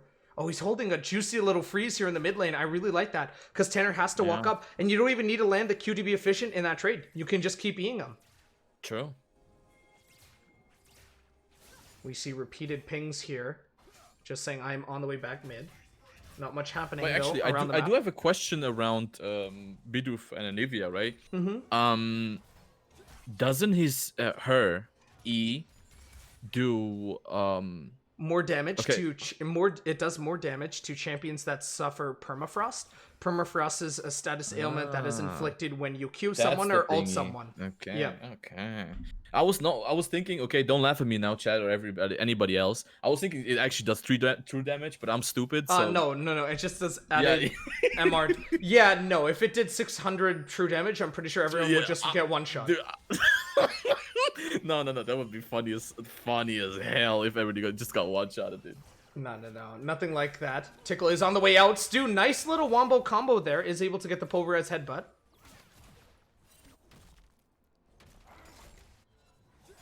No. EU West, by the way. Either way, Kaze going to be taking one tower shot. W converting that into true damage on top of Exoria. Nice little ult underneath the tower. Kaze 1 HP. Flash forward from Kaze and Exoria. Nice Who will get it first? Oh, it's Exoria! Oh my god. The Q shut down. Kaze. Yeah, it was because of his auto attack range. It got not even that. doubled because Kaze of had to his, cut the corner just to get closer yeah. to his tower. Whereas True. Exoria can continuously just walk up straight. 3 members of Survey Corps just hugging this brush here. Survey Corps did lose the first dragon and never lose, though. Mountain is the next dragon that is up, and that is immediately going to be started up by Cam here. Potential Ocean Soul or Cloud Soul in this game. I think that Never Lose are fully aware of what Survey Corps are doing, and as a result, they are going to actually set out for a potential Herald here in the top side. Oh, one more plate is left in that top tower, actually. Mountain Dragon going to be taken and claimed for Survey Corps at that 13-minute mark. Yep. A lot of Exoria fans in chat. Nice little Mantra E there. Or not Mantra E, sorry. Just nice little E there from Karma. To give Code Phoenix a little bit of range there between Stu. Somehow is able to get that combo off despite the spell shield being used. Rocket's now being used for Terim. Is able to get one proc off on Jinsol. Zap connects as well. I'm not really sure what's happening with these spell shields. Exoria's aggressive this plays will are be a questionable, very- but his reaction has netted him a kill each time so far. 100%. His reaction speed is absolutely insane. Cam now zoning Code and Jinsel off by the usage of that off that E pillar. I believe it's This is Glacial. still a very close Pillar. game, dude. I believe it's Glacial Pillar or something like that. Either way, Pillar. they have full vision of Cam right now in their blue jungle. Meanwhile, Kaze Kaze? taking his juicy little blue buff for himself. Kaze might It's get another Tanner top, and double Exoria kill. versus Come on. Kaze. The kunai kick. Oh my god, he's almost set in midair! No way, Bidoof, you absolute monster! R2's gonna connect! Holy smokes, Kaze goes down to Exoria. Oh my god, Bidoof actually gonna get headbutted now. Stand United. Immediate flash from Stu. Beautiful flash. Knocks him away into egg form for Anivia. Tickle is here as well. Not much he can do there. Oh, that was very weird actually. Tanner just like glitched through. Yeah, that was weird. The Tanner wall? glitched through the wall there. Yeah. Tickle has to answer this wave here. Kaze had such a nice little prominent 2-0 that start. wasn't a but good play. It I'm wasn't not a good quite play sure at what's all. happening. I'm not quite sure what's happening when it comes to Kaze right now. Okay, Can we see the gold Exoria? difference? Yeah, gold difference right now is actually about 1.5k. Oh, top lane is looking very juicy for Kaze. Not gonna lie with that gold difference. Mid as well. Mid actually is still pretty even despite the CS difference. Yeah, I'm not really sure. They wanted to counter punish on Cam, but as a result, Never Lose. As a result, Cervicor rather send their mid laner and their top laner for a full collapse on the blue side. So they lose a lot out on this top side, this red side rather, for this red team of Never Lose. Try now going to be cleared as well. Code gets that pink ward. Blue ward has not been bought from either mid laner just yet. Yeah, I think if Tickle still has that still has Herald, right? I think he should shove more gold into Kaze. Or maybe Sivir. Well, Sivir code in that sense. Because I'm not sure. I think Kaze will it's very hard to say right now, you know? Like, I don't want to say something that, at the end of the day isn't true. Because I haven't seen much plays. Oh, actually, no, okay, never mind. Because I haven't seen much plays yet that, will tell me 100% who's gonna carry. But we've seen Code, right? We've seen Kaze. We've seen Bidoof. Bidoof has, how you said, actually sacrificed, right? His playstyle, in general, like, being cracked at the game for Code. So Code can shine, Code can deliver, and, make this team be as great as it is, right? Actually, oh my god, that damage! Yeah, Kaze is doing so much damage to Shen right now. dude. Shen does have the Bramble Vest, but it's not going to stop Kaze at It all. don't He just matter, tears dude. through it. The Bork is just so strong. Code looking very, very aggressive, trying to just poke out Terim at this point. Manamune has been completed for Code. Next item up is going to be that Duskblade, where it just gets funner and funner from here. Yep. I am very looking forward towards that. Oh, Tanner! Is it Tanner time? R1 right over the wall. Is not able to land the kunai. Oh, R2 is not even going to catch that distance. He just wasted ult. That's it. Yeah, he has to use R2. Wow. That's the play. Yeah, that's it. That's the play. That's the series. That's the finals. Thank you, everyone. No. Oh my god, and he's back again. Bro, look at him run, bro. He's like... Oh, yeah, and he's already don't full bring me HP. that. He actually used a honey fruit in the river. Yep. I mean, he has lifesteal. He can heal up on the freaking lane, on the wave. It doesn't matter. Please call. Yeah, okay. I was about to say he walked past it 3 times. Just stealing the enemy buffs, man. I like it. Actually denying farm here. Oh, Tickle might be in danger here if he goes deeper, but no, he's good. Okay. It's still looking pretty even. Not gonna lie with you. 3 members of the Survey Corps looking to engage this. Nice little trundle. no, E. they won't get to it. No. Oh, that was a beautiful wall there from yeah. Bidoof, just to deny Stu from actually catching up or creating distance at all. Tickle and Jinsel, we're trying to leash this Scuttle here. They might have to use Smite. Scuttle? Nope. It is going to be this the Smite that's going to be able to secure it for the side of Never Lose. Code immediately turning his sights right on top of this dragon. Farsight used for vision on him. Okay. They might actually collapse actually here. Stand United still available. can be used within the next. Is this going to be a smite few steal? seconds. Huge Kaze. 4 men in the back line. Kaze just takes out Cam Kaze. entirely. His main target is Cam. Oh my god, look at Terim's HP. Meanwhile, Terim firing his super mega death rocket in the back line. Tanner is trying to defeat Godzilla in the back here. Tickle, yeah, Tickle no. is not going down at all. Holy shit. Code, or sorry, excuse my language rather. Code throwing out his Q, now Exoria just tanking up this tower. W does deny all of these auto attacks. Q again from Code, trying to buy as much time as possible.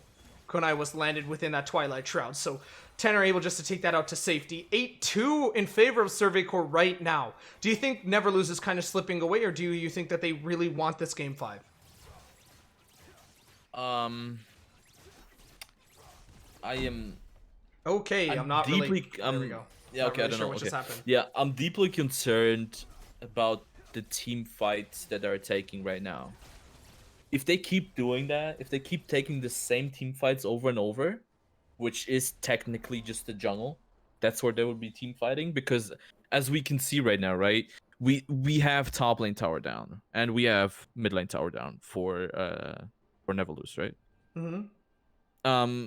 So they're mostly their fights will be in the jungle, and looking at the perspective of seeing how much Shen is just able to taunt in the jungle because it's such a tight space, I think, and it's Stu as well, right, with his double knock-up combo there.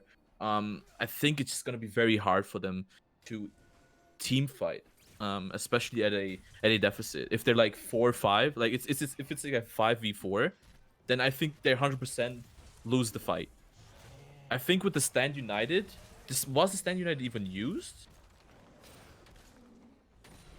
I'm not sure because I can't see the icon right now. The Stand United was used, but it has 3 seconds on this cooldown. Krim, what happened to the Holy Smokes? Yeah, true. I need to. I've been trying to. Hey, I've been trying to censor. I'm gonna say that now. Holy smoke! Well, I mean, I've been Holy saying that. smoke. I promised someone that I would stop swearing or using like certain words. So, holy smokes, holy moly ravioli. That's a new one. That's a new one. Hey, dude, holy fudge stick, or what is it? Oh, holy fish sticks that hurt worse than butt cheek on a stick or something. Isn't that the old TikTok or the meme or something?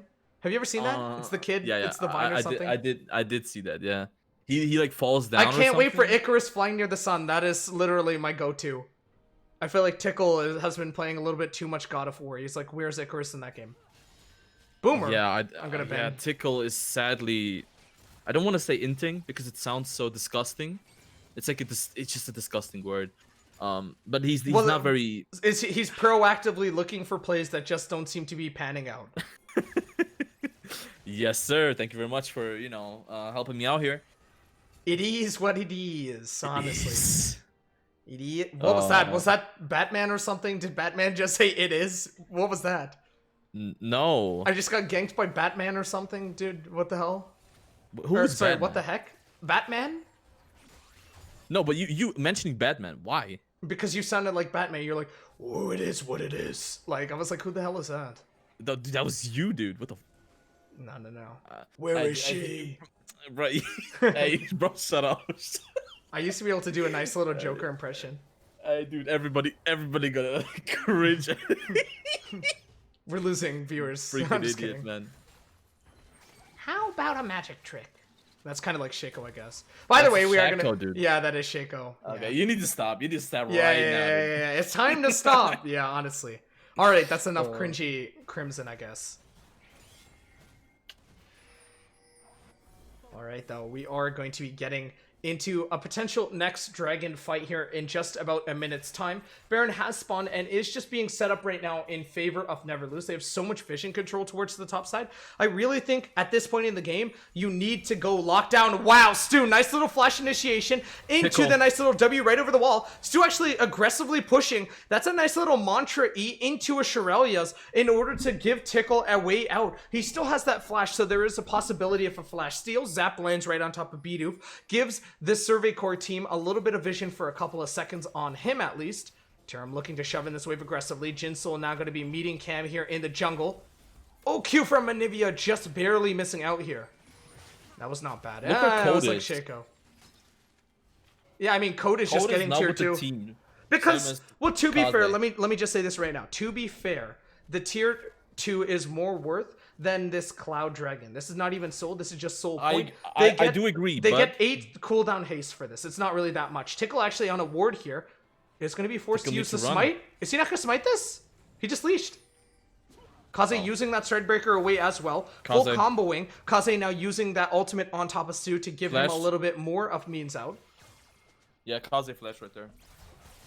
I don't think he had to, but you know it's better to be safe than sorry, right? You don't want to give another kill to the already 8 existing kills that they have. So, but actually, you know, I do question myself sometimes when I look at these scores. When I look at this gold lead, why in hell is Never Lose up in gold? 3 towers, okay. They have 3 towers, right?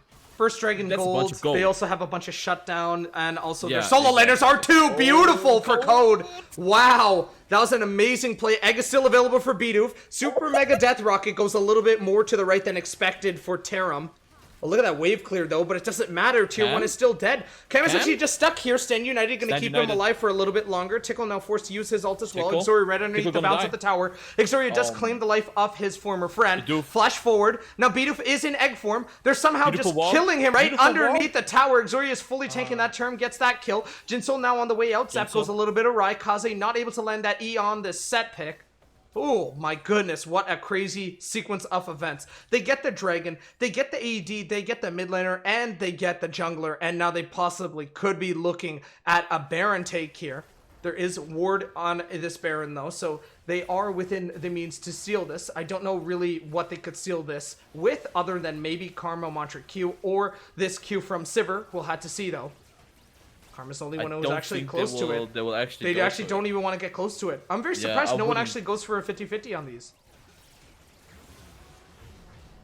They're scared. I mean, you know, understandably.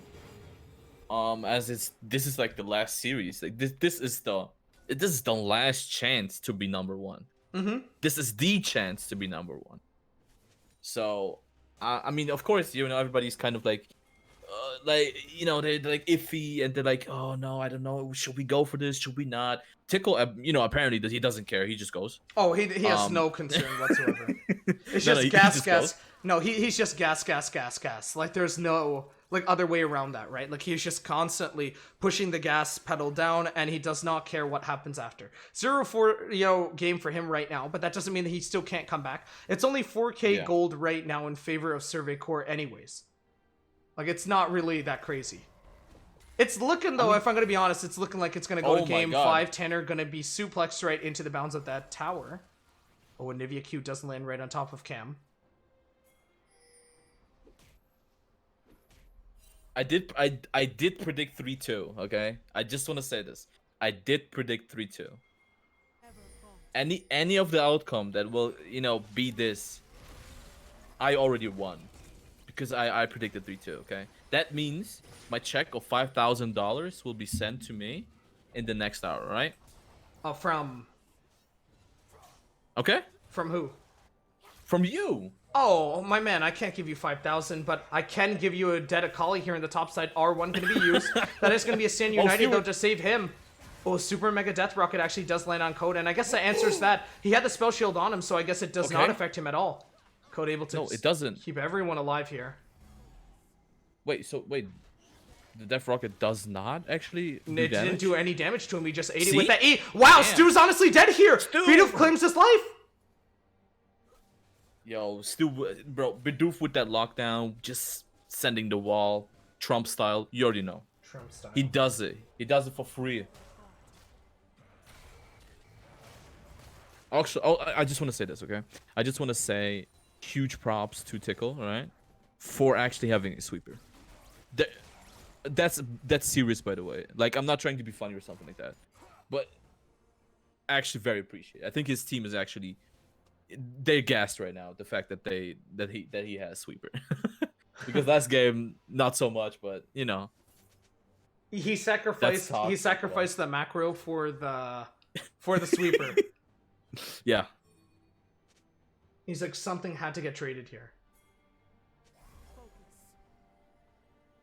You know, 11-3 looks very tough. but the gold lead is not that high. Like they're still at a catchable gold lead, right? You can still catch up with 3,000 gold lead. That's one Baron. If you get one Baron, you catch up with the gold lead instantly. So I think if they do go for a Baron, actually get the Baron. Oh it's my gonna be even goodness, again. Terim actually might just go down here. Sin United is going to Oh keep my him God. up for a little bit Kaze. longer. Holy Okay. smokes, Kaze, really aggressive play. He uses his flash, but in turn gets a Stand United. I'm not quite sure if that's completely worth. This is going to be Also- soul here for Survey Corps if they're able to take it. I think, Dude. honestly, we're going to go the full game 5. Yeah, I think so too. But I'm not sure. I mean, I hope we do because I am looking for a game 5. Mm-hmm. But no, of course it would be better for a team to, not have that There's no pressure. contest here. I'm surprised that Neverloose never Yeah. wants to 50-50 birder flip these. I mean, They True, get but, Cloud like- Soul here. That's just extra movement Yeah. speed towards opponents, and they also had that added ability haste on top of it. Oh, Tickle actually might catch out Stu here.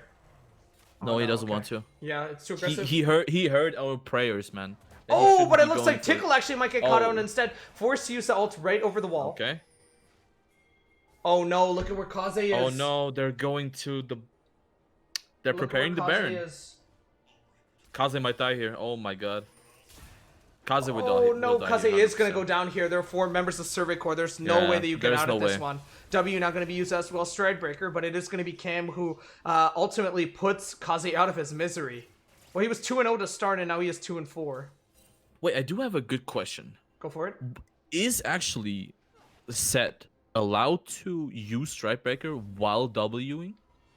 No. Stridebreaker is Okay. you stop, you have to flash, and then it'll use it, but other than that, you can't proxy it. You can't Prowler's Okay, Claw because W I or something. remember. Oh, okay, but I remember you can do things like that with Darius with his Q, right? I mean, you can That's still because move. it's emotionable ability. Yeah, Something yeah, that keeps exactly. you in bay.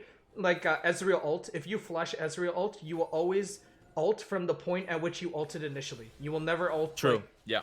flashed backwards or anything. It's for skill shots or any ability that requires your character to stay like stagnant or still or anything like that. You're always just going to be in place, and your character model flashes away, but the ability is always used in the direct area. Yeah. Now, granted, there's exceptions to that, where it's like Misfortune on Gale Force. It makes her bullet time spread wider or more narrow. Yeah, but that's like fixed. That's fixed already. That was a bug. Yeah, it was a bug, but I'm just saying, like, there are, like, exceptions, I guess, here and there. Baron is going to be spawning within the next 10 seconds, though.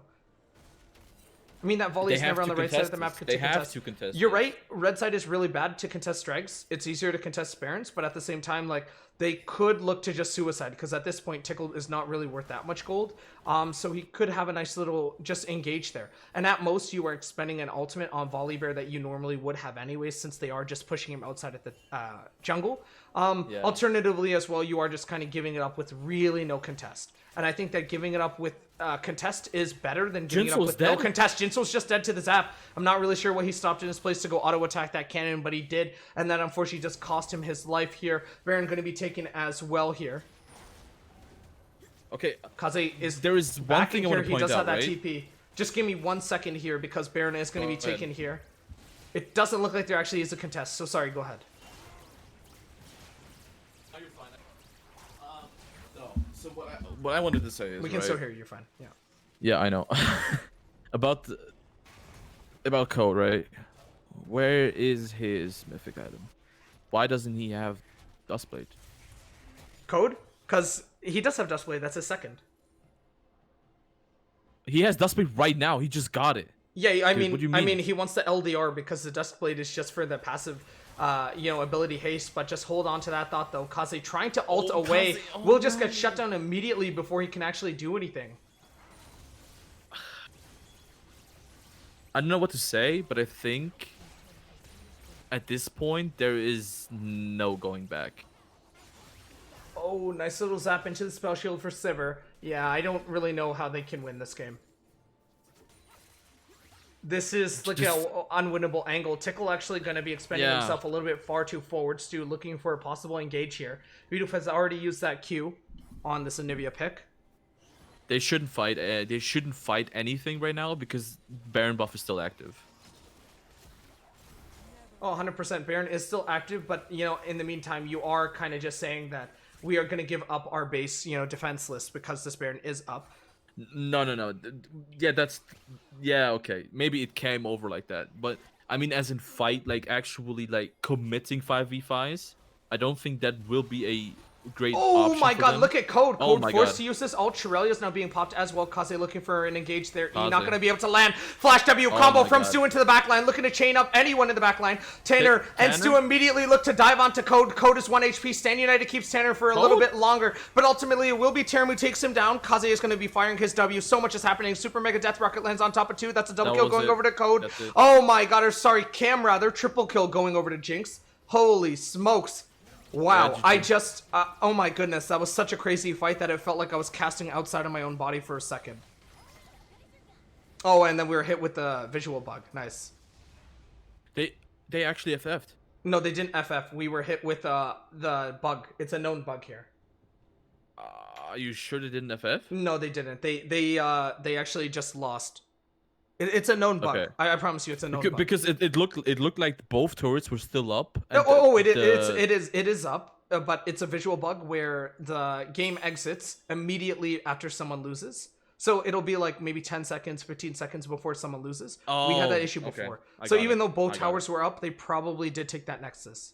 I mean, they could have FF'd ultimately, right? But look at the damage. It kind of looks like a hand, and it seems like Terim is pointing to salvation. Yeah, Terim. They shouldn't have given them the Jinx, man. I know that Jinx late game is huge. It just hurts.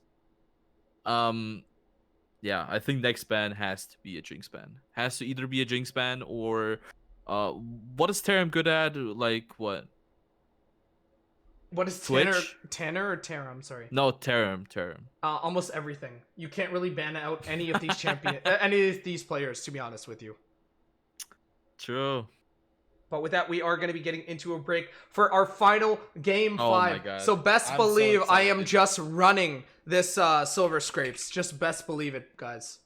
Best believe, dude. Best believe. I'm trying 5 to find games. it. I said it. I called it. Okay, I called it. 5 games is going to be today's best of 5. All right, and we It's will gonna be be 5 getting games. into that Game 5 draft in just a bit. Go get a refreshment. Go use the bathroom. Because when you come back, you are in for the greatest Season 4 match you have ever seen at the KDL.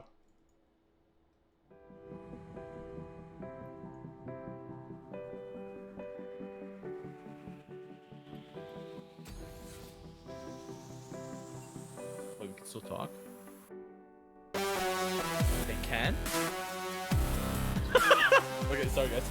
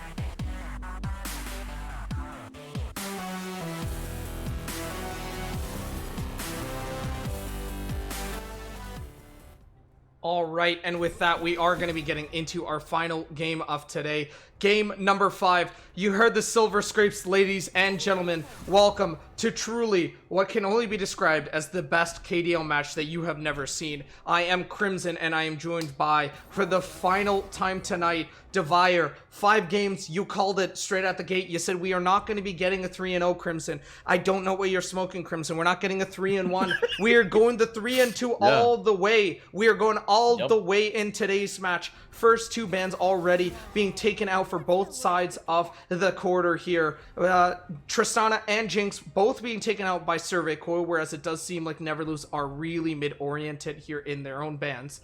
But 5 games, Jesus. My voice was dying by game 2. God knows how I'm surviving right now, 5 hours later. We have been streaming. Great, though. Well, I mean, I'm looking at my stream deck right now. We have been streaming for about 4 hours. I can't imagine how, crazy it is to be playing, 4 hours and now looking into 5 hours of this series right now. But finally, look at the bans. He actually got his Riven. Exoria actually got the Riven pick. They leave Riven open. Yeah. They ban out Darius. They said in game number 5, we want you to play at your best. We want you to pick Riven. Oh my god. I think Kaze could easily pivot into a Malphite though, or a Poppy, which would completely shut down the Riven, or even a Scion. Well, let's see. Will he actually go for it? That's my question. Or will he actually get pushed out by his team? I'm not sure. But let's see. Jesus, this series is actually the best series, I think, of KDL. This is everything has been, everything has been going to this moment. Right, all the trash talk, all the regular games, 5 games in, now is the time to make it or break it. They get the B1 on the Lulu pick. They're trying to scramble here for an R2 that is juicy, and they're gonna get the Samira with this Alistar pairing. I love it. I love it. I love it. Twitch is still open for code. Twitch Kaisa? I hate Samira by my heart. Shen, oh no! They said, Exoria, you've been having too much fun. No way! No way, dude, they get the Bane! No! Oh my god, if they draft hard engage now, they're just gonna get melted by Code. Code got 2 quadras back to back on this Vayne. Oh my god, I just want to do a shout out as well for chat. Whoever has the most channel points by the end of the season, which is the end of today, is going to get a $20 Steam card in their own currency. So if you're EU, you will get $20 in EU. If you're NA, $20 in NA. So bet, because your life, your chances at a Riot gift card depend on this game. Everything is in this game right now in the pot. We have 86k points. Oh my goodness. Starting it off though, we do finally have that Gwen coming out for Exoria as well. Does do that true damage to the Shen, which Shen does need to get close with his own Q for those auto attacks. It's a very, very tricky setup, but I'm going to be interested on seeing how it plays out. Interestingly enough, Akali going to be banned out here, so they don't want to deal with Tanner anymore. Oriana's still available. Syndra's still available. Yeah, they don't want to deal with Tanner's Akali anymore, no. Nothing like that at all. Okay. I do see well. some people betting right now. I'm just going to channel shame people right now. Channel point shame. Devire, I don't know why, but it seems like you're only betting 310 points. Dude, here. stop it. Stop it. You don't want to lose a lot, or then, you don't have a lot of faith. No, listen. Don't worry, okay? don't worry. You know who actually has lower than you? What? Who? Majestic actually has bet 30 points. 30 points. She bet 30 points. No, okay, but listen, I can explain you 100% why, okay? Okay, but I just want to say she bet 30 points. So if she wins, she gets 60 points. No, but look, okay. I actually only bet my 310 points, or whatever it was, yeah? Because I don't have more. And you know why? I was betting on GME, and they disappointed me, and I bet all my shit on GME. You went all in on GME? Yes. Oh, jeez. I had 12 or 15,000 points. I betted all of them. I got fucked up. So please don't come at me for that shit. It's okay. I won't channel point shame you on this B4, B5 pick though. This is looking like a juicy jungle pickup into a blind for the most part mid lane pick. Oh yeah, and it is going to be that Trundle. Nice health percentage, especially with that ultimate. Also has a lot of nice base tenacity. Orianna blind. They banned out Tanner's Akali. They ban out the Lissandra. No hard engage in the form of Lissandra W or even ult for that matter. They actually get the Orianna here. Stu's gonna have to blind this mid laner here for Tanner. Or sorry, not blind. They get the R5 counter though. This is such a nice little Syndra angle here. But they really want to go for Yone? They lack AP right now. Oh, actually, no, they don't. They have Syndra and Gwen. Lol, omega lol. I don't know what I'm saying. Yone is very good actually here. Yeah, okay. Yeah, it does. It's gonna do that health percentage on Shen and Tickle late game, or sorry, Shen and Trundle. Wow, these are your final comps. Game 5. 5 hours later. God knows how I am surviving right now without food, water, or a voice. Code Vein has been locked in right now. Well, dude, listen here. It's 4 a.m. here, okay? So how am I surviving is the other question, right? That should be the better question. I don't know, but oh my god, I blinked and suddenly the channel points are neck and neck. Yep. Did you just bet more? No. Are you sure? I don't have more, dude. Oh yeah, That sorry. is my Never last lose fucking Never point. lose are actually losing the channel bet right now. It's 88,000 to 86,000 in favor of Never Lose. I just got a DM saying someone thinks that Never Lose is gonna win. 8 seconds left. Tell us who you think is gonna win. Tell us who you think is gonna take the crown, take the glory, take the bragging rights away from their opponents. You are watching the final game of KDL Season 4 Finals.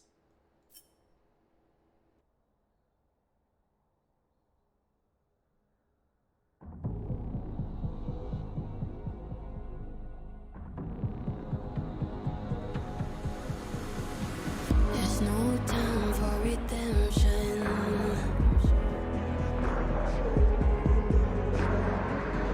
Those flags you wave, will they hold up? Don't cry for your vengeance. It's right there to take. Oh, if you want it, the world is watching. Here's your judgment. Here's your reckoning. I'll write your story down. Into history. Pride and country. You could have everything. So bring home the glory alive. Go and rise for your nation.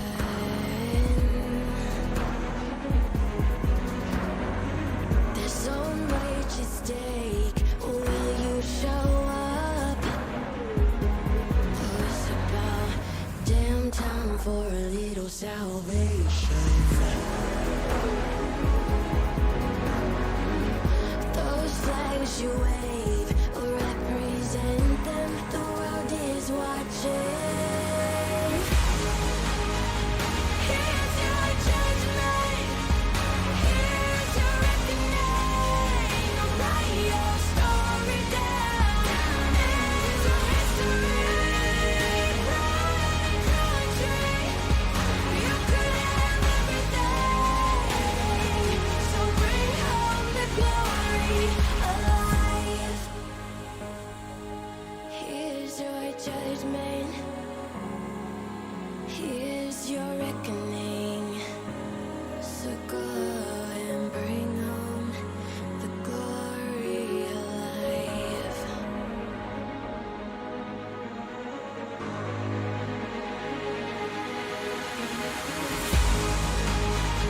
Here's your judgment. Here's your reckoning. Write your story down. Into history. Pride and country. You could have everything. So bring home the glory alive.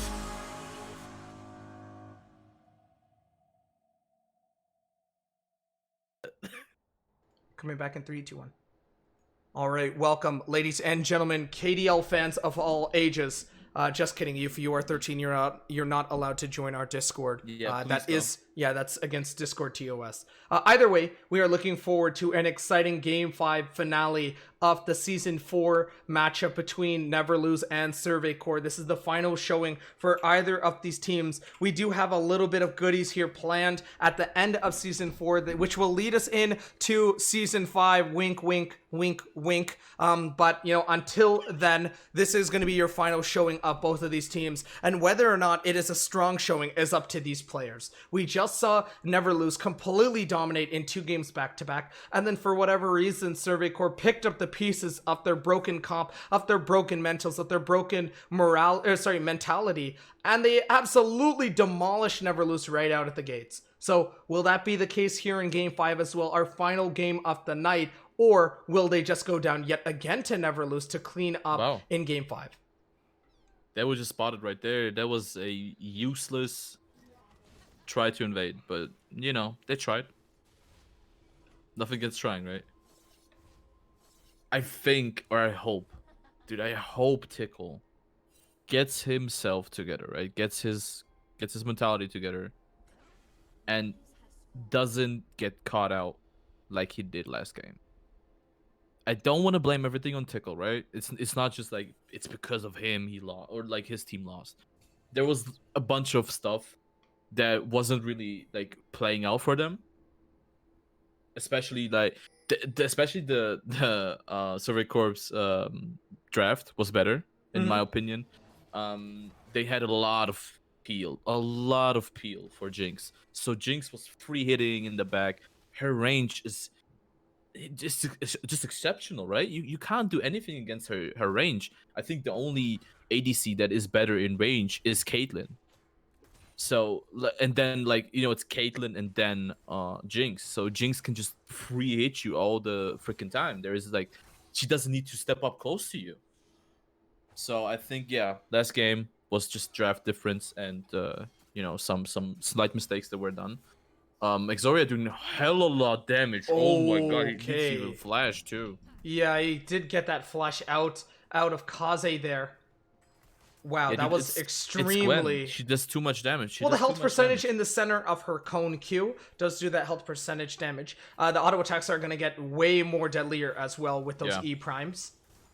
Speaking of primes, if you do have Amazon Prime, please subscribe to the channel. We do put all of our the money goes for the winners. Players. Yep.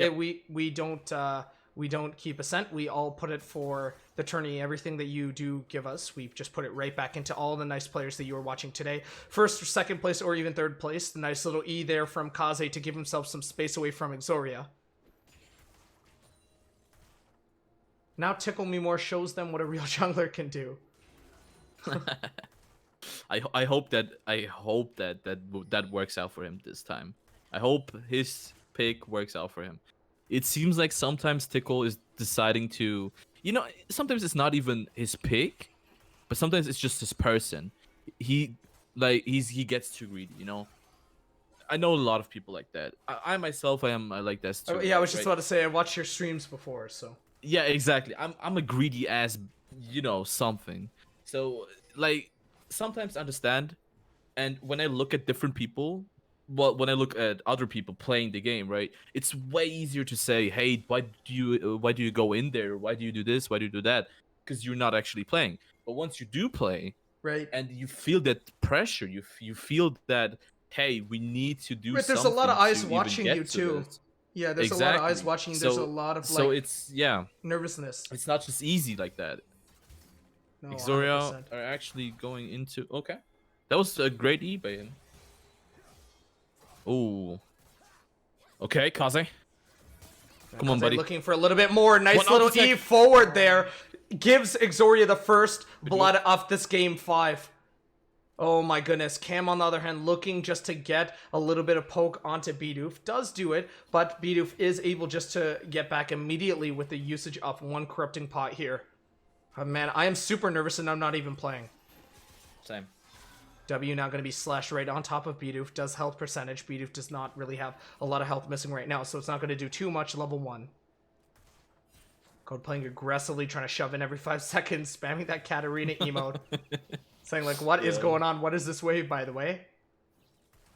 I mean, it is a huge wave. Mm-hmm. That's like what, 10, 12 minions? Yeah, it's about somewhere around there.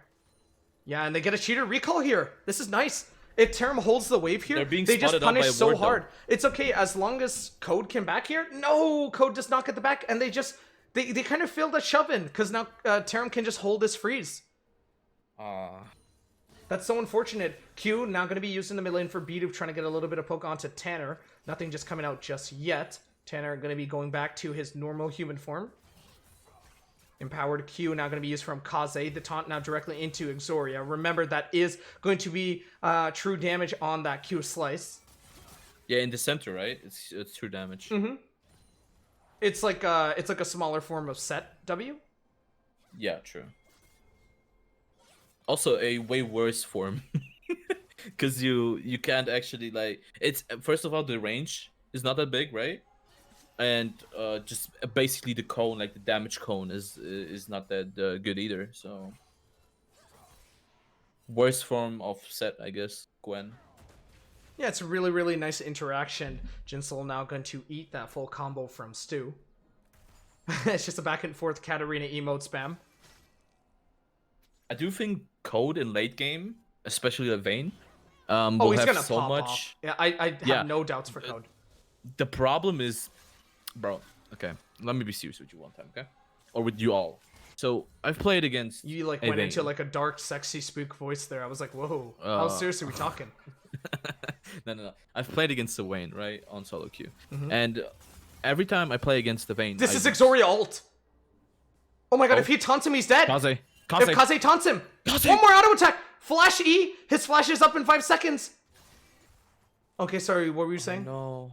Oh no. I'm sorry for interrupting, but I hold hope that you. thought, hold that thought. Yeah, Hold that thought. Exoria. Or sorry, now Tanner gonna get ganked here by Tickle. Tickle uses that W to engage here. Cam not far too That behind wasn't him. even a gank. That was like a drive-by. Yeah, that was literally a drive-by. Oh! Oh my god, I turned into a dog there just howling. But holy smokes, he repelled, or sorry, he condemns him away just at the perfect pixel to cancel out you that canceled W him. animation. Dude, cancel culture Vayne. What's Cancel up? culture Right there, Code. Vayne. Yeah, right there, dude. Nothing you can say about it. No, but I feel like yeah, every time I play against the Vayne, I lose. I lose every single time. Mhm. Every single time. It doesn't matter how bad or how good you play. Just Vayne in general, true damage, Jinsel? passive, just hurts. Were they Actually, trying to what- bait it out here? Term has to use his W. Look at that empowered Q damage, though. Just one Q forward into an auto attack. Yeah, they really don't want to touch Code at all right now. Code still has one more they health don't. pot as well. He does have the heal, does have both sums available. Oh wow, Tanner actually going to be using his E there. Tanner, Not what really are you sure doing, what he, dude? Yeah, not really sure what he thought was going to happen there. He actually cancels out Beatup's back, so I guess that is an aggressive but smart play. So he can completely shove in this wave now and look at least to get one tower play. But Beatup says no. He immediately answers it back with the TP, so there is no, holding a wave anytime soon. And now that just makes Tanner's job way more difficult than it needs to be honest with you. Okay, Tanner actually placed the ward on enemy jungle here, on the bot lane. On bot enemy jungle, sorry. English is hard, you know. Tell me It about it. actually catches out. It actually catches out Bidoof here. They saw him Spots move him out back for sure. into the river. It does seem like Cam has started up on this dragon though. This is going to be first dragon of the series, or sorry, of game 5 at least. There's no vision. series, Yeah, of imagine. this series. 5 games later. Oh, Exoria now getting caught within the taunt of Kaze. Kaze trying his best just to W it all Kaze. out. I don't That's a think fully Kaze stacked can conquer trade. Exoria. I don't think he can He trade, can't. no. He can't. Exoria using his ult. 1 HP. Oh Did my you see the damage, god. dude? Did you That was see the damage? crazy. 1 HP. They finally do get a ward over the pit, but now it's way too late. It's a little too late there for them. And that is going to be first dragon of game 5 going over in favor of Survey Corps. Oh no, it spots Cam out on this ward right here. They really need to play safe. The Glacial Prison is available for Cam on the Sejuani pick. Dude, I'm scared. Scared. Close your eyes, it'll be okay. I'm actually scared that this team, these teams, bro. We have been looking at these teams the whole goddamn tournament, right? We already know they're good. They're doing their stuff, right? They know what they're doing. But when they go head to head, face Oh, he cancels it.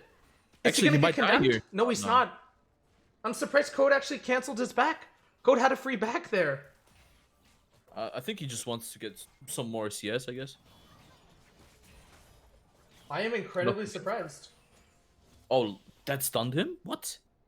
That range is huge.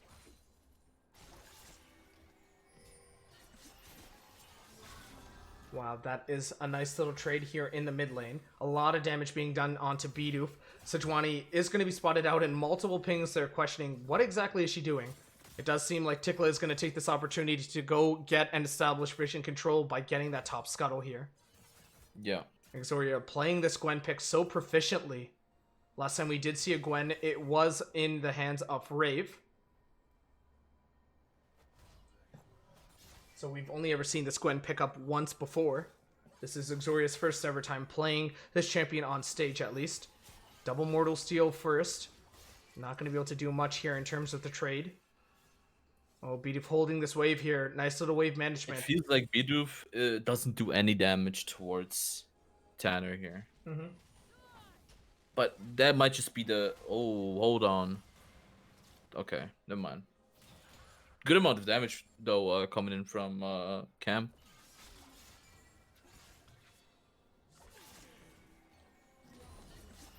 I just don't know how even... Oh my... Wow! Okay. Nice little shockwave into the Fate Sealed. Neither one of them dies, but holy smokes, look at that trade-off. It is super not worth for Tanner because Bidoof can easily just aggressively push this. He has Corrupting Pots available, stacks all three, and now he's pretty much back up to 75% HP. Yeah, that's kind of crazy. Not gonna lie. It's not very sure. Does it... Can you actually see the gold so we can see whether or not it's somewhat even? I don't think it's even between Exoria and Kaze, yeah. But what about everybody else? It looks pretty even to me. It's pretty even around lane this. about 200. Yeah, it's pretty even around the map. Up, yeah. It's pretty even. Like 100 to 200 gold at some points. That's fine. Yeah. Okay. Not much happening in the bot lane so far, though. I'm actually kind of surprised. True. I would have thought that Coder or Terim would actually be a little bit more aggressive with their picks. I mean, Samira is very good at being aggressive. I mean, her ultimate, as soon as you get that S, dude, I hate Samira by my heart. I hate her so much. It's just a champion, right? You thought that whenever she was getting nerfed, which was two patches ago, 3 patches ago, something like that. Mm-hmm. You would have thought that she would like actually go down, like she would be at like 48 or 47% win rate, because the fact that she couldn't like dash back to her teammates or something like that, that was not possible anymore. So yeah, you couldn't have done that. Yeah, exactly. So you thought like, okay, because of that, maybe the disengage wasn't there anymore, but Samira now is huge. The champion is just, it's just busted. It's still busted, even after getting nerfed. That. Oh my god, look at all that damage that he just did onto Bidoof. Exoria is here trying to defend this pink. Right now. Yeah, that's a fully set Conqueror on this Gwen pick. Oh my goodness, Sejuani passive is being procced as well. E right over the wall answered into a blast cone. They know that Tickle is here though. That actually is really bad for Neverloose because Tickle actually roamed up there. So they're going to aggressively try to push out this top tower with the usage of the Herald. 3 plates and a half are all that remains. He really needs to walk up here. Yeah, they could look for a dive here towards the top side. They are looking actually. Yes, Sejuani is just kind of priming for it. Oh, ultimate now being casted. Double flash coming out for Terim and Tanner. That's a Samira with S. Overgrowth now being casted right on top of Code. Stand United, nice little flash away from the Fate Sealed from Code. Jinso surely will go down here. Terim just goes down to Kaze. It's Stu and Tanner in the back line now versus the world. Jinso somehow survived it all. Stu is surely going to go down here. They just need to give this guy some vision. And it will be Kaze who gets it. Not the ideal start that you wanted, especially seeing how it looked like they wanted to give Vayne the kill. But what an incredible sequence of events for Neverloose. Super aggressive double flash coming out for the bot lane of Survey Core into an immediate answer with the Stand United. I love how he just sacked top tower. He knew that top tower is pretty much gone, and now they get an Infernal and they get 2 kills on the board as a result of it. Yeah, that was a very good engage slash just run down, because the engage was, it was actually by Cervical, right? They were actually engaging. They were like looking, hey, okay, look, they're only 2, so let's just go. And then you just see Stand United coming in from Shen, from Kaze, and then you see Bidoof also coming in, and then you already know, oh my god, okay, this will not turn out pretty. So 2 kills for them, 0 kills for Survey Core. But they still have the tower on top lane, so that's a plus for them, I guess. Well, not I guess, but yeah, that's a plus for them. Losing the dragon though, especially the Infernal. Inferno, not so much. And now it's Ocean Soul as well for this final game, which when you look at both of these comps, they absolutely love the sustainability, right? Like, you love the sustainability on Trundle, unkillable. The Shen, unkillable. Even Vayne, for that matter, just absolutely, if you didn't, if you weren't able to get her right now, how on earth are you going to be able to kill her if they're able to stack all those Oceans? In the meanwhile, as much as I'm praising Never Lose, Survey Core, they have Exoria on this Gwen pick. Gwen is just going to perma-heal. Oh, Hextech flash right into the open arms of Code, who in turn has to use his ult there. Oh, he's looking to get an aggressive push. Condemned not quite close enough to the wall. Oh, Tickle is on the end here. Both junglers are hovering mid. It's actually Cam who reveals first. Ult is not going to be casted immediately. Tickle now going to be trying to get this push on. Ultimate going to be casted onto Cam. Shockwave now to bring him back too. Nice. Tickle collapses on Cam. Really beautiful engage. They force out the TP from Kaze, who in turn gets that nice little E taunt. I love that so much. In the meanwhile, though, to be fair, Exoria is absolutely smurfing it up in the top lane. He's able just to get out so much free push, so many waves for free, and just be a general nuisance when it comes to opening up the side lane here in the top side. Oh, Fate Sealed in the mid lane. There is no rest for the wicked. Flash away.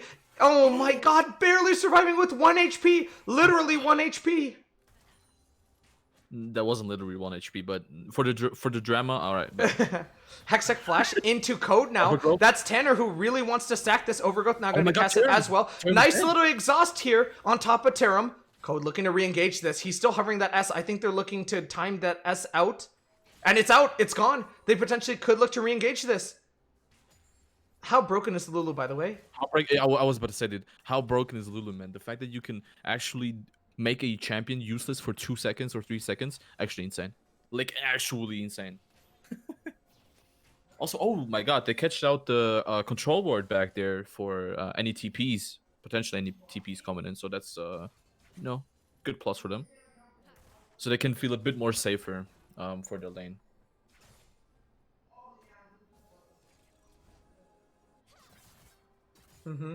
Exoria top lane. Oh man, dude, it's so harsh for Kaze. Yeah, it's looking so harsh, but Kaze did get that early 2-0 start when he did end up using the Stand United to save Code earlier. Now, for me at least, I'm really concerned about getting the Vayne ahead.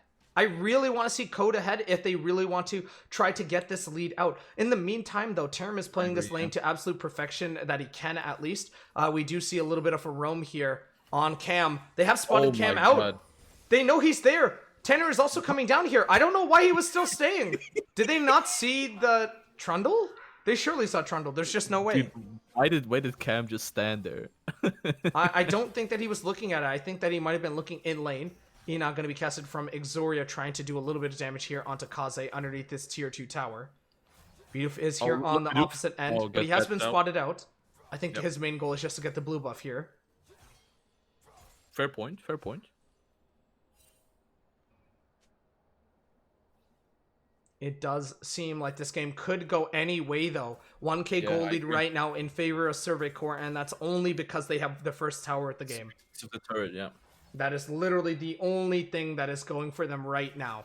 Also that mountain, I suppose. So they have extra resistance. Yep.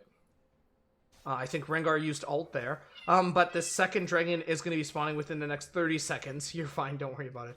30 seconds here on this ocean dragon. This is not going to be soul, but this definitely could set up for a nice juicy soul point for either of these teams.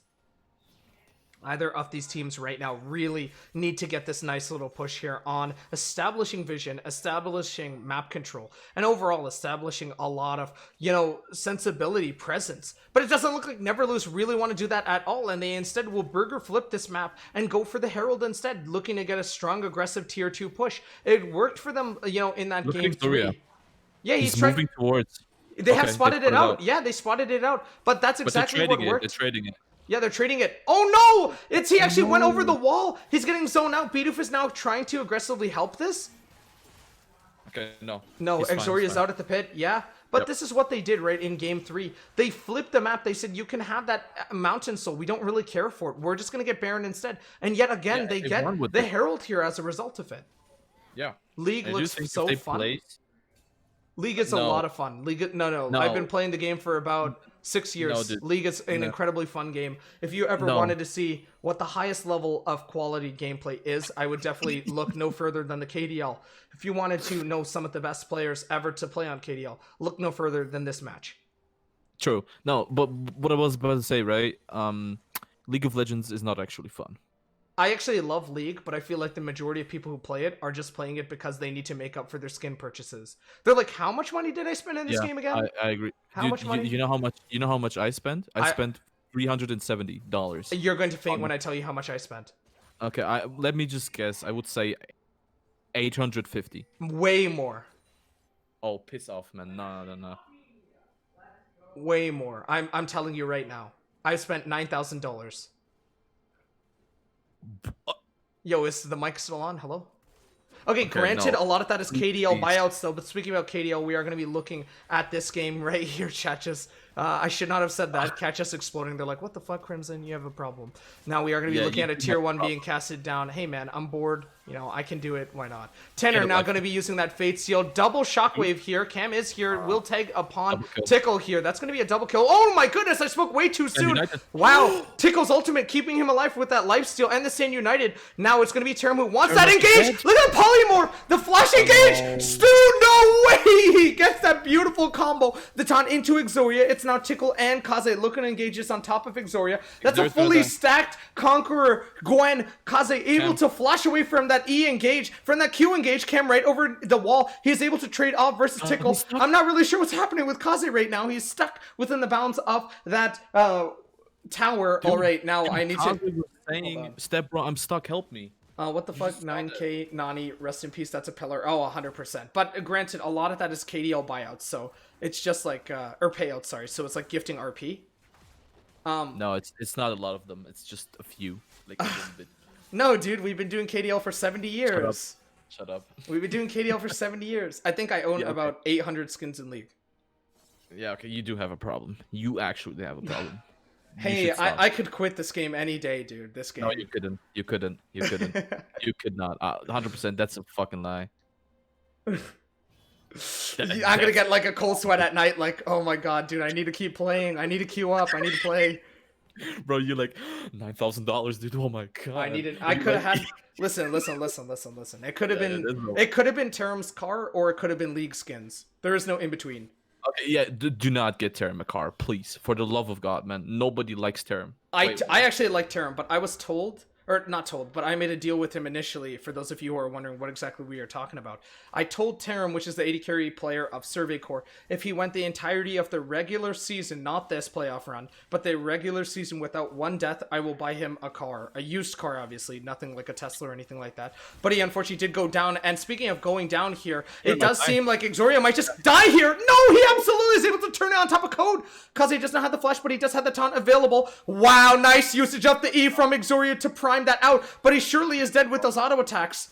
Oh my god. Meanwhile, Never Lose have devoted all their attention towards the bot side. Survey Corps burger flipping the map, taking a page out of their play style, and getting this Baron. Oh my god. They know that this is being taken. They just use everything on this and keeping Tickle out. He's in the pit! Holy smokes! It's not going to be a steal today. They're able to secure it, but look at the backline. Look at everyone just go down. Samir with the S. Now it's Stu trying to zone out everyone on the back end. They're finally able just to shut down Kazi, who was able to use the Stand United to keep Tickle alive for a little bit longer. This game is something else, man. Oh my god. Now this next dragon, the last dragon here, is going to be spawning, or sorry, not last dragon, soul point for Survey Corps here in the next 35 seconds. Very tricky, very exciting, very, very scary stuff. Come on, people. Sunfire, Trundle, good luck. Or goddammit, sorry. I think Frostfire is way better here because Yone and Samir are both AD sources. I don't think that the Aegis or the extra 5 MR that Sunfire provides is going to be worth it. I think Trundle this game is literally just slow machine, and that's about it. Yo, but actually Trundle was actually No, soaking up so no much Crim. damage. It's the hidden dark tech. True. Never mind. What do I know? Okay. It's the dark tech. Yeah, What do I know? yeah. What do you know? Like, dude, come on. It's the Like, dark you spent tech. $9,000 on a fucking game. Like, what? I don't think that I don't think that warrants me knowing a lot about the game, but I think I know something about contesting dragons, and it doesn't seem like Neverloose really want to do that at all here. Yep. Hextech flash over the wall.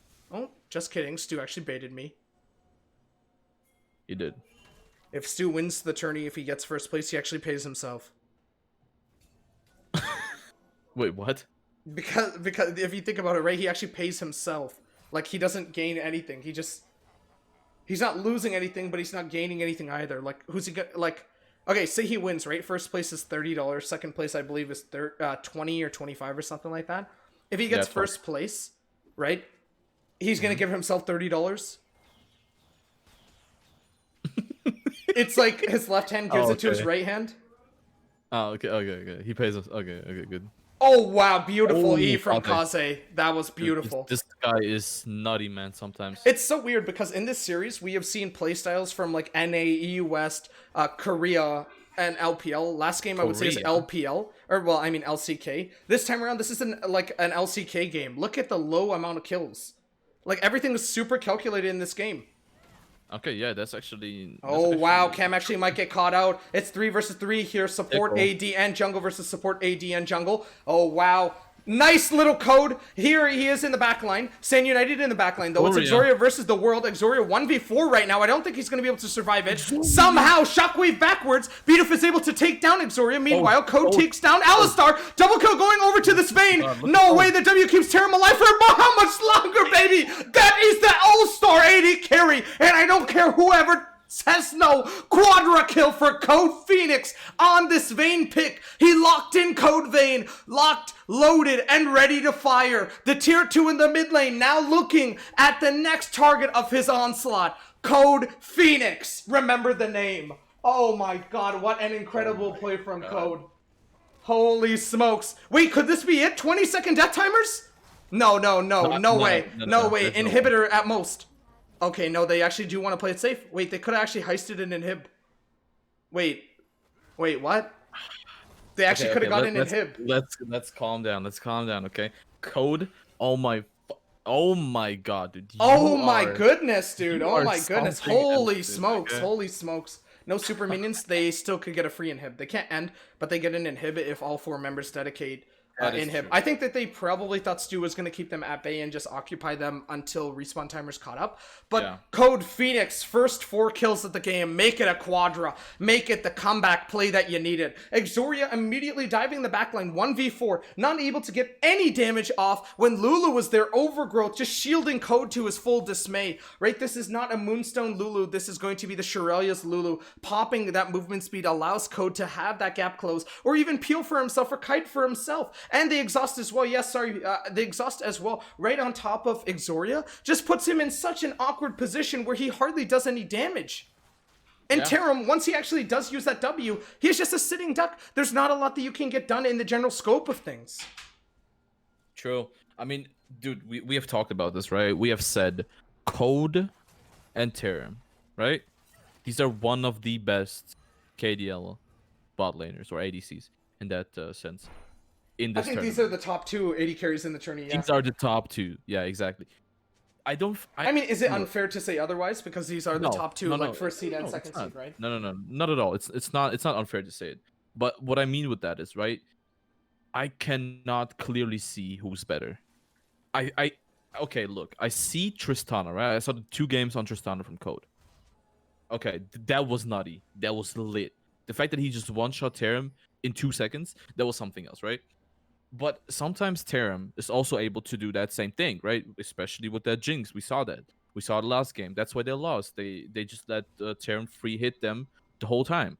Now we see it back again with Code doing the same thing again. They let him free hit them just like that. And that's why they won the fight. If Code would have died, right? If Code would have died, they would have that game. Not have that game, but that fight in that term, right? If Exoria wouldn't die and Terim wouldn't die, I don't think they would lose that fight. But they died, so they lost that fight, obviously.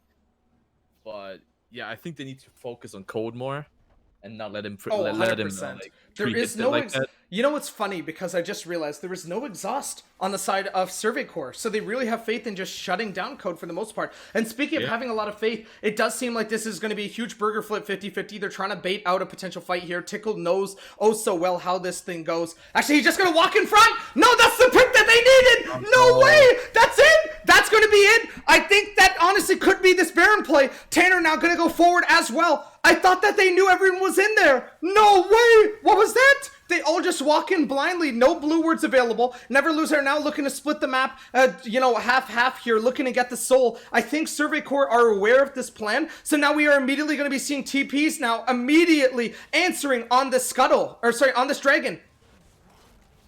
Oh, Smite securing on the second dragon for the side of Never Lose. Nice. Now they really need to get out here. There's a shockwave available for Bidoof. Bidoof is forced to flash away. Exoria, what a dominant monster he is. Conqueror fully stacked on this Gwen pick. I think he's dead. Wow, Stand United keeps him alive. Was that completely worth? I'm not quite sure, but holy smokes, holy moly, ravioli. They're somehow able just to get the pick that they absolutely needed. I was just saying, how are you going to kill Code at this point? That's exactly how. You just constantly bait Never Lose into these weird engages, into just a catch out. They death bushed them, and it pays off big time for Survey Corps. True. Yeah, dude, if they can continue doing that, then 100% this game belongs to Survey Core, right? But if we look at this from a different perspective, if Never Lose actually does that to Survey Corps, will they see that coming or no? Or will they say like, okay, look, Never Lose is some type of they like it's some type of team that they love to fight in jungle or on lane or whatever, right? They need to have somewhat of a perspective of how is this team actually playing. Like everybody has like their own opinion on how a team is playing.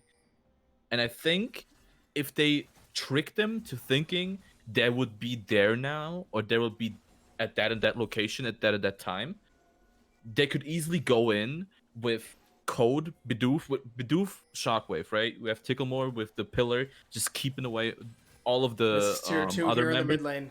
Dude, I'm just watching this and I'm scared, okay? I'm scared. Not because I don't want any of them to win or whatever.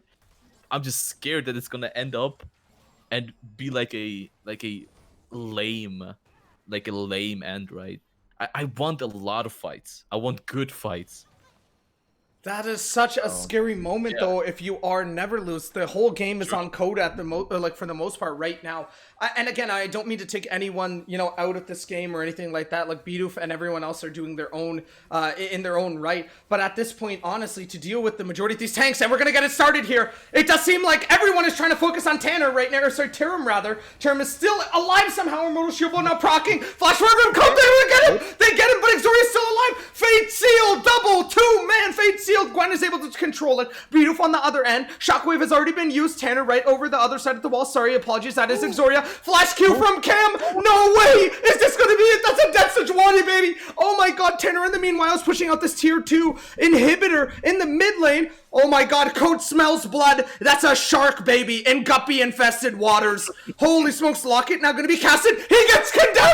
He misses out, he kites it out! That's a clean ace!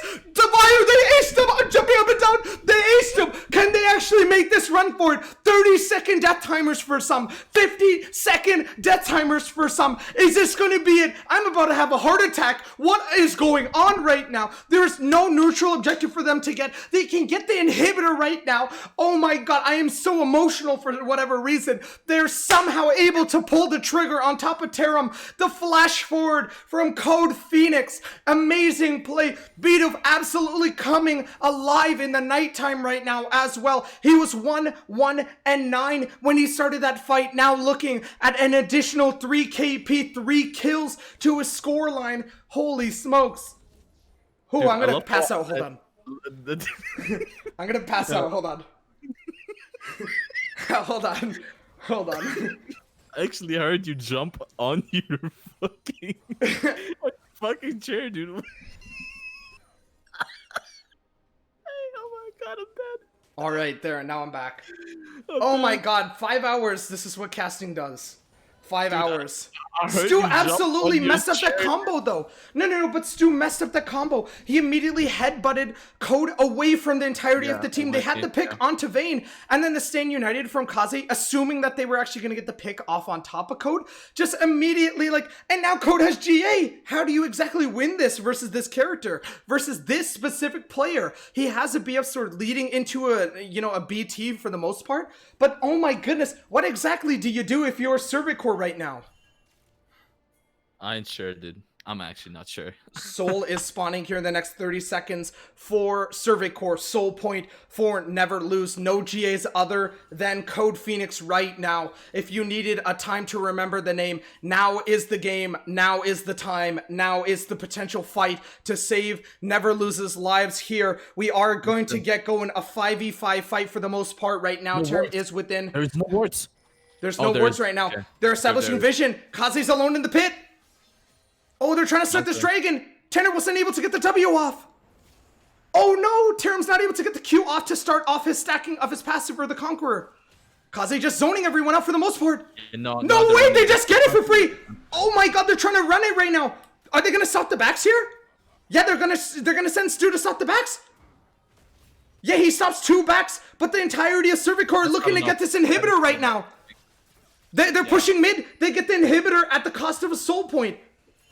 Stu just keeping Tickle at bay right now for the most part, though. Wow, look at Cervicore. The Avengers are showing up and they are pissed. Oh my god.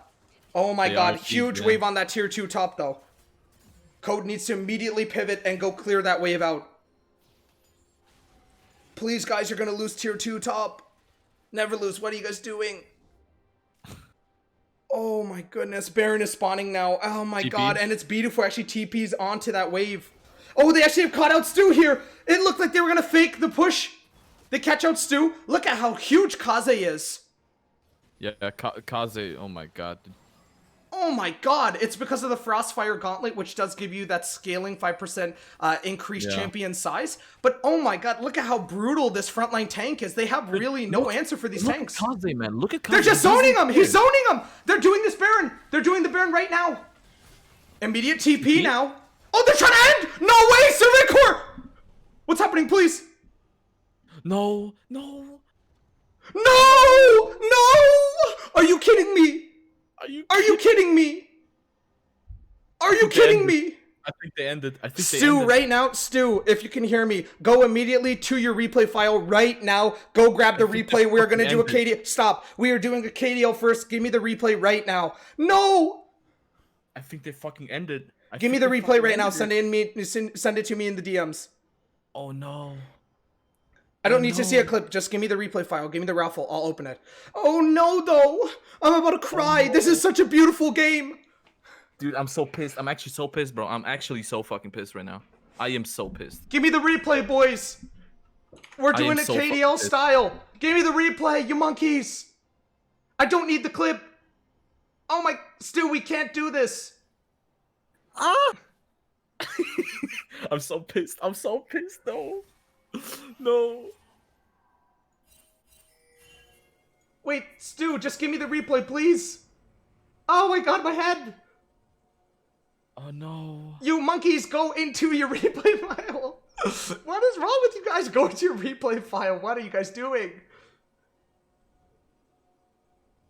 Oh my god. Wait, fine, Tanner, give me the end. We need to hear the comms. Give me the end. Give me the end. It's okay. Tanner, give me the clip. Send the clip to me, baby. Give me the clip. We're gonna do a KDL first, I guess. Give me the clip, Tanner. Don't let it be a lame ending. And holy fuck, we got one. Oh no.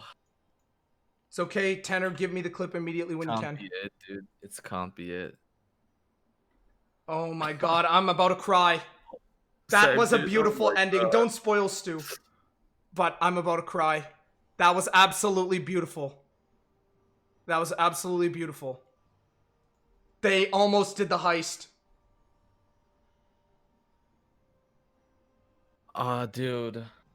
Oh my god. You know what? In the meantime, wait. Shoot, there is nothing, is there? We can try to see. Maybe.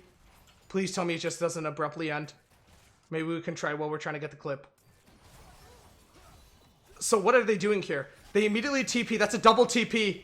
Whoever called it is a genius. No, it ends. It ends here. Yeah. Oh no, no, no.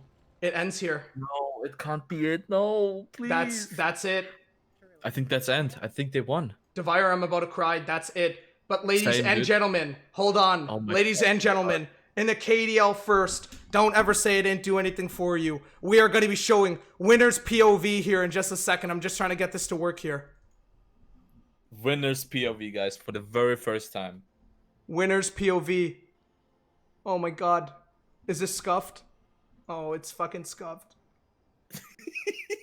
It's scuffed. It's scuffed. No. Turn down your volumes. Oh my fuck. Okay, something's about to happen, boys. Everybody turn off their volumes, or at least a little bit. They have to deal with you mid. know, They have to deal with mid. a little bit down. Oh no. Yo, we just take it. We don't Coda's up. hard. No. We can't take it. Please don't let the speaker end. No. Wait. Yeah, go. Come with me. Let's go.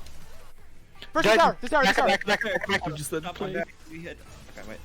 Get the tower, see ping too. We can just kill him. No way. First They're gonna try and tower. reset. Just stop the back. We're going for tower. End. Oh my God. Let's go! Oh my fucking god. I can't hear anything. Oh my fucking god. I can't hear anything.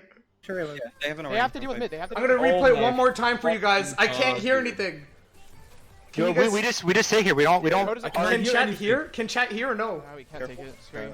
Oh, chat They can't can hear it. They can hear it. I'm gonna they turn can it hear way it. down. Hold on. Wait. Yeah, Go. Do it. Come with me. Let's go. First tower. This tower. Back. I'm dead. Okay, wait. Get the Exoria's tower, see crying. ping too. We can just kill him. They're First gonna try and reset. tower. Just stop the back. Just stop the Yeah, back. we're going for tower. End. Oh my god! Let's go! Who is that? Who's busting a nut? Who is that? They have to deal with mid. Who is that? Who is that? Whose voice was that? I'm actually dumb. Did you hear the scream? Yeah, whose voice was that? That's Tanner. 100%. Someone was like hitting those high notes. That's Tanner. Someone was hitting those high notes. Whose voice was that? I kind of want to play it one more time. That was very entertaining. But oh my god, what a fit. You know, that sucks.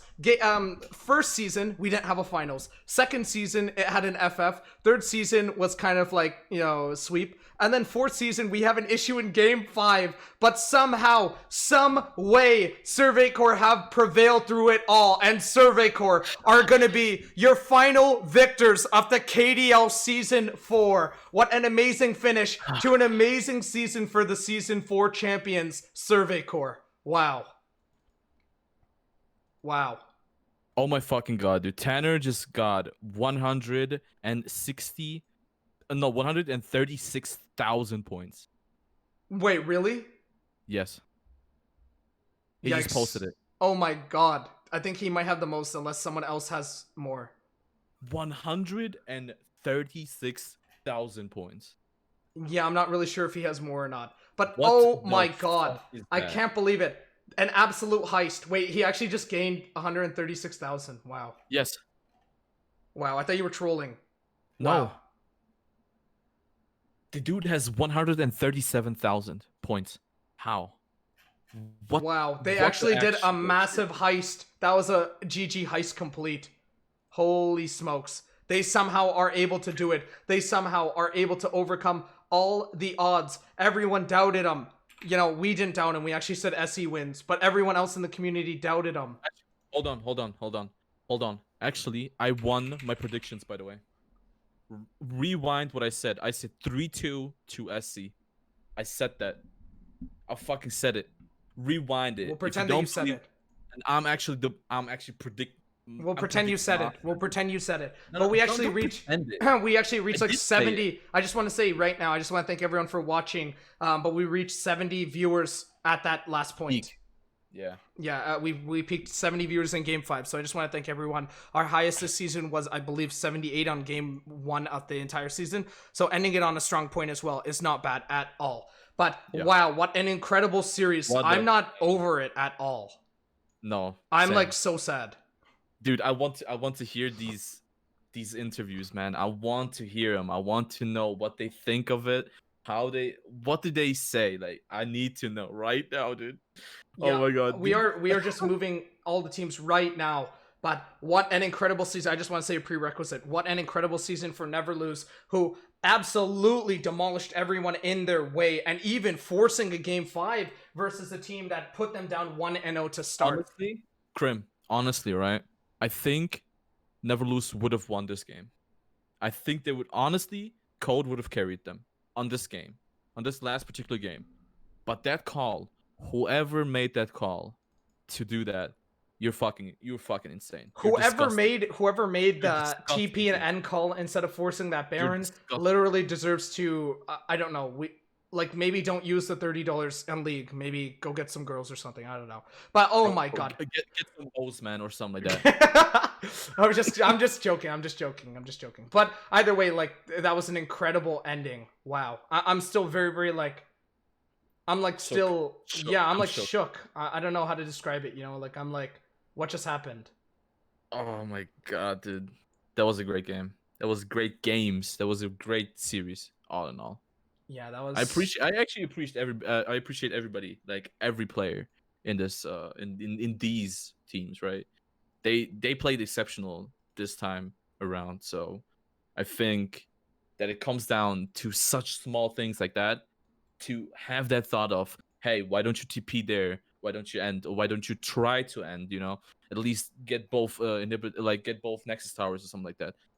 Just that you have that thought already makes me think, okay, you're disgusting. You're actually disgusting. So yeah, GG, well played too. Man, you want to give him a kiss or something? Why are you like? Dude, I'll kiss their butt. No, not gonna lie, dude. Their They butt just have lane? to give it to. No, no, they're butts, man. Oh, yikes. ass, All right. dude. Without further ado, though, we will now directly be getting into the interview process here, and we are going to be starting off with Team Never Lose. Thank you, Reiner. All right, mic check, 1, 2. We are speaking with Never Lose after a grueling 5 hours. Like, God knows how you guys did it, but 5 hours of League of Legends. Tell me your initial thoughts just coming outside of a 5. You practically were working for 5 hours, more or less. You did part-time. Initial thoughts? I'm hungry, dude. I haven't had dinner. That was a It's bit 11 unlucky, I'm PM. not gonna lie. Sorry, Beto, we couldn't hear you, sorry. That was a bit unlucky. Were you guys expecting that type of ending? No, That was a banger of an ending. What are your thoughts? You know, you guys were somehow able to overcome that 1-0 start. Did you guys feel like you guys had a lot of momentum going into Game 4? We definitely had a lot. I was expecting them to pull out some weird, well, not weird, but more comfortable stuff. And they did. That's fine, because if we didn't lose that game, we wouldn't have had such a banger Game 5, right? Out of all the games that you guys have played, which is your favorite game that you guys played? Definitely not Game 5, because we lost that one. Maybe Game 2. Probably Game 2 when I think we just dumpstered 2v2. Yeah, I think it's the first time we beat them. Yeah. Now, I have a question for you. Were you expecting Tanner to play so passive in lane, especially on the Yone so early? Talking to me? Yep. Yeah, I mean, he played more forward than I actually thought he would, but, you know, it's whatever. And there was a point at which in Game 1 where he actually QW combos you. I forget what champion you were going up into him, but he does a fair bit of damage and you instantly pop the Corrupting Pot. Was that a misclick or was that intentional or? Yeah, I do that a lot. I got some pretty thick fingers, so, you know, sometimes I hit the wrong button. It's okay. When it comes to, you know, your guys' team synergy, you guys originally started out with Kaze in the jungle, Tickle in the top side. Was there any, you know, doubt within this 5-game series in order to switch off of those roles and have Tickle go back top, or? I'm just gonna say this jungle meta is not my meta, so that's why we kind of swapped. Oh, okay. So that's the rationale. Okay. Yeah. Kazuya, like, didn't he dumpster Exoria in 2 of those games? If I recall, there are 2 games where he was getting solo killed quite a bit. It was calculated decision. Yeah. I want to ask you, speaking about the top lane and Exoria, you guys actually left open the Riven on game 5. Were you guys trying to bait him out into picking this Riven, or was that like just saying, you know what, we don't even need to worry about it or anything like that? Or I mean, I don't think he cared. went into Shen, so we never really got a chance to ban it. So. All right. And then out of every single player on the enemy team, which player do you guys think as a collective was probably the most difficult player to deal with in today's matches? Huh. It's usually Exoria. Was there any concern ever for Tanner or Terim or anyone? Or No. No, not really. Okay. Yeah, that's very aggressive. I want to ask you guys, though, when it comes to the season in general, you guys, unfortunately did go down to Survey Corps and I believe World Enders, and those were the only 2 teams to actually defeat you. Do you feel like if you guys were to play, with the same ferocity as Game 5 or even your guys' wins in Game 2 and Game 3, do you guys feel like those games in regular season would have went differently, or? Yeah, definitely. Yeah, perfect record. Yeah, perfect record. Never lose. Perfect. All right. Well, I just want to thank you guys for competing. Congratulations on 2nd place. I want to ask you guys, though, was there any memorable, moment of Season 4 that you guys had in this season, at least? I have one. That it's the set clip. Oh, the 2-0? That was my favorite. You just double killed them? Are you talking about this series or this whole? I was talking about the entire season. I was talking about. Oh yeah, when he BM'd AVD, he did the sit-ups and one-shot Dilly. And he did some more sit-ups. And then I 1v4. And 1v4 did some more sit-ups. Kaze, I want to ask you actually about the set. When you played the set, you were able to get a nice clean 2-0, 2v1. Were you expecting them just to die so easily, or what was the mentality behind that? I thought they were kind of trolling. Shen was like, he had less than half HP, so some probably miscommunication happened there, and I guess I just 2-0'd them, but I mean, it happens. And were you guys expecting to play all 5 games today, or no? Yep. Really? You guys are wild as hell. So you guys literally woke up today expecting to play League for 5 hours. Non-stop. Bro, no, it's really been 5 hours. I'm looking at my stream. I'm looking at my stream. It's literally been 5 hours that you have sat in your computer chair or your dinner chair or wherever you're playing right now, and you've been playing League of Legends. McDonald's. Code is on the toilet right now, bro. I'm at McDonald's, as you can tell. Yeah, I had to mute my mic every time I flush. Wait, Kaze, actually, does that explain the Wi-Fi? Yeah, I'm using the McDonald's Wi-Fi. You kind of ran all the way down to McDonald's. Fix up your Wi-Fi. True. All right, well, thank you guys very much. Yeah, I mean, congratulations on the 2nd place finish. You guys did amazing in today's games. Congrats. Yeah, Kaze, Code, GOAT, man. Holy, you guys did a great job, man. There's 3 other members. There's 3 other members. Guys. There's 3 other members. It's alright, man. It's alright. Yeah, it's fine. They know. Kaze, Kaze and Code are GOAT, man, for real. Were you watching? Were you watching where Kaze had a 2-0 start and then went 2-6? Were you watching that game with me? Yeah, that was unfortunate. Don't do him like that. I'm just kidding. He's good. It happens sometimes. It happens. That was really, really good. Congratulations. Good job. I'm sorry, Jin Soy. You're gonna have to keep the eye. Congratulations. He unmuted just for that. Yeah. Were you actually looking forward to getting the L or no? No comment. No, we got the L. It's alright. You got the L for his name. All right. Pain. All right. Congratulations. 2nd place. Congrats, boys. GG's. All right. And now we will be talking with the one, the only Dude. Survey Corps, your 1st place finishers for the KDL Season 4. Let's get him in here. Oh my god. All right, welcome to Survey Corps, the 1st place finishers. Tanner's first ever time getting this high up in the standings. Terim's double, he went back to back. Terim, I want to ask you straight out of the gates, how does it feel to be a 2-timer? Nothing matters. Okay. Okay. Okay. Dude, this man says this, but at the end of the game, Yeah, he he was was screaming all like, screaming. "Let's go!" We were all Okay. screaming. Can I say one thing? Can I say one I was thing? in the moment. Actually, you know what? I got two things to say. Okay. All right, so you know how Kazi is at McDonald's and all? Dude, I wonder if he saw Rave. First off. Yikes! Second What is off, that supposed to mean? What What is that supposed to mean? Did you see his season 4 performance? Okay. Okay. Oh my god. Dude. Okay. Yeah, Okay. that's all I'm saying. And then the other thing, let's see. Did you guys? Wait, you guys can see chat. You guys can see all chat, right? Yes. Yes. So did you guys see? I think it was at the beginning of game 3. It was game 3. Yeah, game 3. Rededicated it to Jay. No. Where Bidoof said in all chat, "You look like a shit mid laner," and I said, "You look like a guy who's about to lose a best of 5 banger." You called it. You called What it. happened, dude? What happened, dude? Like I'm You just saying, called was it. it a best of 5 banger that we won? Yeah, it was. I did. We were just sandbagging for the audience. Oh, yeah, true. it was literally we were throwing for okay. content. True. Dude, I just want to say something, okay? Stu, all right? I've been doubting you and all that, but look where we meet now, yeah? But technically, you're just casting. Okay, comment down below. You're just casting. Okay. Yeah, It's I not know, really I know, like you I've like defeated like 5 teams. But I want to ask you guys: did you guys expect? I want to ask you: did you expect to go to the finals so easily with this team? And I say easily very loosely because it was a 5-0. But for your rest of your seasons, right? You guys, or sorry, rest of your series rather, you guys cleanly just swept them. Did you guys expect this finals to be such a long banger? We thought it was gonna be 3-1. I think it was like agreed upon by us that it was gonna be 3-1. But I think game 2 we kind of just ended. I think our egos got a little bit out of hand, and we just kind of ran it. Ego. Yeah, game 2 we just Ego is egoed hard, crazy. and then we were like, oh wait, we can actually still lose.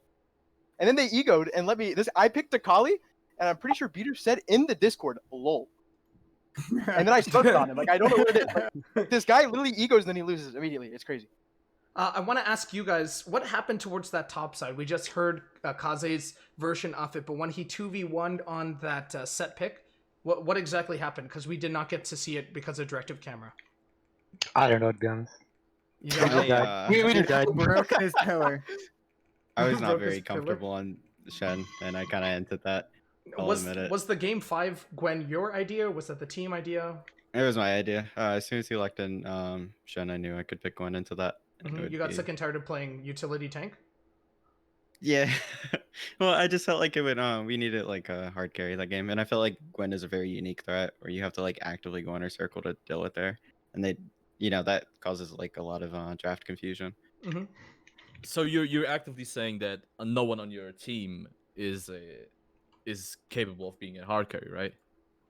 Not all capable of necessarily. It's just like Especially me. I'm a she freak. offers a unique like issue for the rest of the team because like they had to deal with Samira and me. Like they had to get in the circle, and they also had to like disrupt Samira, and it can be too much. That Yeah, that's wasn't fair. really that game. We heard Kaze say that, jungle meta didn't suit him. Cam, does it kind of hurt your feelings when you can hear Exoria be happy that he can play what he wants to play, and then you're still playing tennis? It must be nice. What, sorry? What did you say? It must be nice. Oh, must be nice. Did you lock in the trundle, or did you give your team options? Did they just tell you lock this in? Or? He just locked it in. Oh. I don't He said, know. I think dude. Trundle's good here, and then he insta-locked it. Yeah, it's just like I'm playing Trundle. I was like, okay, and it worked. So All right, and with that, we do have MVP of the series, your Oh finals my MVP. God. It's not rigged. It's Stu. Stu, what do you have to say for yourself? game 5 Stu, baby. I did. Ignore game 2, game 4 and 5. Oh my god, I am built different. Truly assembled differently. Tanner, this is your first time here playing with Stu. Stu previously almost beat you guys, but he actually, allowed Stu's you guys always to been win. on my team. He's always been yeah. on my I mean, I was just about to say the Blast Cone until now. Did you ever expect to win a championship alongside someone who threw a game on purpose for you? Oh I mean, no. I'm gonna be honest. We had like assembled our team, and it was Drill, me, Cam, Terim, and we were like, "Who the fuck should we get for support?" And we're like, "You know what? Stu's available, so we just got Stu." And we were literally, I'm not.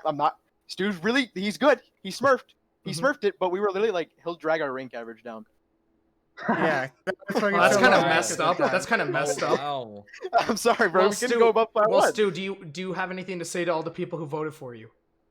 I mean, I I voted think for you. all my fans know that it was a Stu gap game 4 and 5. That's all I'm Stu gonna gap. say. Also, I didn't want to announce this at all, but I went back and I looked at who got the most MVPs. And congratulations to your season 4 MVP, Exoria. I promise I didn't sketch this out or rig it or anything. Yeah, man. Exoria, you actually got season 4 season MVP. How do you feel getting it over Tanner? I didn't get a single I MVP. feel I got like it was scammed just- last game. Yeah, the Tanner gets undervalued. He offers a lot to the team, True. so I felt like it was True. inevitable. But you guys can't hear what I offer to the team. I mean, we heard your screams. Sad. Okay. Like That was really funny. You're like- hilarious. Yeah, I know, right? Thank Yeah, you. when are you gonna win? When are you gonna win something? Oh my god, I'll have to look at the time. Anyways, I want to ask you, Terim, you won back-to-back, but this time not getting the finals MVP. Did you feel like you played well this series? Did you feel like you deserved it? Or do you feel like, Code kind of outshined you? Or how do you feel? I didn't think I underperformed or overperformed. I just played all right. And That's then, kind of how I feel. And then final Yeah, question. and- Final question to Terim. If you could choose between the car or her, which one would you choose? Her 100%. I saw my What goal. a simp, dude. What a simp, dude. He's not a simp, bro. Did you say Dude, did you say the Dude, car or I'm her? a simp. I'm actually a simp. I'd get on my knees and bark. Okay. Okay. Okay. Okay, Tanner, you trying to justify that he's not Okay. a simp, even if he wants to get on his knees and work? Okay, I don't know what that has to do with anything, but okay, I guess. All right. I don't. I'm yeah. so hungry. Okay, yeah. I mean, I actually want to ask you guys because I asked them. I asked Never Lose. How does it feel to be playing League of Legends for 5 hours? It's awful. Dude, it's exhausting. It's really awful. I can't feel my hands. Yeah. I have carpal tunnel. I haven't eaten My today. fucking wrist hurts. Oh, I have such a headache. This game. How do Alright. people do it, man? And with that, we will leave you. Congratulations to the Season 4 final champions Congrats, here. boys. Survey Corps. Congrats. Thank you. All right. Well played, well played. Stu has to stay in here. Oh, I do. Yeah, because we have an announcement. Okay. What's the announcement? What the hell? We will be having Season 5 soon trademarked. Soon. In about a month and a half time, Season 5 will be up. If you are wondering if you could get a slice of KDL action for Season 5, definitely join our Discord. It is down below in the infographic. Also, Stu did not rig the tourney for winning. I just want to also say next week, we also are going to be having our show matches, if you want to explain that, Stu. Or... Yeah, so each week we'll basically be having one show match. Next week, I believe, is the team captain show match, and then after that, we will have the all-star show match, and then the week after that will be 1v1 tournament, and then the remaining space in between that and the start of the season, we'll see what we can fill in for there. But if you're looking to wonder where the all-star voting is, if you join our Discord, it'll be there in the announcements. You can get it there. I'll post it in the chat as well. Vote for the all-star. The vote will be closed tonight around midnight, and then I'll publish that result probably either tonight or tomorrow morning, and we can start looking at the rosters. Yeah, and that is going to be All-Star 1 and All-Star 2, correct? Yes. All right. Well, let me just get the application here right now so I can post it in chat. But I just want to thank everyone for watching the KDL season. Oh, you already got it. Okay. I just want to thank everyone for watching the KDL season 4 on behalf of myself, Stu, Devire, Worry, everyone else, Rocket, Deng Swang, so many others, Poseidon. My God, I'm running out of names. Who? Almost And every everybody single, else. yeah, everyone else. Honestly, I'm just apologies if I didn't say your name. Majestic, I guess. There's other people as well. Okay, shut up. Anyways, just want to thank everyone for just an amazing season 4. Thank you and congratulations to all the teams. This is going to be your final bracket. This is actually what your final bracket does look like at the end of season 4. First place is going to be Survey Corps, second Never Lose, third PGS, fourth ABD, fifth GME, sixth World Enders, seventh Full Build, eighth INS, and then ninth is going to be Never Win. So congratulations to all those teams. Thank you so much to every single player, every single team, every single volunteer, and every single viewer for watching. Such a nice experience. I've loved casting for the last 5 hours, but I think I'm about to pass out. I think maybe you two, Devire, and I think Stu literally is like glued to his chair at this point. But I just want to thank everyone for watching. If you are interested in seeing any more info or learning more about the KDL, when we go live next, when we go into our next season, anything, even our past, please do join our Discord link. Again, that is going to be down in the description. Starting tomorrow, I will be uploading every single VOD ever of the KDL Season 4. So definitely a lookout for that as well. But with that, we are going to leave you for the final time in Season 4. It's a bittersweet moment, but congratulations again to every single player for playing in the KDL. Thank you guys so much, and we'll see you next time. Peace. Yes, sir. Peace.